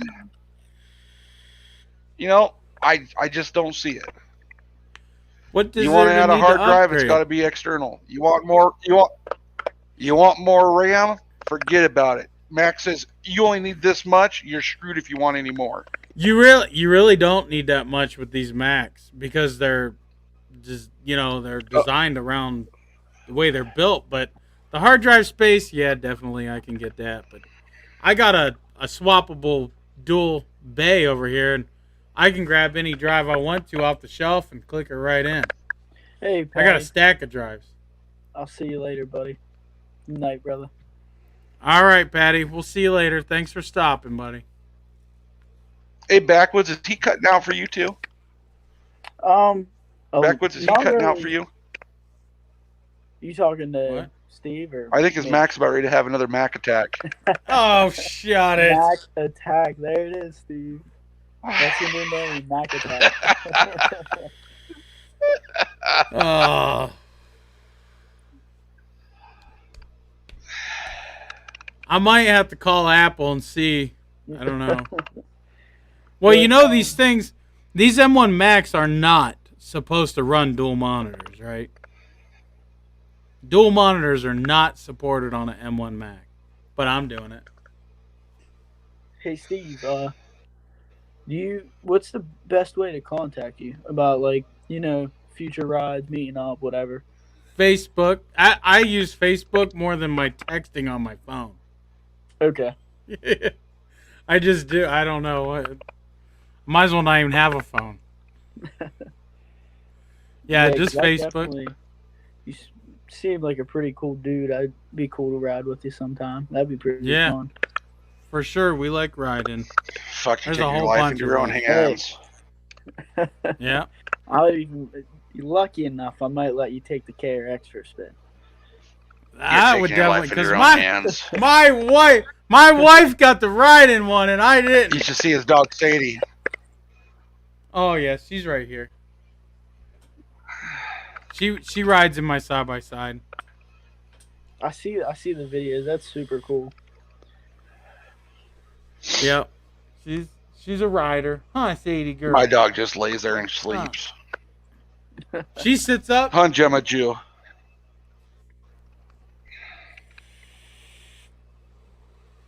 Well, you can see on my dog, YouTube Rick channel. goes in a side by side. It curls up in a fetal position. My Right? little dog curls up in a fetal position on the floorboards, praying to the doggy god. You can see on my YouTube channel how well we take care of our machines. Yeah, I noticed that. A lot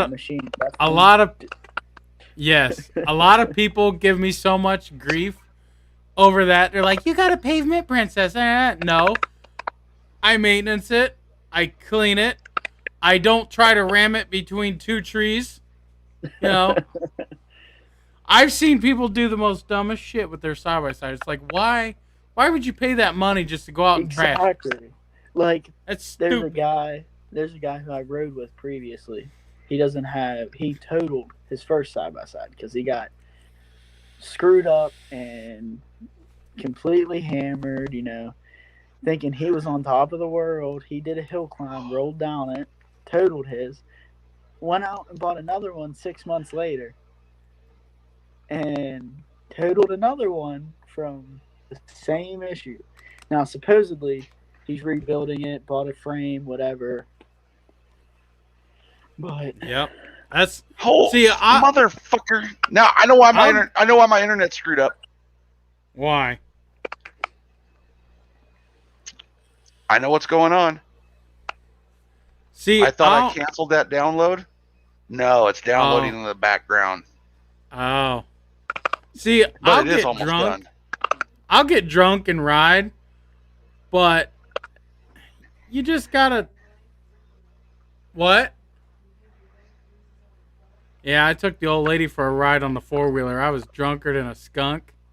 And, this four-wheeler, it's not really a two-up, so it's got a rack.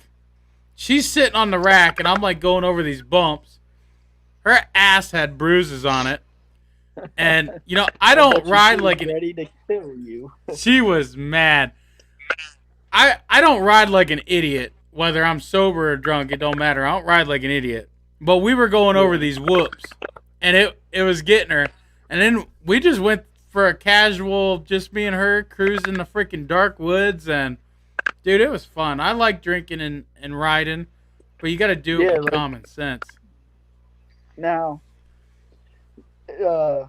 what do you like to drink, Steve? Anything. I like just send Red's it. Apple. Yeah. I like Red's Apple. I like Busch, Bud Light. My favorite is Bud Ice. That's my second favorite. My first favorite is Budweiser in the glass bottle. I haven't got into too much beer. I definitely like whiskey. And then I got a jug in the freezer. Yeah, definitely. Take a crap ton of Twisted Tea with us because sometimes I don't really drink. But I drink a couple of them every once in a while. They're pretty good. Yeah, those are pretty good. Yep. But they can It's beer.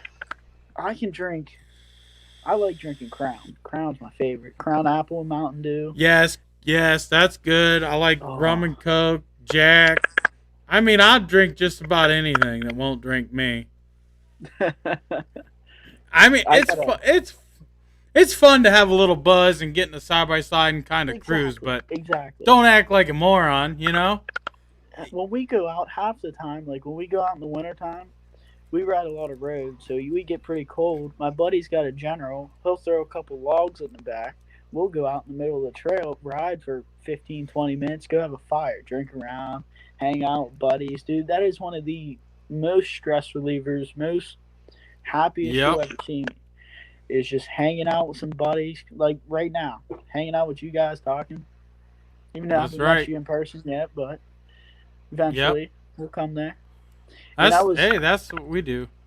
Hey, my dad was asking me and stuff about YouTube and if this is something I'm really gonna stick with, because it's different. Like not a lot of people Yeah. around here do it, and I was like, one of the main reasons I want to get into it is the community. Like Yes. being able to reach out and talk to Steve, Arizona, being like the community you talk to, you never know. I could meet up with Arizona one weekend, and it could be years down the road going to Moab and just having a good time. Yep. So right. I thought it was really neat. Well, you go out riding anyways. Why not film it? Yeah. So right. Yeah. make a little It's extra not hard. side cash. How? Yep. Now, since I'm getting into it, how late in the game, subscriber-wise, did you get monetized? Because You have to have. just getting ads in my videos just to make a little revenue. And I'm not familiar enough with YouTube or with computers and stuff to be able to do that. You have to have 1,000 subscribers and 4,000 watch hours. The watch hours is the easiest to get, and the more videos you put up, the faster you get your watch hours. The subscribers is hard. It took me a year to get 1,000 subscribers, but then it only took me 6 months to get another 2,000. So, and you gotta put tags in your videos, and I share a lot of them on Facebook, and that's really where my views come from is Facebook. So if you share it to Facebook and someone watches it through Facebook, does that still count as a YouTube video? Yep. Like YouTube hours? Okay. Yep, and they still get ads. There you go, Steve. Yep. Mr. That's Mac really Attack. cool. Listen to this guy. It's on the screen, so it's got to be true. I will show you. I'm filming this off a phone because I can't get my freaking laptop to. I'll show you my. Let's see. This, okay, my YouTube month was over on like the 21st or something like that. So I already got paid on the 21st. It's what, the 29th? The something 30th. like that. 30th. 31st in a couple minutes. Right. So I've already made $182. But that $182 is, it says last 28 days, 45.6K views. Mm-hmm. So they're basing this 182 off of the 45,000 views. But see, this will change within a few days and it'll be almost to like 300. The way that they update it, but this is just a general idea of what I make, but you don't really make a whole lot from the ads. But I make most of mine from the merch and from Amazon. So I use Amazon. Thing. Your affiliated link, because I know you talk about that a lot in your videos. How do you add links like that to where you get kickback? Okay, I'm going to show you. Because I want to make a first video of everything I got and put all the ads on there. Like, not ads, but put all the links on there of where I got my product.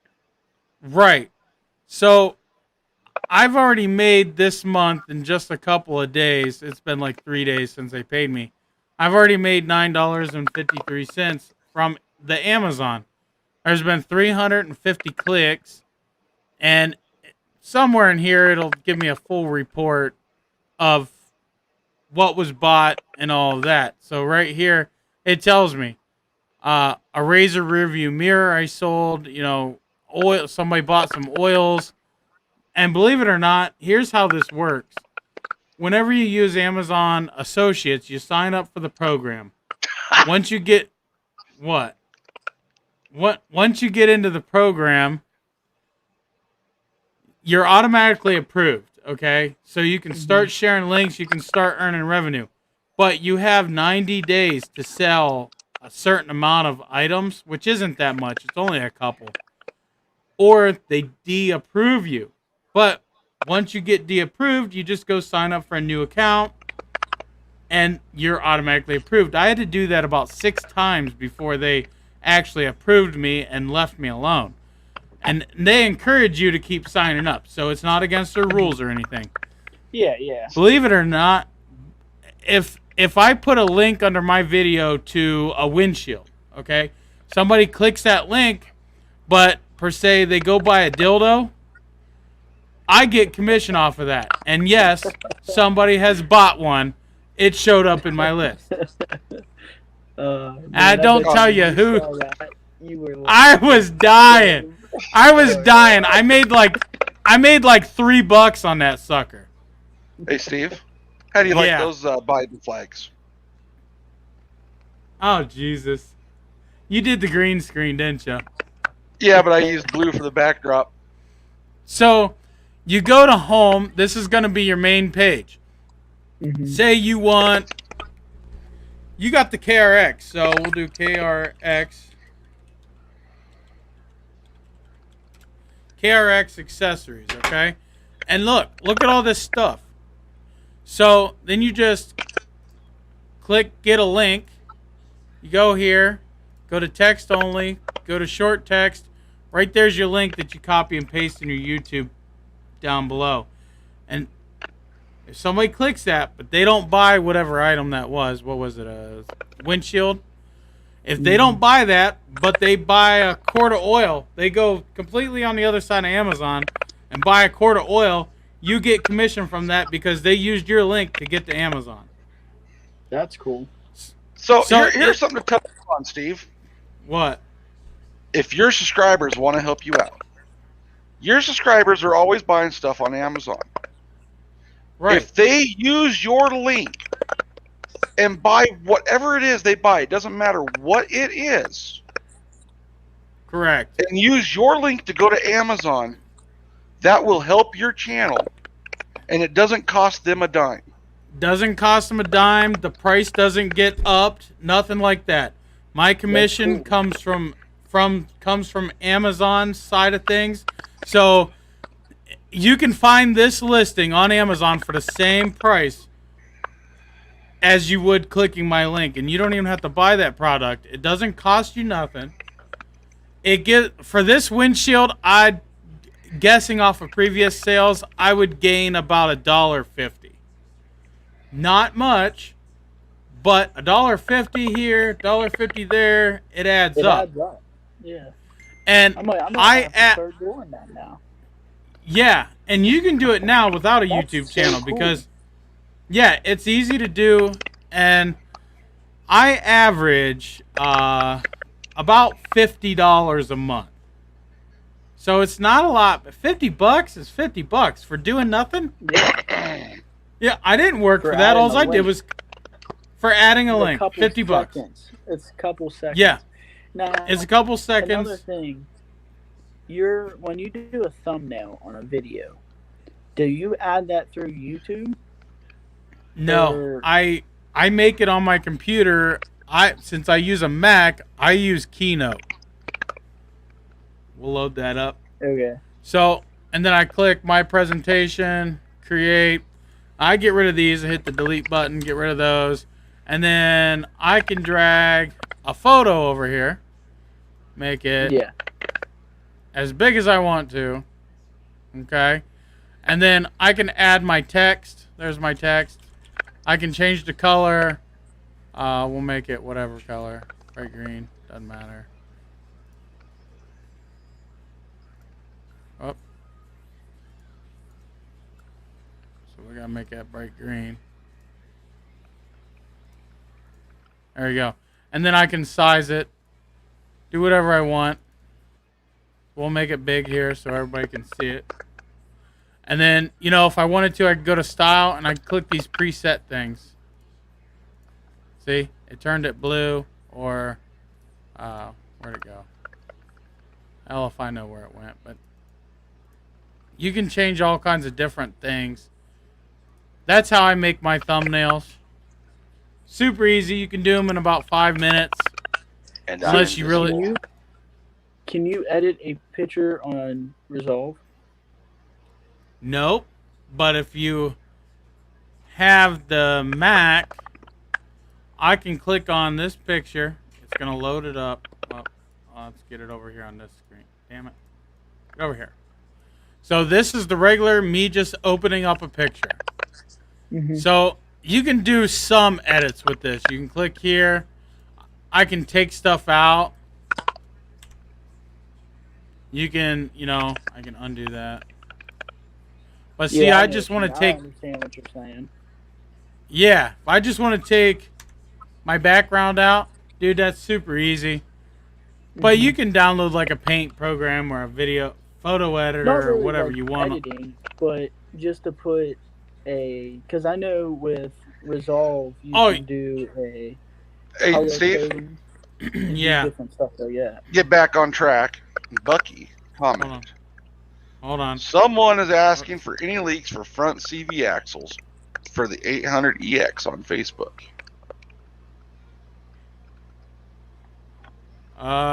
Well, do you want aftermarket axles, heavy duty axles, or are you okay with factory axles? Amazon's got a ton of axles. East Lake.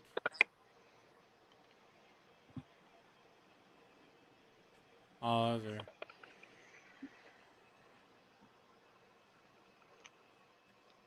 But let me answer his question. Yeah, you can put photos in and overlap them into videos and stuff. That's super easy to do. Hey, Steve. Yeah. The green screen while you're smoking. I see that. That's pretty cool. Mine probably won't green screen because it's too dark back here on my camo.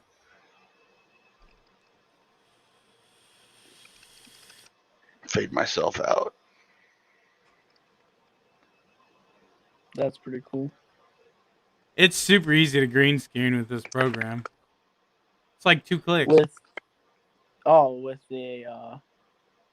the what are we on? The StreamYard? Yeah, you just click on Cam Mic and go to green screen.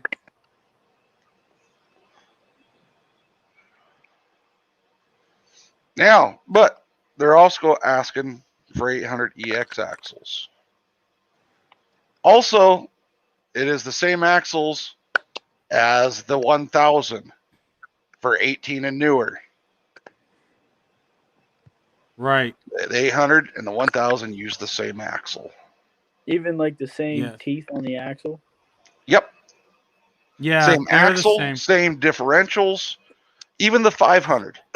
The same. Well, same differentials. The 500 trail is the same as the 800 trail for axles. Yep. And control arms. So with you having the 500 trail, like your wife has the 500 trail, and you have the same as like the heavier or bigger machines, wouldn't that make your front diff stronger because it's a lighter machine? Yeah, looking at it from definitely. a horsepower and torque standpoint, yeah. Right. Yeah. Definitely. Like her 500 trail, you could beat the piss out of those diffs because they ain't got enough horsepower to do anything because they actually put those diffs on the 1000, on the 950. Mm-hmm. They didn't change anything. No gears, no nothing. See, that's what I worry about on some things is hammering down on getting all my front diff. The main thing you need to worry about 7,000 miles on factory diffs. Well, factory original brakes. The main thing you need to worry about, and this is on every ATV, UTV, the front diffs. They're weaker than the rears. That's on every machine. Your machine, I don't even know if it has a diff. It might just have a transmission. I think it's all one. It's just transmission. Yeah. I think yours is set up kind of like the Razor deal. It's a transmission diff combo. Because it's one case. It's one case. Right. So you're gonna have a little bit of a stronger diff than say me or Larry, because our diffs are tiny and they get hot fast, especially when you're road riding. I really haven't had no issue other than when I towed my camper. Now, Steve, do you have like a belt temp, or are you thinking about doing that? Because I know with mine, I don't. I have like a I bar I gauge have almost I like have a a gas. I have a belt temp gauge on mine. Do you use the Razorback? I believe that's what it's called. I've got a different one that I really don't care for it. I'm gonna go to the Razorback. Wait a minute. The KRX has a built-in belt temp. Yeah, I know that, but I didn't know because I don't know. I'm not familiar with CF Moto or any. Oh, our Mine I added. Okay. think of our side-by-sides as a 1990 Chevy Cavalier base. We got like no bells and whistles when it comes to electronics. The fanciest thing we have on our cluster is an RPM gauge, a voltage gauge, and You got a voltage gauge? My yes, I 1000 do. doesn't. 1000 doesn't. Her 500 don't either.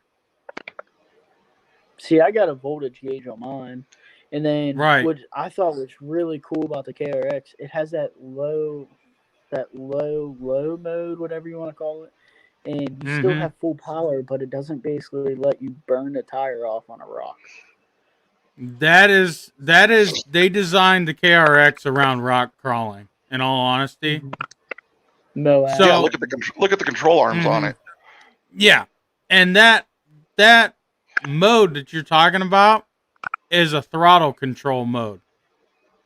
You can punch it, but it's going to have some lag because it doesn't want you to slip your tires. It wants to grip. It's throttle mapping.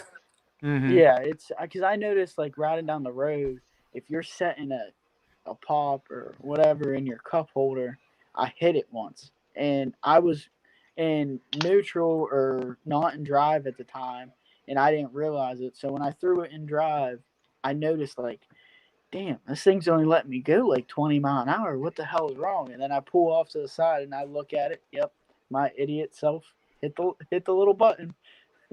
Oh, don't feel bad.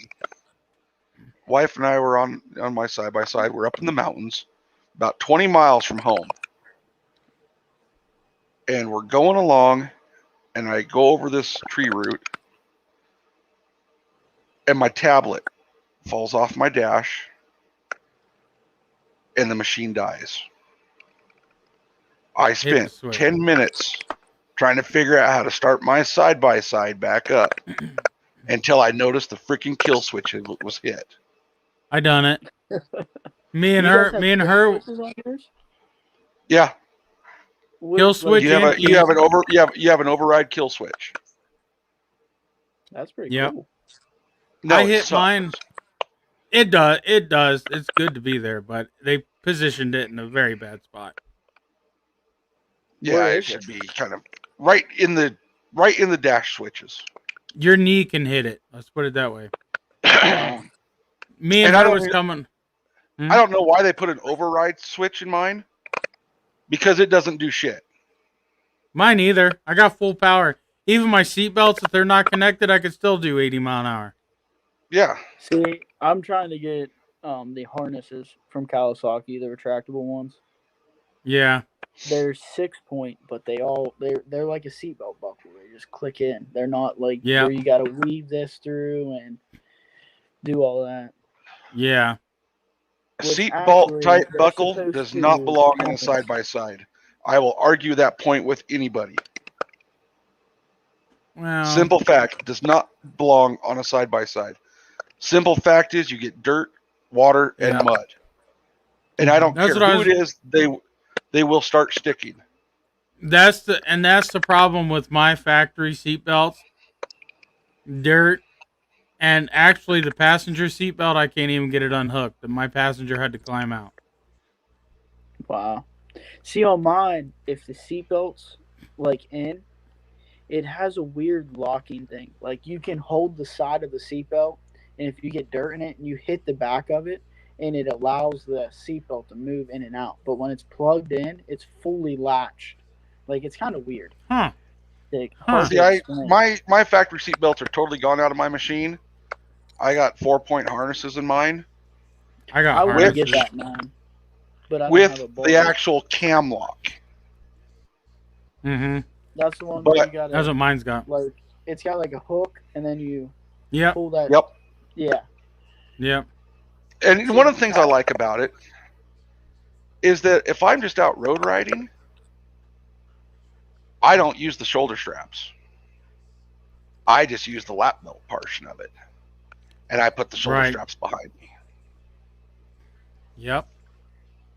hmm See, since I had problems with my sound system, Kawasaki was supposed to have me call them back with a part number and to try to get that approved to get sent to me as a gift, because when they approved my spare tire rack, no one really reached out to me and told me they approved it, and I was kind of telling them, I was supposed to get a gift from having these issues a while back, just never happened. Well, she looked at previous things and basically said, "Oh yeah, that got approved. I'll get that sent out to you right away." And I was like, "That's like $1,500 worth of shit." And I'm like, "Yep, go ahead. This is my address. Here you go." Yep. But with that rack being 70 pounds, and Arizona would know this, but like living back in, they wanted to bring not a full size tractor trailer, but like the one axle semis all the way down. I'm like, you'll never get through my driveway with that thing.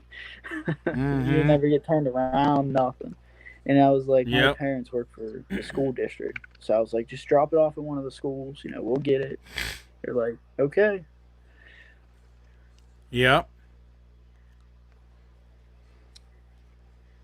Yeah.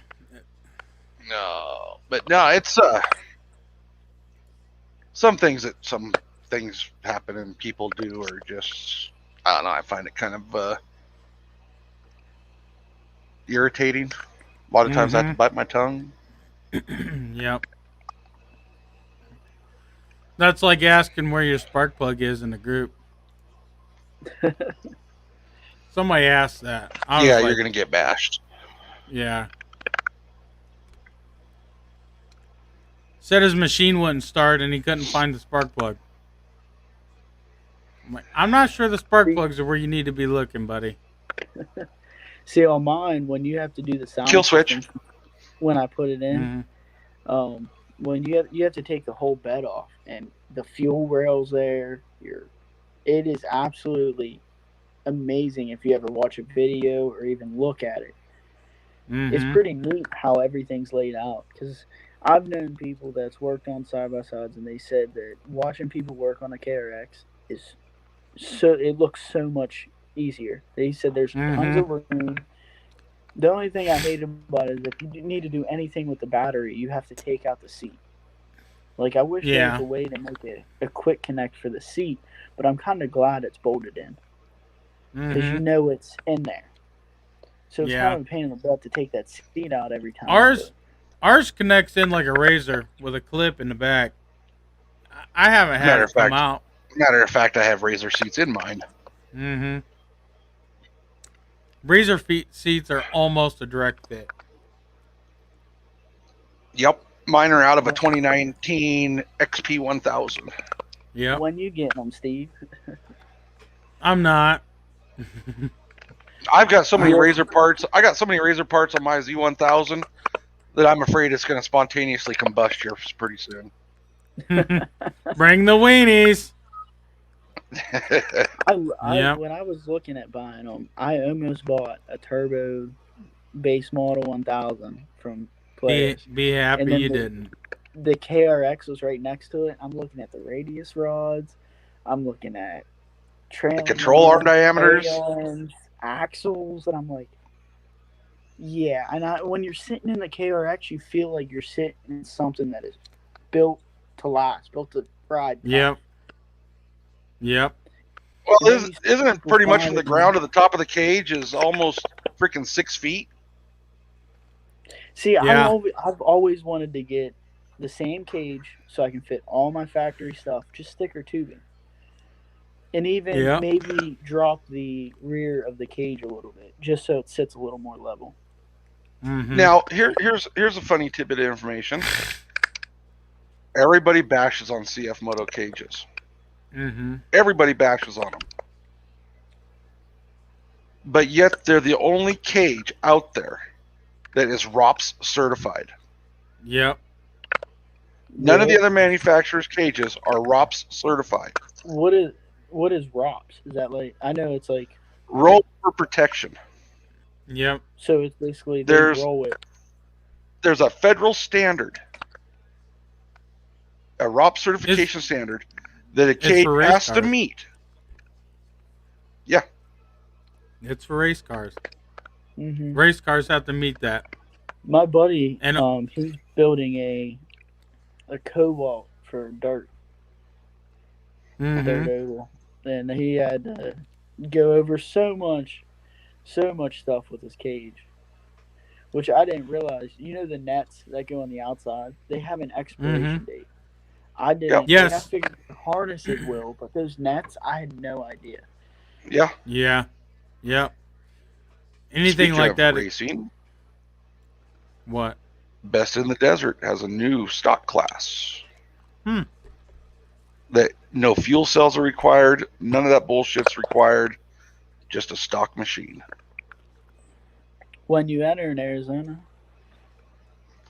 Fuck. I'm thinking about it. It's not that far from me. really, Yep. I'm not far from Vegas. I've always wanted to build my machine or base off of a Ultra 4 class because they're Rona, built is tough. that you? Right. They're Right. built tough. They look badass. They're rugged. Yep. So I thought that'd be pretty cool. Yeah, there's some neat stuff out there. And I really wish the aftermarket would pick up a little more for CF Moto. I do too, because my buddy actually, I watching Steve. I said, hey, watch a couple of these guys' videos because he was thinking about in the future getting one for his kids when he's 15, 16. You know, that's many years down the road. But I said, hey, watch Steve. You know, he got some crazy videos about some CF motos and little tips and tricks. And I was like, I had no idea about CF moto until I started watching RedNeck. But Yep. I was like, that's badass. Yeah. I mean, Yeah. And what's funny is the weekend I was at RedNeck, my group actually got held up when you went through a mud pit somewhere because I saw the go-kart you had. Oh, And yeah. it's in your intro, and I was like, Yeah. that damn go-kart, what the hell? And then I was like, wait, I saw this guy, I know him. I thought that was the coolest thing ever. I built that go-kart. I went and bought it, brand new, local to me. And then the kids rode it, and I'm like, this thing's too fucking slow. Fuck the warranty. This is a $1,200 Chinese go-kart. I brought it home. I went on Amazon. I ordered carburetor parts, uni, jet kit, exhaust, sprockets. I changed this sucker. Put bigger tires on it. And dude, they ripped it through the woods like nothing. It turned out to be an awesome go-kart. I remember my go-kart days. Well, this thing is like a small side-by-side is what it, you know. Suspension. My go-kart wasn't. I had a Yamaha VHT racing cart. Yeah. Yeah, 106cc 2-cycle, horsepower hydraulic disc clutch. Yep. Yeah. When your ass is only that far off the ground and you're doing 120 miles an hour, it's a new experience. But you couldn't go off-road with it at all. You couldn't go on a road that was chip sealed. Yeah, me too. Because the rock and the chip seal would hit the bottom of the seat. The only place you could use it was on a asphalt racing track. And that's what I did with it. I raced. That's Yep. I've always wanted to do that. And then another thing I wanted to get into before I started looking at side by sides was one of them Volkswagen rail buggies. Mm-hmm. Yeah. I wanted to extend it out and put a 4-cylinder cobalt motor or something stupid in it. Yep.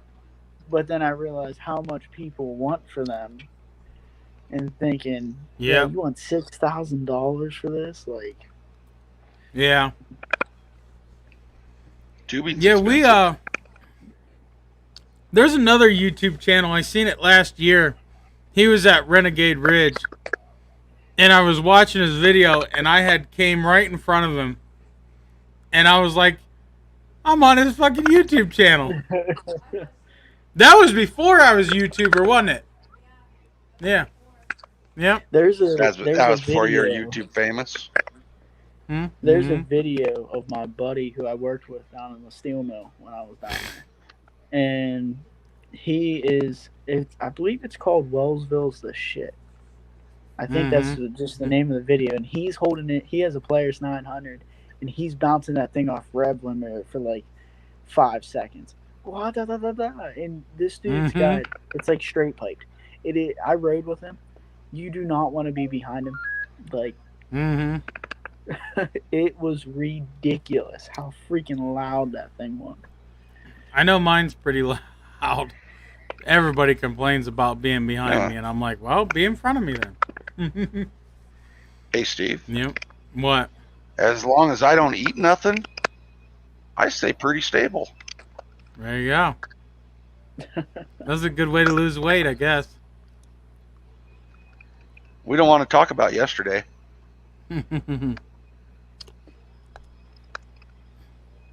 Oh, jeez. Oh, Yeah. We don't want to talk about that at all. Yeah, I did a Redneck Garage meet at Renegade last year, and a ton of people came out. really? And that was when my channel was small though. Well, it's still small, but like Yeah, way I small. understand. Yeah. At that 44, I was asked if I was drinking and if I was drunk. Oh, jeez. Because my Yeah, but voice. I was talking to the owner of Redneck. I was talking to the owner of Renegade, and when I was on the phone with him about different rules and stuff there, so basically basic questions, he said that Mm-hmm. next year he might, like this 2021 year, he might be making people wear helmets for liability issues and insurance and Mm-hmm. stuff. I was like, that don't bother me. It is what it is. Mm-hmm. Mm-hmm. So Yep. They're pretty strict. Waiver. Well, they're strict because they got neighbors and shit that are trying to shut them down. I didn't know So that. yeah. Yeah. He even though my buggy's street legal, he stopped me at the gate. We were going to pick up pizza in town. He stopped me at the gate. He goes, "Where are you going?" I said, "Look at my plate. That's where I'm going." And he's like, "How'd you get this thing street legal? There's no freaking way." I'm like, "Yeah, well, I got the registration. I'm going to get my pizza, bro." And then that's when he told me, he's like, "People's trying to shut me down and this and that and that." So I had, just out of respect, I had the pizza place meet us at the driveway there at the end. Mm-hmm. Where'd you get pizza And from? Do you remember? Hey, babe, Got do my you? hose. Got my We hose. every time we go there, we get this pizza. What pizza did we get at Renegade? Do you remember? Is it Crossroads? No, it wasn't Crossroads. Was it Crossroads? Steve, No. I get better parking than you, though. Yeah, I get better parking than you. it's yeah. Look at him. It's an off the wall different name. Gianamores? Yeah, that's it. That's in Wintersville. Gianamores or whatever. Yeah, That's it. Yeah. Yeah, that's great pizza's pizza. pretty good. Yep, and they come right to the gate to the place. Dude, there's a pizza place right in town, like 5 minutes from me, and it's called Jack's. It's pretty good. I don't know if you ever heard Yep. of that. Mm-mm. They don't deliver though. Oh, okay. Oh, that might be one of the places we called and they said they didn't deliver, and It's in Richmond. that was like the first time we went to Renegade because we set up on a Friday and we're like, screw this, we're gonna order some pizza. We called everywhere, and then there was only like 2 places that wanted to deliver. So how do you do it when like I saw you have your camper and stuff? How do you do it when you got to take your camper and side by side somewhere? I rent a U-Haul. If you had a Ford, you could Yeah. just pull them both. I don't know. I About would that. pull them both. Yeah. I'm with With Redneck with on one of those new 2020 or 2021 Ford F-350s, you could pull them both sideways. I could pull them both with my Chevy, that. but Exactly. I won't. 5.3 power, baby. Exactly. You got a Yeah, what year is it? that new F-350 with that diesel though, at over what 1,050 foot-pounds of torque. Yeah, but see, I got 383 in my little gasser. Yeah, that still ain't no 1,050. But it's enough. It gets the job done. Yeah, definitely. 1500 or you got 2500? 15. That's what I got. I got a 16, I 1500. With the same tow rating as my little Ford Explorer. Yeah, I get what 11,200 pounds. That's what I think. It's like roughly 12 or just under 12. Mm-hmm. But I got a 6-inch lift with 35s on. Yep. Oh, you got a little dick. I'll tell you what. Don't tell anyone, man. I got mine is a 15, and I'll tell you what. You could be rolling at 50 mile an hour and smash the gas, and it'll roast the tires. It's a badass truck. I mean, stock tires. On stock tires, yeah. You ain't doing it. Yeah. Yeah. But yeah, I mean, I hauled a car today and didn't even know it was back there. See, I got a. But you know, my Explorer is just so little and cute. Mm-hmm. I bought a demo car, and I'm gonna be running that this year. And it's a fully welded compact class, and my truck behind had it on 18-foot, 3,500 pound axle trailer. That it rode like a Cadillac on the way back home from Canton. Yeah. I should probably clarify about my Explorer. It's not an SUV Explorer. It's the truck Explorer, isn't it? Yeah, 2nd gen, 2007, modified F-150 chassis, 6R60 trans, IRS in the rear, IFS in the front, with a Mustang 4.63 valve. That's what I had in my Explorer. I have the 4.6 liter. This was an 03, and they said it was the same motor that was in the Mustang at that time. Yeah, that's the 2-valve motor though. Is it? Mm-hmm. See, the only reason why I still have it is it makes my insurance cheap, but but it's leaking antifreeze in the block. Yeah. So I don't drive that anymore. But dude, it's clean. It's been sitting for almost a year now, and it's freaking ridiculous clean.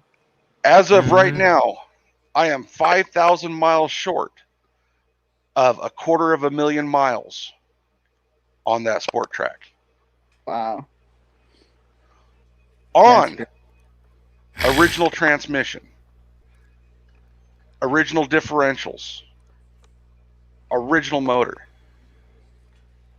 Wow. Well, see, if I was getting a Ford, I would get the Excursion, the diesel, because I've always liked them. I looked at those when they first came out, but the one I wanted was too rare. I couldn't find it. Is it the limited? I wanted the diesel with the manual transmission, and I couldn't find none of them. I wish my truck was a manual. Me too. That automatic transmission I got can be a pain in the ass when you're hauling a trailer. Grade breaking on. Grade breaking. Fuck you and your grade breaking. See, it's But nice now, having that. now let But me tell you what I tow it's different. Yeah. with that little sport track.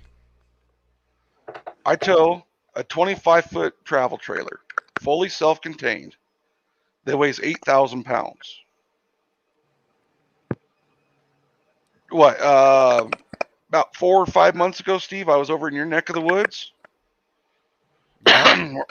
I picked up a U-Haul dolly from here, drove to PA, bought another Ford Explorer Sport Track 07 V8, and towed it back behind my little sport track. Yep. But when So- you're on a tow dolly, doesn't it take like half the weight off what you're pulling, pretty much? What your weight pulling, you're still pulling. There's Yeah, you're pulling it. it doesn't put the weight on your truck. Right. Okay, that's what it is.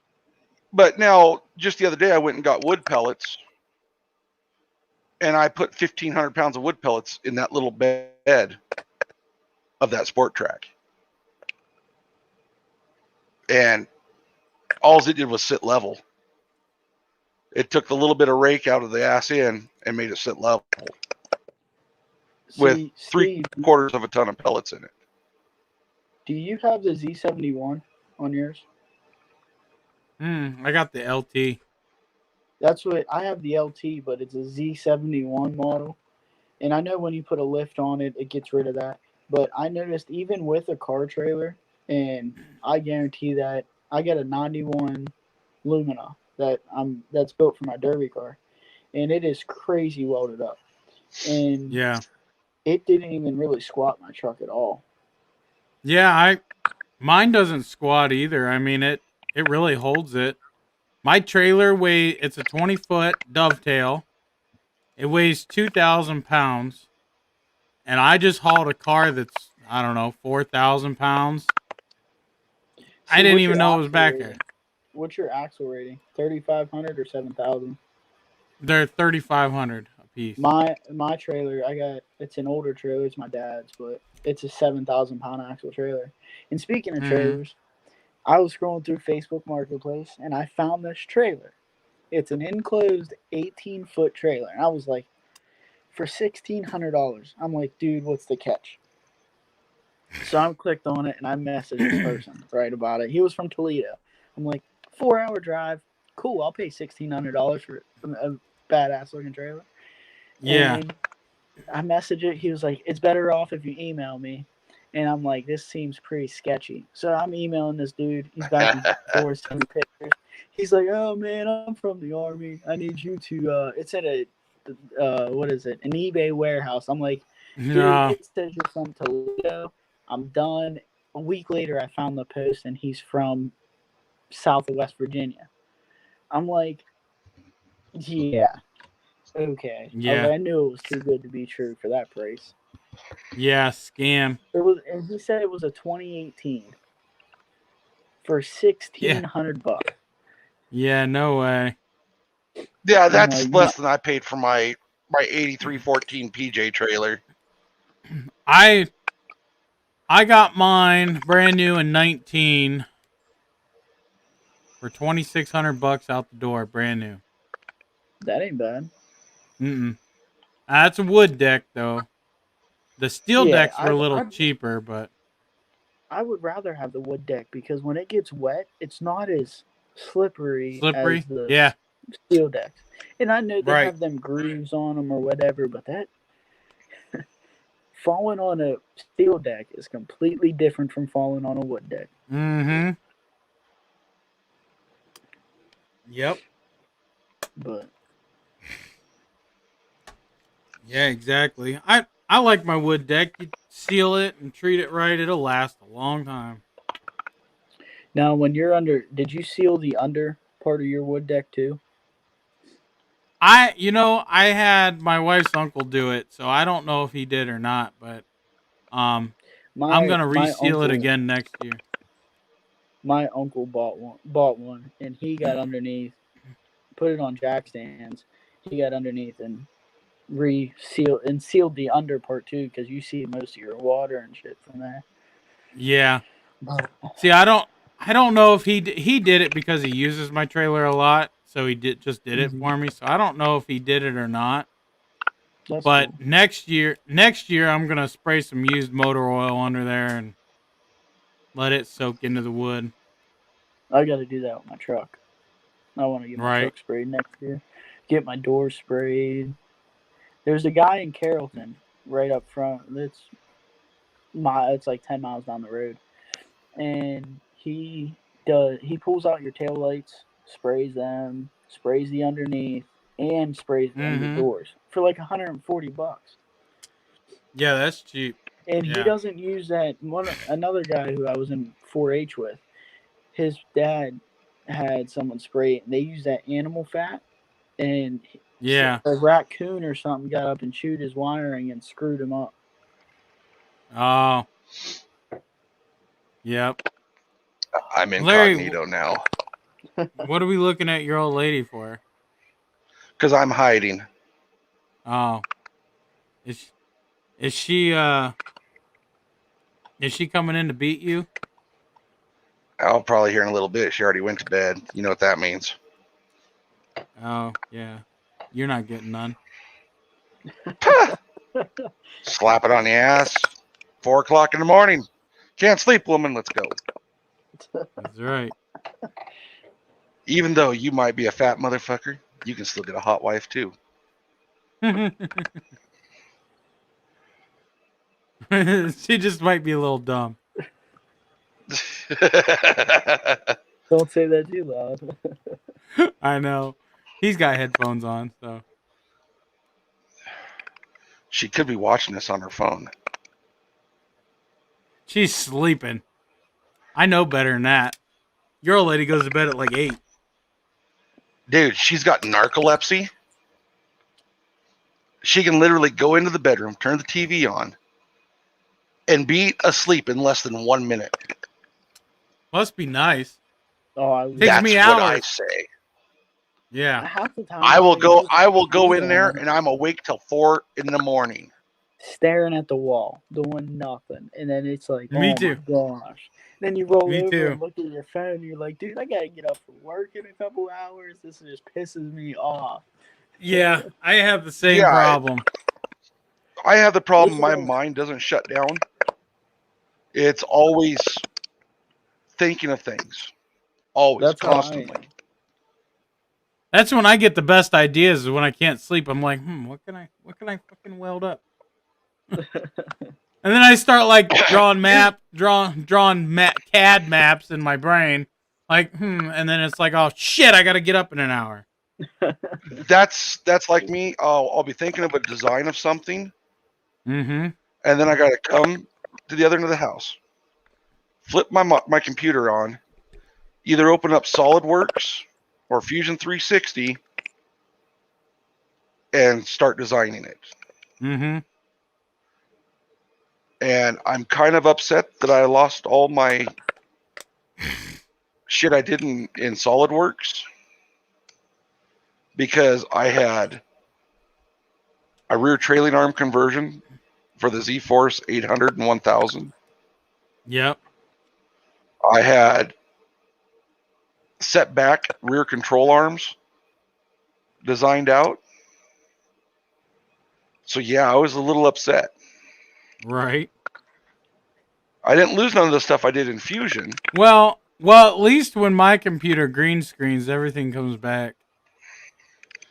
Yeah, but mine was due to a power cable that wasn't for the power supply in my machine. Yeah. And when I plugged it into that drive, it fried. Yep. I'm glad it didn't take out my 1 terabyte M.2 drive. Yeah, no That doubt. was a pretty penny. Yeah. They're not cheap.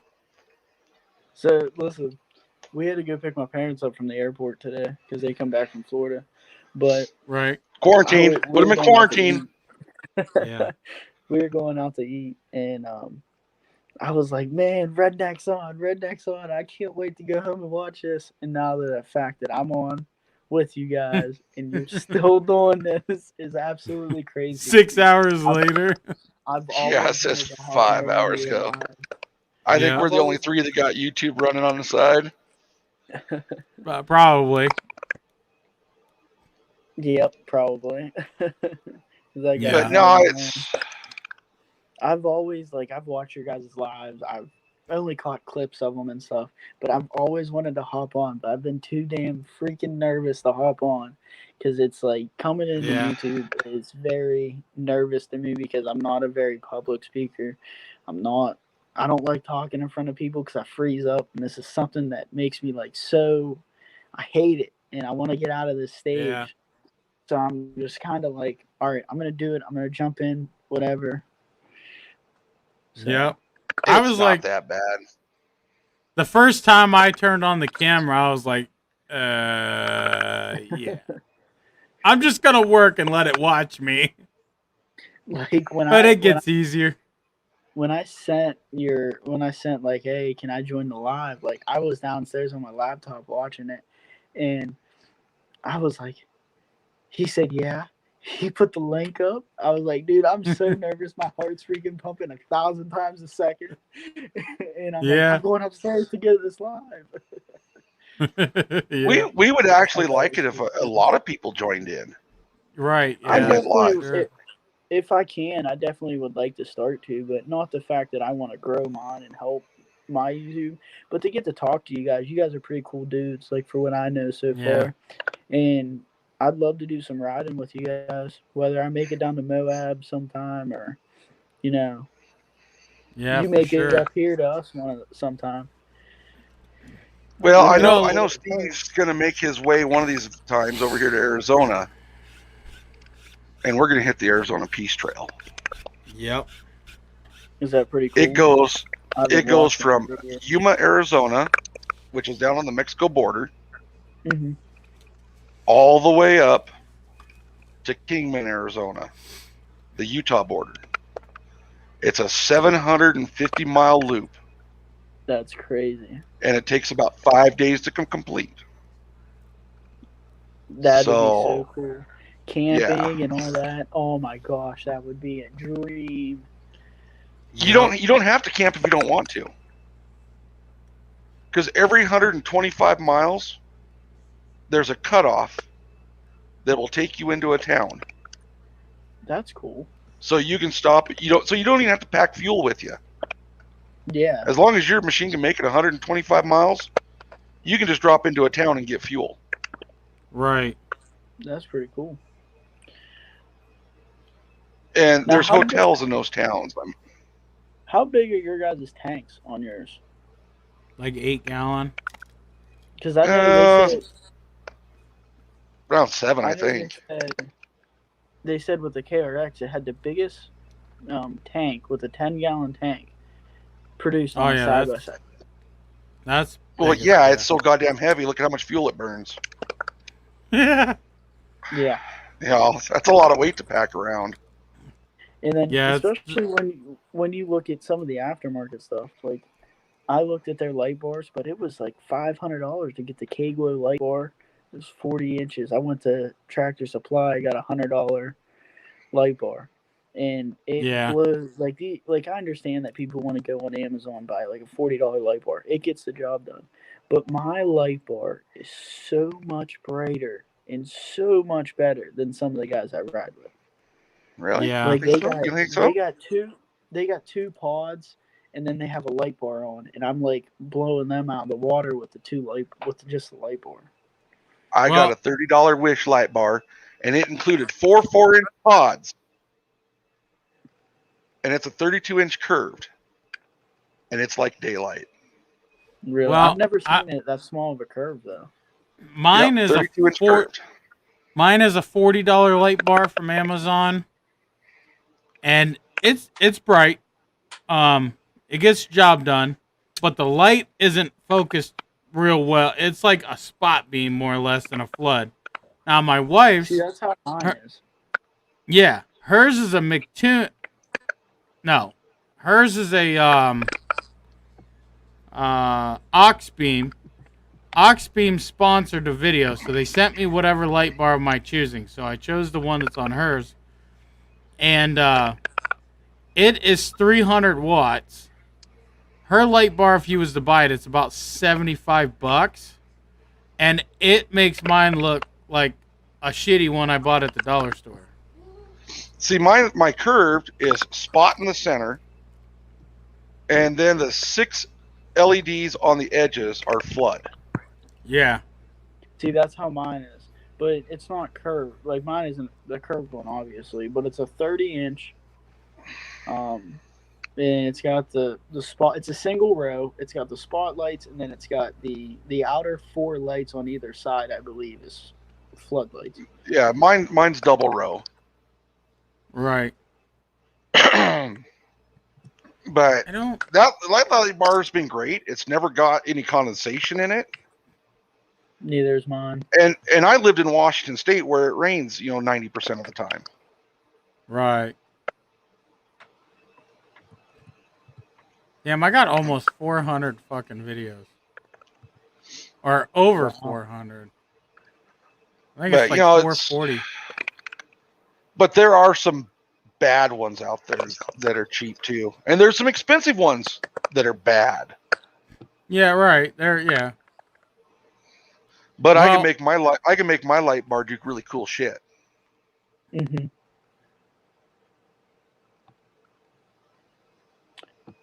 Hey, Steve. Steve's seen the little box I built for mine. Right. What's up, bud? Is your Facebook under your YouTube? It's Redneck Garage, Facebook. Okay.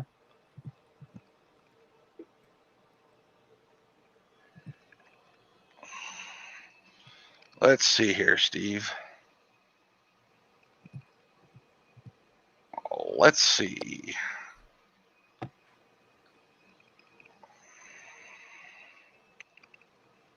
You'd be surprised how many Redneck Garage Facebook pages there are. Holy cow. I know. Mine's gonna have me and my wife in the picture. I see your wife's 500. Your wife's got the blue one, right? Yeah. With pink doors. Right. Right here. I got you. Go around. There you go. I sent you one there. There it is. Confirmed. What's yours for Arizona? On Facebook. What's your name? It's Larry Rose. Larry, okay. I called you Arizona on here. I didn't know if it bugged you or anything. No, we don't care. Yeah. I was trying to find a picture to show you my light bar, but I can't find it.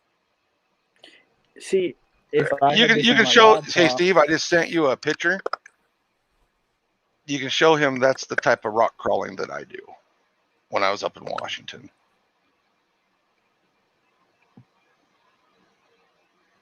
I can't find yours, man. Larry. Well, if you're friends with Steve, you'll just search his friend list and be able to find me. Oh, I never thought about that. That's cool. But that's where I would go rock crawling, is in that area. You have a Jeep? No, but that's where I would do rock crawling with my side-by-side. That is so cool. See, I like doing I'm not big on hills. I like doing all the level stuff. I know it's weird to say, but like your balls will drop sooner or later. Yeah, once you get listen, I was the same way when we first bought our side by sides. I was like, nah, fuck that, nah. But once you drive it enough, you get a little too confident.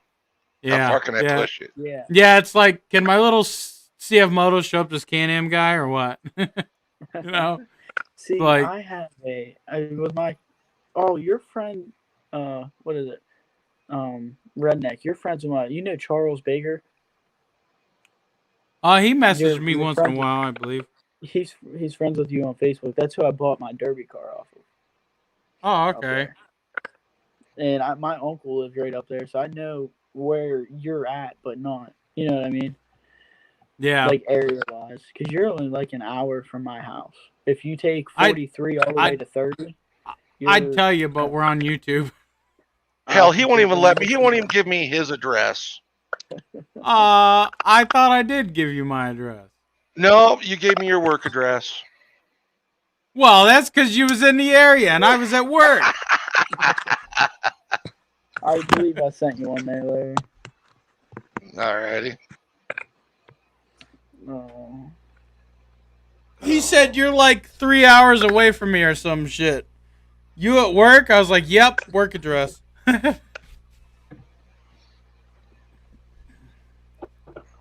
And of course, he had to pick one of the busier days that I had. That's how it always Hey, works. that's how it just Yep, What do worked you do out. for work? mechanic. I was an electrician at a steel mill in Mingo, Ohio. Okay. I'm a Yeah, retired cool. dumb truck driver. And then I was an electrician there. I was actually an instrumentational, got moved up to D scale, then got moved up again to a motor inspector. So I basically kind of did a little bit of everything down there. And then now I got laid off from there. Go figure, right? And then now I'm at a Walmart distribution center that's 5 minutes down the road, making a couple bucks short than what I was making at the mill. In And it's Wintersville? steady. Is that? Yep. Yep. That's a huge freaking place. One of the areas that I'm in or was in for training is 28 acres under roof. Yeah, it's And huge. where I'm at, it's in the freezer. So where it's -10 and -20. Oh shit. Yeah. Like the ice cream room is -20. Wow. And it is absolutely crazy in there. When you come out, dude, my beard's all frozen, my face, your eyelashes freeze and they'll freeze together when you blink. Oh shit. Yeah, that would be crazy. It's not Yeah, it's not a definitely. bad gig though. But what's pretty No. cool, like working through Walmart, I didn't realize how much discounts you get. If I were to go buy a new US make vehicle like Chevy, I can get like almost up to $5,000 off, whatever they Well, approve of. you probably only get that discount because of where you work. Because the regular Yep. Walmart job, you don't. I worked at Walmart when I was, I don't know, 18 years old, and the only thing they give you is a 10% discount. Yeah, that's what they give me, a 10% off anything in the store that's not clearance. So I thought that was Yep. pretty neat. Yeah. And like I want to move to Tennessee, and they have an amazing warehouse in Tennessee. So Right. after you work there for a year, if I find a place to live down there, I can be like, hey, well, I want to transfer here. Right. And if you're on vacation in that area, you have your Walmart stuff, and you're able to be like, call them in advance, and if they approve of it, you can take a tour of any Walmart DC in the U.S. Really? That's cool. Yeah. Yeah, that's definitely cool. Yeah, I know. We used to drive past that place a lot going to PA, or Pittsburgh, more or less. And, dude, that place was You drove just... you drove through Amsterdam because you probably took 30 to 43. You drove past my house. Oh, yeah. Yeah, probably so, yeah. Yeah. I don't know. You know where Spring Hills Golf Course is? It's on the left. There's an ice cream shop right across the road on 43 towards Richmond area. The only area really... what's that little tiny town there? I mean, it's super tiny. It's right outside Renegade. Oh, that's Bloomingdale. No, not that. It's out. No, it's outside Bloom. No. Shit. Because what's near me is Richmond, Amsterdam, East Springfield. Bloomingdale is where Renegade is. Hopedale. There's another one. Shit. It's always the time you want to think of it. It's by the plant that does the newspapers. Does that sound right? There's a big newspaper plant. Caddis. Yes. I believe it's Caddis. Yep. Yeah, they're right. They're like 5 miles from Bloomingdale. Yeah. Yep. That's a tiny town. Mm-hmm. You know what's funny? My, Caddis is like the tiniest town, but it has like 6 hotels. Yeah. From gas and oil. Yep. Yeah, my cousin's ex-girlfriend used to live in a low-income housing over there, and directly across the street there's a little mom and pop shack. We used to go there and get snacks and shit when I'd visit Oh, down it's there. like a car drive-through. I don't Because I know remember. they have one of them there. Yeah, I don't remember that much. It's been It's years like and right years up the ago. road from McDonald's. Yeah, I think that. Yeah, I think there is. I think there's a pizza place in there too. Maybe I want to say. Yeah. Or a pizza I place know over there or there something. was. I know what you're talking about. Yeah. I believe there's Domino's over there, but yeah. Dang, Larry, 6 hours. Yeah, I'm looking for something, and it's in my folder called videos raw. Oh. What's so raw about it? It's because they're MOV format. They weren't changed over yet to MP4. Ah, shucks. I wonder if it'll even. It says it's too big to send to you. Play it on screen.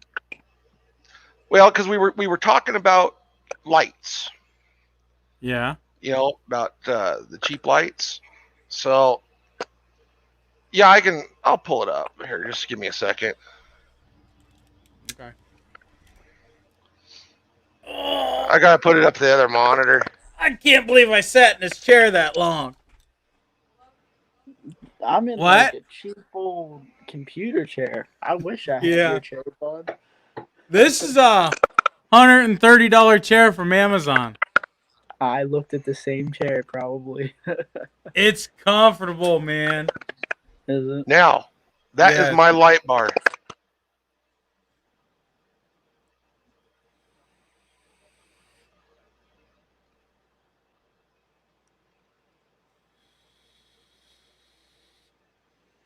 That's how bright that light bar is. That's pretty bright. My old lady's headlights are that bright. If I was able to show you, I would. Oh, yeah. But yeah. And this is what I'm doing is I'm playing with high beams and low beams and. Yeah. But I put LED lights. About my KRX, my regular. Good. Oh, I put LED lights in my wife's headlights, and dude, I feel like I'm gonna blind people on the road. But now, if you want some comic relief, I like relief. Oh, I'm gonna have to search for it. Hold on. Hey, Redneck, I'm gonna show something, but I'm just gonna flip my phone because I can't get my laptop to work right. But this is hold on. This is one of the setups I have on my KRX. If you can see it. Oh yeah, that's cool. And then I'll show you one of the hills. Dude, I love mine. Now, you guys got to promise that you're gonna laugh. You probably will. I don't think I imported the video. Because this shit is fucking hilarious.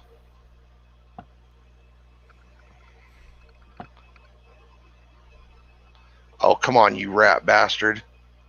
Well, while you're waiting for that, Redneck, I'm going to flip this and show you. This is like the intro that I worked on. I know it's upright camera footage, but I'm working on that.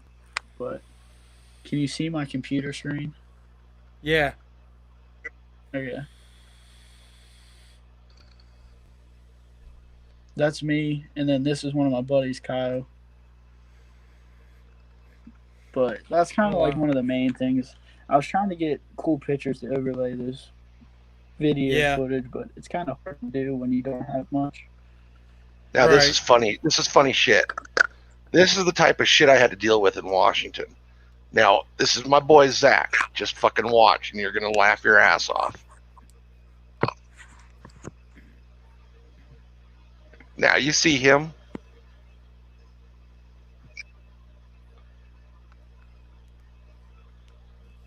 Oh, he's gonna fall on his ass. Now you don't.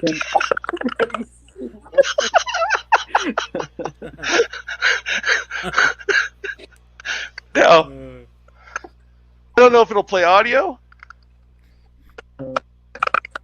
but you'll hear me laugh. Probably not. Is it? I'm laughing like a little bitch.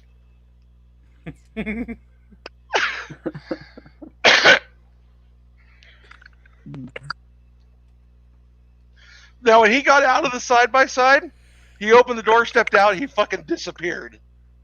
He had to grab the tree knockers, the rock sliders, to keep from going somewhere.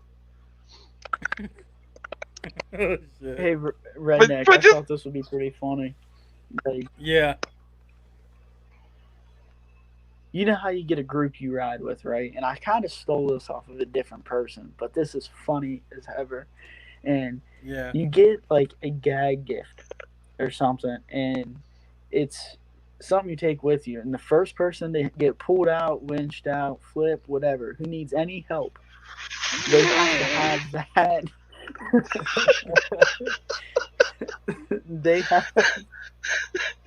They have to keep that item on their side by side until the next person, and they get the honors to put it on the next person's side. Oh, okay, I got you. That's pretty neat. Wait till he tries going up again. Where are you guys even at? Up in the mountains, about 30 miles from home, at night. Oh shit. We went from eastern Washington, central Washington, to the west coast, on the west side of the state, to Enumclaw. But it looks like he's got a big old diaper that's full of freaking mud running up his back like a baby. Here he goes again.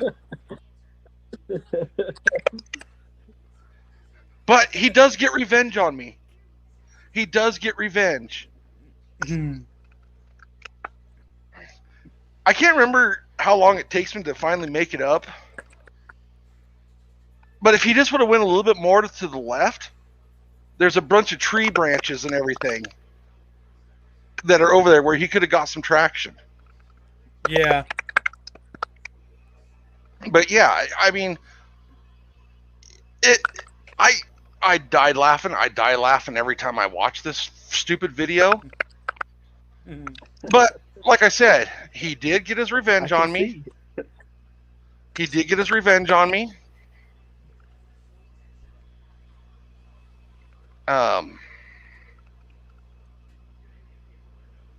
Let me pull that video up. Steve has seen this one before, where the boy got the revenge on me. And I don't know if the audio plays, but I'll put the audio in.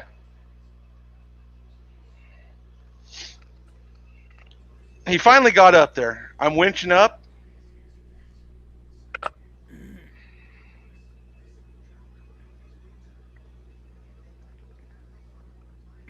And I'm dead silent. I was scared shitless.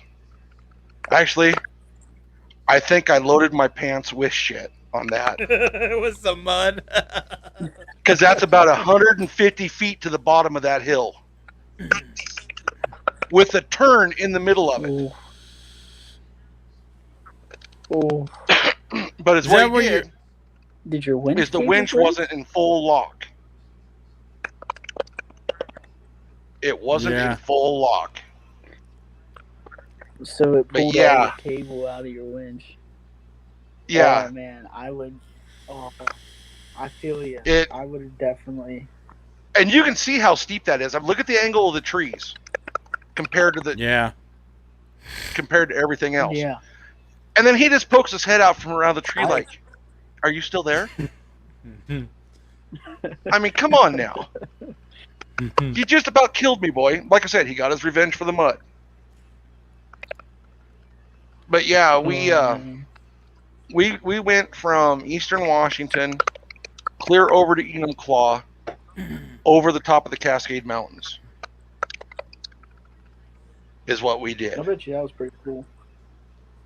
Yeah. Now, was that all base trail, or did you have to cut new trails? Nope, that was all trail. Wow. I'd like to be there sometimes when people cut trails, like just to see what they go through. And Oh, I hate cutting trails.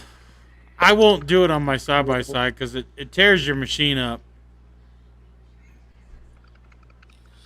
Let's see here. Let's oh man, I need to reinstall Google Maps. Well, I'll tell you, while you're finding that, I'll tell you, I almost flipped my KRX down a hill because it was definitely my fault. I've climbed this hill before, but at the top of it, if you turn right, there's a tree down, and you can't. There's no way to turn around.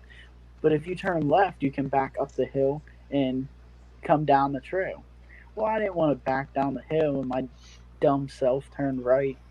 So my buddy came up, and he's like, "Hey, let me guide you a little bit." So I get my front end up the hill, and my front passenger tire is 1.5 feet off the ground. Oh, so shit. I'm sitting here at some crazy angle, and he's like, "Hey, tighten your seatbelt up, because the only way we're going to get you down is down the hill." I'm like, "I'm not rolling this damn thing. I'm not doing it." So I put in diff lock, I matted it up the hill, made a new hill climb, which I don't do hill climbs, and drove down an old bogging trail. You want to talk about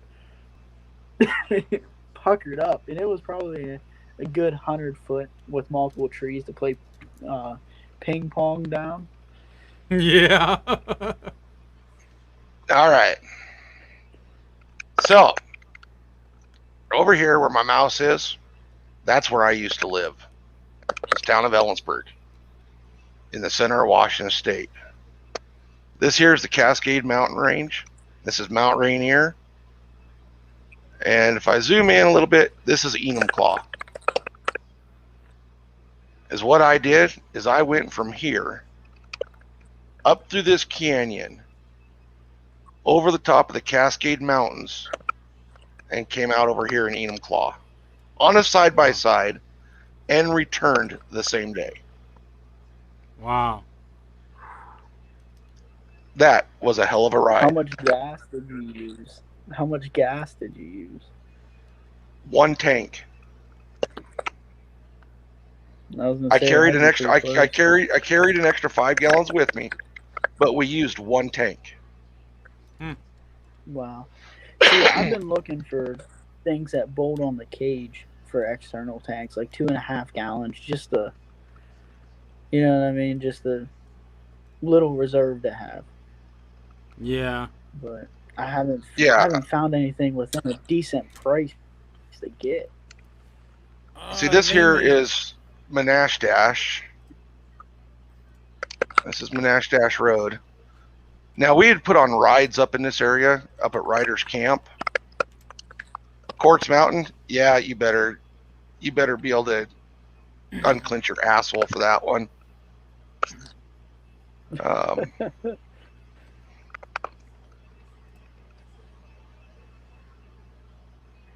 But you can see all these trails just dot this whole area,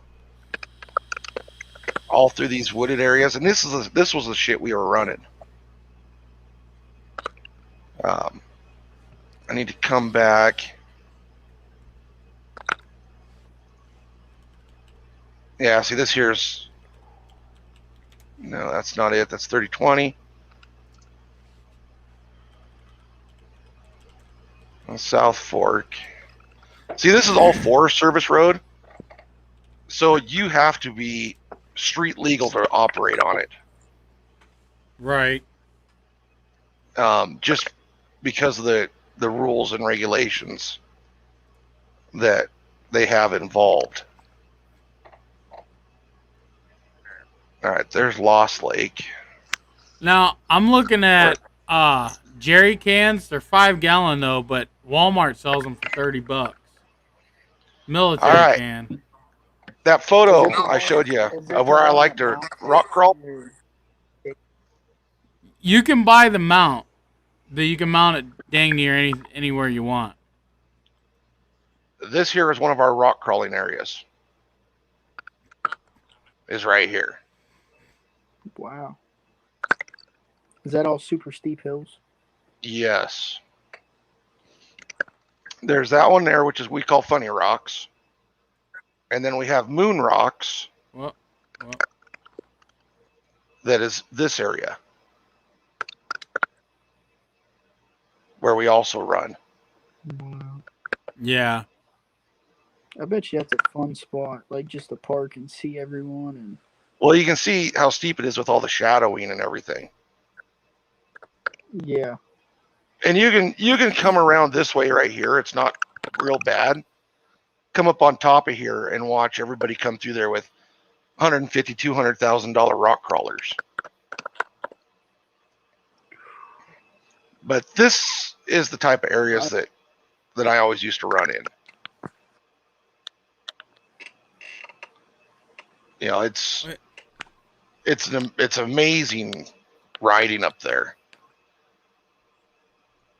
And it's all DNR and U.S. Forest Service. Moses Lake Sand Dunes. Now, how it's This is the Moses Lake Sand Dunes. This is a lot of fun riding too. We'd come out to this area here, and this is where we would water skip across this. I've always wanted to do that. But yeah, this is. We used to have a freaking blast out here. So yeah, I kind of miss the Washington riding. It kind of sucks. But yeah, that's the shit we used to ride in. That's crazy. With a CF Moto. Yeah. Now I got I 7,000 can't miles wait on to that see machine. Huh? I said I can't wait to see your Elkas. They look Oh, good on them. They're yeah. Oh, you didn't hear that he's trading them off to me? Yeah, right. Hey, Mac. Chill out, Mac. He's trading those off to me. I got a beautiful bubblegum pink AR-15 for him. I could see him rocking that too. Strapped to the side by side with no shocks. I will give you my 1,000 shocks. Hey, No. just go ahead and ride on them sway bar shocks. Yeah, there we go. Yeah. You know, I got all kinds of shit over that video. Because people didn't want to believe a set of $10 bicycle shocks do the same thing $400 sway bar shocks do. See, I didn't even know A they shock made is a sway bar shock shocks is a until you shock. posted that video. Yep. Yep. They're basically those King sway bar links are actually nothing more than a bump stop. Pretty much. That is all they are, is a bump stop. Yep. Now, They just allow do more you run movement. sway bars on yours, Steve? Yeah. Yeah, I do. I also Yeah. I run sway bars for the Yeah. simple fact is I do a lot of highway driving, Yep. and you know I'm regularly cruising between 65, 80 miles an hour.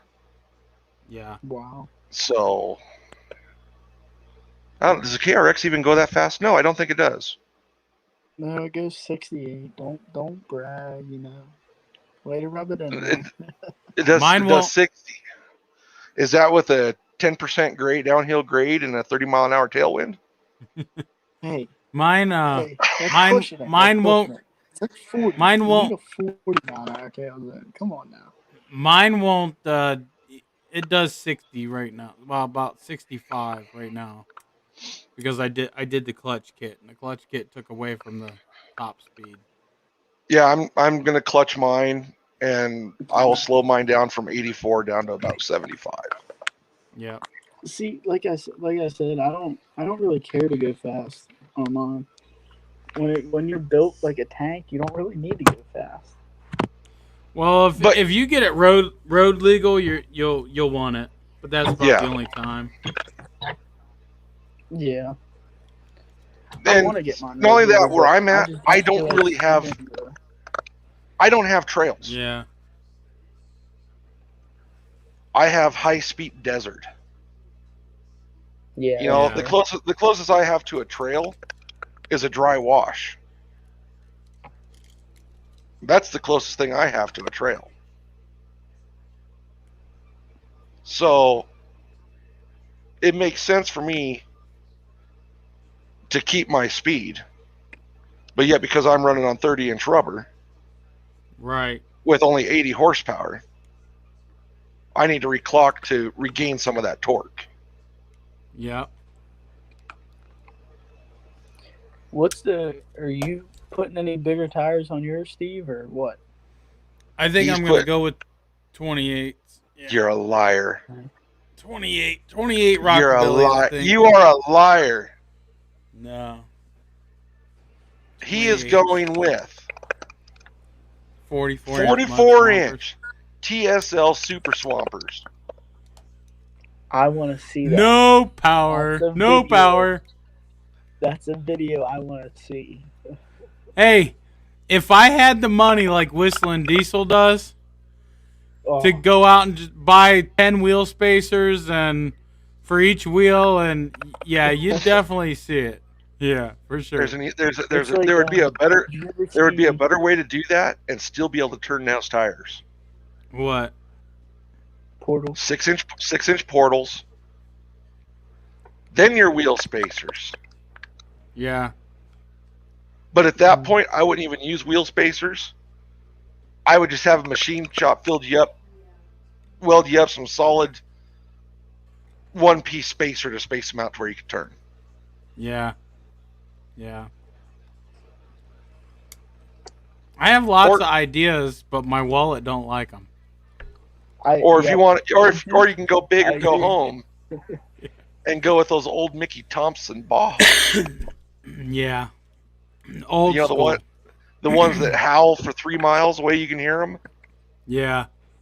I thought that was boggers. I thought that don't they? Oh, the old Mickey Thompson Bajas were worse. Oh, they're like, Yeah. "Woo." Yeah, and they're so soft.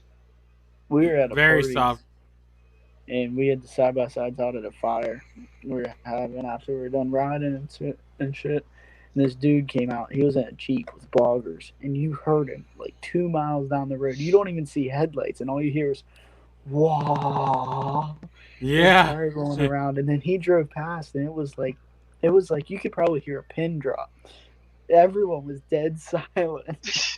It was crazy.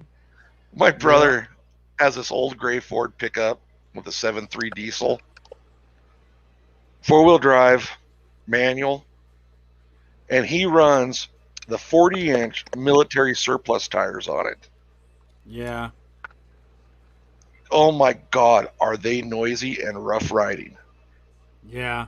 If they're the They are military hard. surplus, they're Kevlar. The sidewalls are Kevlar. Yeah, Right. they're the big chunky lug ones. Yeah. That he gets them dirt cheap from the base, and yeah, it's ridiculous. I have to get new tires on my truck soon. I was looking at Canati mud hards. Canatis wear fast. Yeah.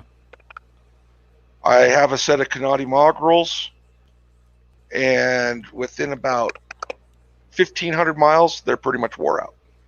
Wow. I've got more Cause- miles on my factory stock tires than on those Canatis, and my factory stock tires still almost look brand new. Because I put about 20,000 on in a year, and I'm getting pretty close to needing. Not right, like I'm comfortably driving now, but probably in the spring, end of spring, beginning of summer, I'm gonna have to get a set. And they're like mud grips or something like that. Yeah. Yeah. I have to. Well, I got to put a new set of tires on our Explorer Sport Track every year, and I'm not. When I replace them this time, I'm not putting Goodyears back on it because for some reason with the Goodyear tires, it seems to pull left, and I can't have that. I hate Goodyear tires. You know, if they pulled to the right, I'd be okay with it, but with them pulling left, I just nope, ain't doing it. Steve knows what I'm talking about. Yeah. Arizona, what kind of tires are you running? Your On side? I am running Rage Mojaves, 30-inch 1014s Oh, you're running is what I'm running. 14 wide? No, 14 wheel. wheel? Okay. 10 wide. You're running 10 wide. Yep. It's about after taxes out the door, mount and balance. Yes, I do mount my side-by-side. I do balance my side-by-side tires. It's about 760, 780 out the door Wow. for a set of 4. See, I take mine to a place in Weirton. It's called what is it called? I forget the name of it, but they do my bead locks. I have to do my own bead locks. Nobody will touch them. Really? No, the Power Sports place in Sholo won't touch them. None of the tire dealers will touch them. Nothing. They don't want the liability.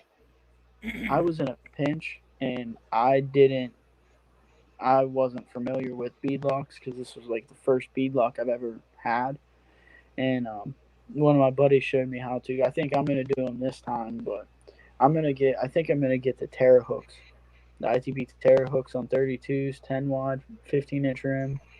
They're like a Bighorn style, but they're softer. They're made in the U.S. So.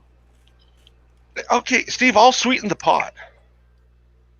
I got a set of Raceline bead locks, 4-on-110 bolt pattern. The front is factory size and offset, 5-on-2. Okay? The rear are 11-inch wide, 7-on-3 offset. And he wants to trade for my Elkas. Wrapped with Canati DOT rubber. Set of Canati mongrels. And the AR-15. Chris says, "Where is everyone? They all left because Larry's trying to scandal me out of my Elka Stage 4s." That's a pretty good deal for you. It is, That but is I like a good the deal, Elkas. but it's Elkas. Come on. Yeah. It's Elkas. Yeah. Now, I know I wouldn't be able to talk you out of a set of shock therapies, but Do you have shock therapies? I fucking wish. I wish. I was about to say. Shock therapy is here. Maybe I need to talk. CF Moto shock is here. Elkas are like about here compared to shock therapy shocks. I looked at me having the KRX. Everyone talks about them Bandit springs that you can get. Yeah, Bandit's okay. Really look. But Nobody puts the R&D into it like Justin over at shock therapy. I mean, they run every single machine. Manufacturers give them machines to set up shock packages, to test and demo.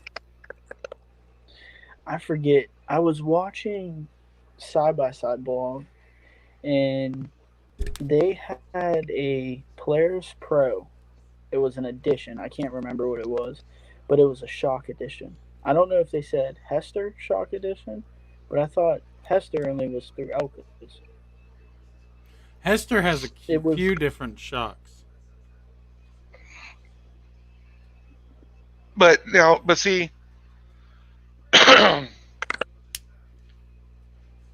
the shock therapy is so far in with Fox and all those guys, like the Fox Live valve. Mhm. They can also add IQS to that shock. Yeah. I mean, and it is covered under warranty. So, I mean, they do some really amazing shit, and they're only a couple hours down the road from me. They're down in Phoenix. Well, it's more than a couple hours. It's about 3.5 hours. Chris says sleeping. I'm not far from it. I'm not far from it either. But I thought about calling down there, trying to butter Justin up, maybe let him borrow the wife for a little while or something. I don't know.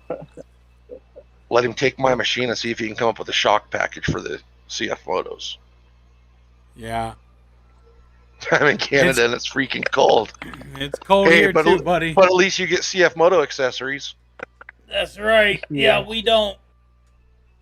We have to get them imported. Oh. Yeah, I'm ready for bed. I agree. I sat in front of this computer for 7 hours too long. Yep.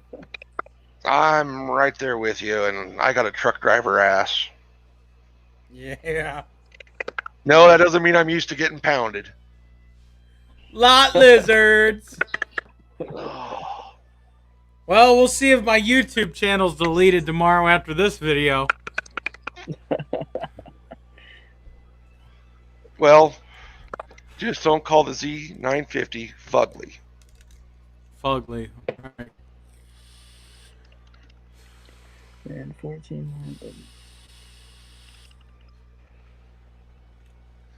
All right, Chris, if you look at your manual, it also gives you a range of specs for motor. Yeah, weight.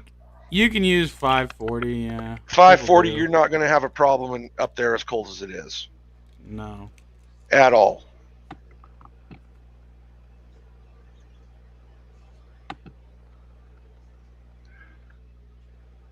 Hell, I'm thinking about going to 1540 in my fucking differentials. Yeah. That's got to be a good lease for 30 to 40, maybe 140 horsepower. Right. Not turning that 75, 80 gear oil. Then removing that squirrel cage off the side of the motor. That's got to be good for another 150 horsepower. That's right. You ready for bed, babe? I've been ready all day. She stays up with you and sits on your laps. She's over in her office area on her laptop. Man, she's a champ then. Staying up this late. I know. Well, she works midnights, so she's used to it. Oh, I wish I worked midnights again. Chris, when you say you read that, did you read it on the internet or in the manual?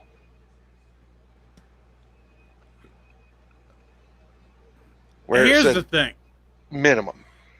Here's the thing about oil weights. I really don't want to get into it right now because I'm ready for bed. I suggest Googling engine oil weights, and you'll find that if it's synthetic, it flows pretty good, regardless how cold it is. So, I use 1040 in mine, full synthetic, and it gets really cold here too. You can use 5. There's people that use 0, but keep in mind, if you put 0 in, it's going to burn it. Yeah. No way around it. So. All right, Steve. Here we go. CF Moto Service Technician Manual. I will zoom in a bit.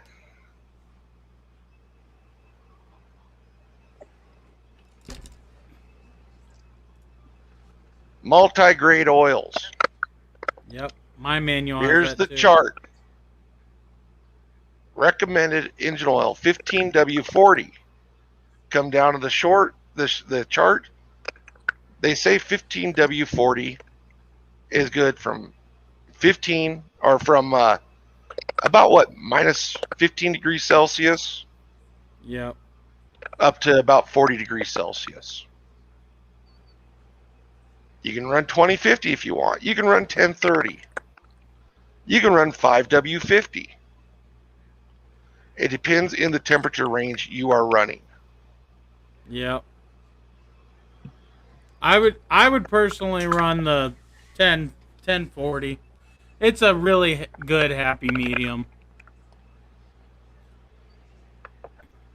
I mean, it covers darn near anything. Now, summertime, Chris, I'm going a different direction with mine. Summertime comes, I'm going 2050. Because I ride in 117, 125 degree weather. So I'm going to go the other route. When you're running hotter, don't you want a thicker oil so it doesn't heat up as fast? Yeah. Yes. Okay. Yep. I'm not familiar with oils and stuff, and yeah, I'm thicker just oil for running- summer, thinner oil for winter, and for our Ohio summers and winters, 1040. 1040, you're fine. Yeah. I basically I ran for engine oil. I changed it 1,000 miles, and I ran Hey, Steve. whatever the In stock. case you're wondering, spark plug's right here. Yeah. And it's But on I the run other side. whatever stock oil is. I can't think of what it is now. But I'm at 1,200 miles, and I haven't changed my diff fluid or tranny fluid yet, which I'm going to do that soon. Yeah, change that. You ever After a couple break-in oil changes, you can let them run for a while. Yeah. Did you ever wonder what your gear ratios were? There they are. I never run any true, like, you know what I mean? I'm not hard on it. Mostly we ride as road, and if I'm putting it in four-wheel drive, I run up a couple easy hill climbs, you know? I don't do nothing too crazy. Right. But I've never changed diff fluid or tranny fluid like that. They're easy. Side by side. Chris, you won't find this information in your owner's manual. Some of it will be in there, but a lot of it won't. Right.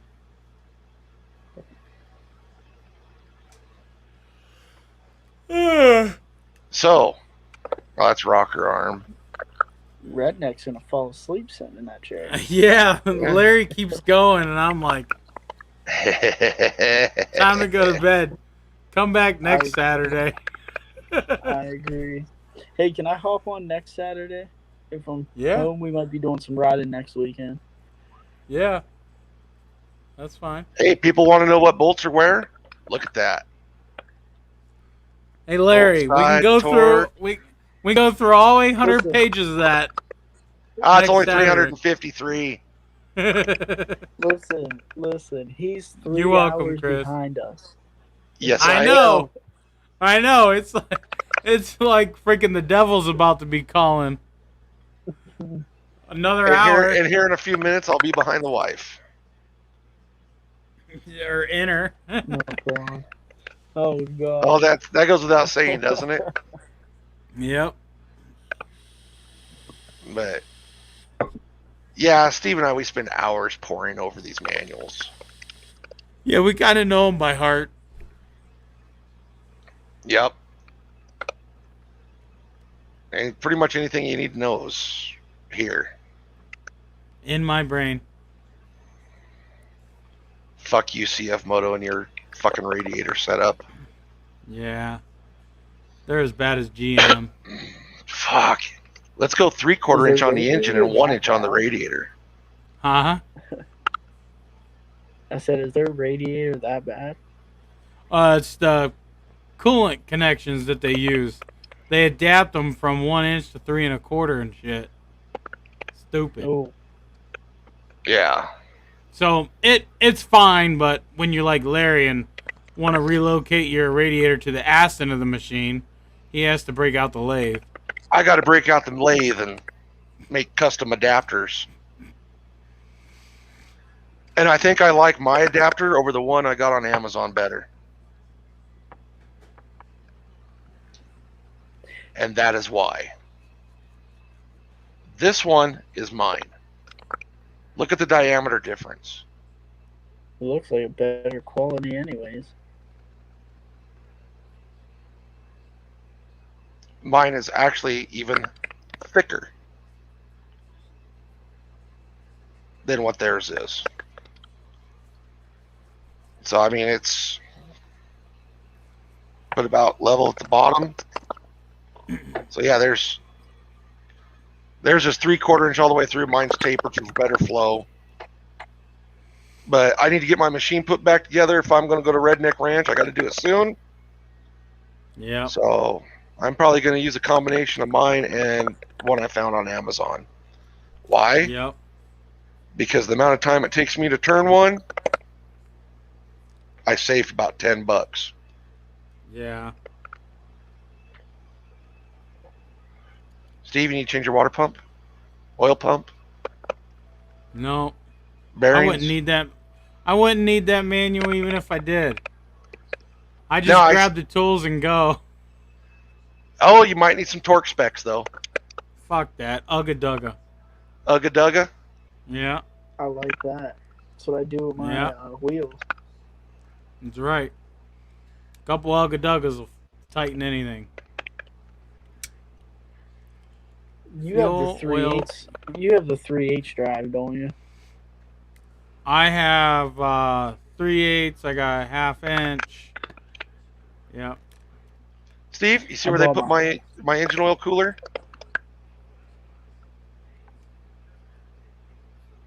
What the Right fuck? here.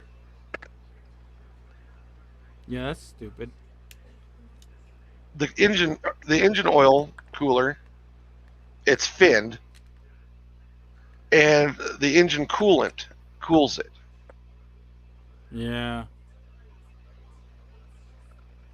That's different. Yeah. That's a dumb design. I like that side case though, but it's plastic. What's the bore stroke of your machine, Steve? I don't remember. The 1000 bore stroke is 9174. I don't know what the stroke is on mine, but the bore should be the same. But Is your clutch cover aluminum or plastic? plastic. Yeah, mine's aluminum. The wife's is plastic. Mine's plastic. Yeah.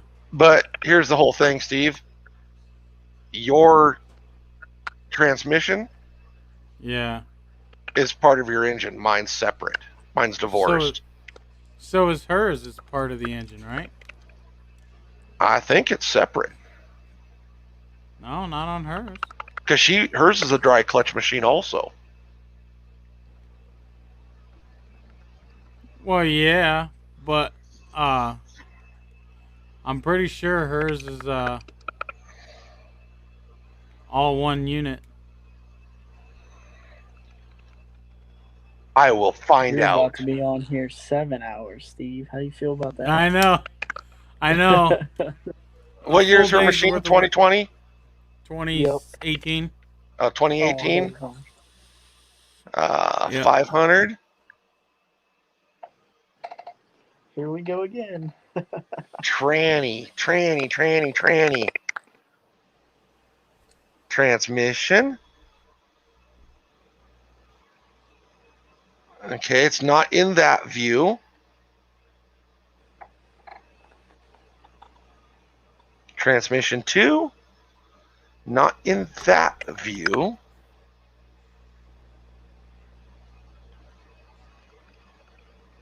How about transmission 3? Well, it's not in that view. Let's look at crankcase assembly.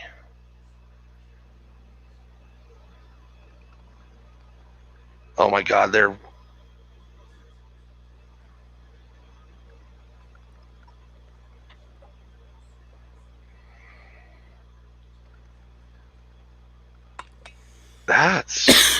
it looks like it's one piece too. Yeah. That's what I thought.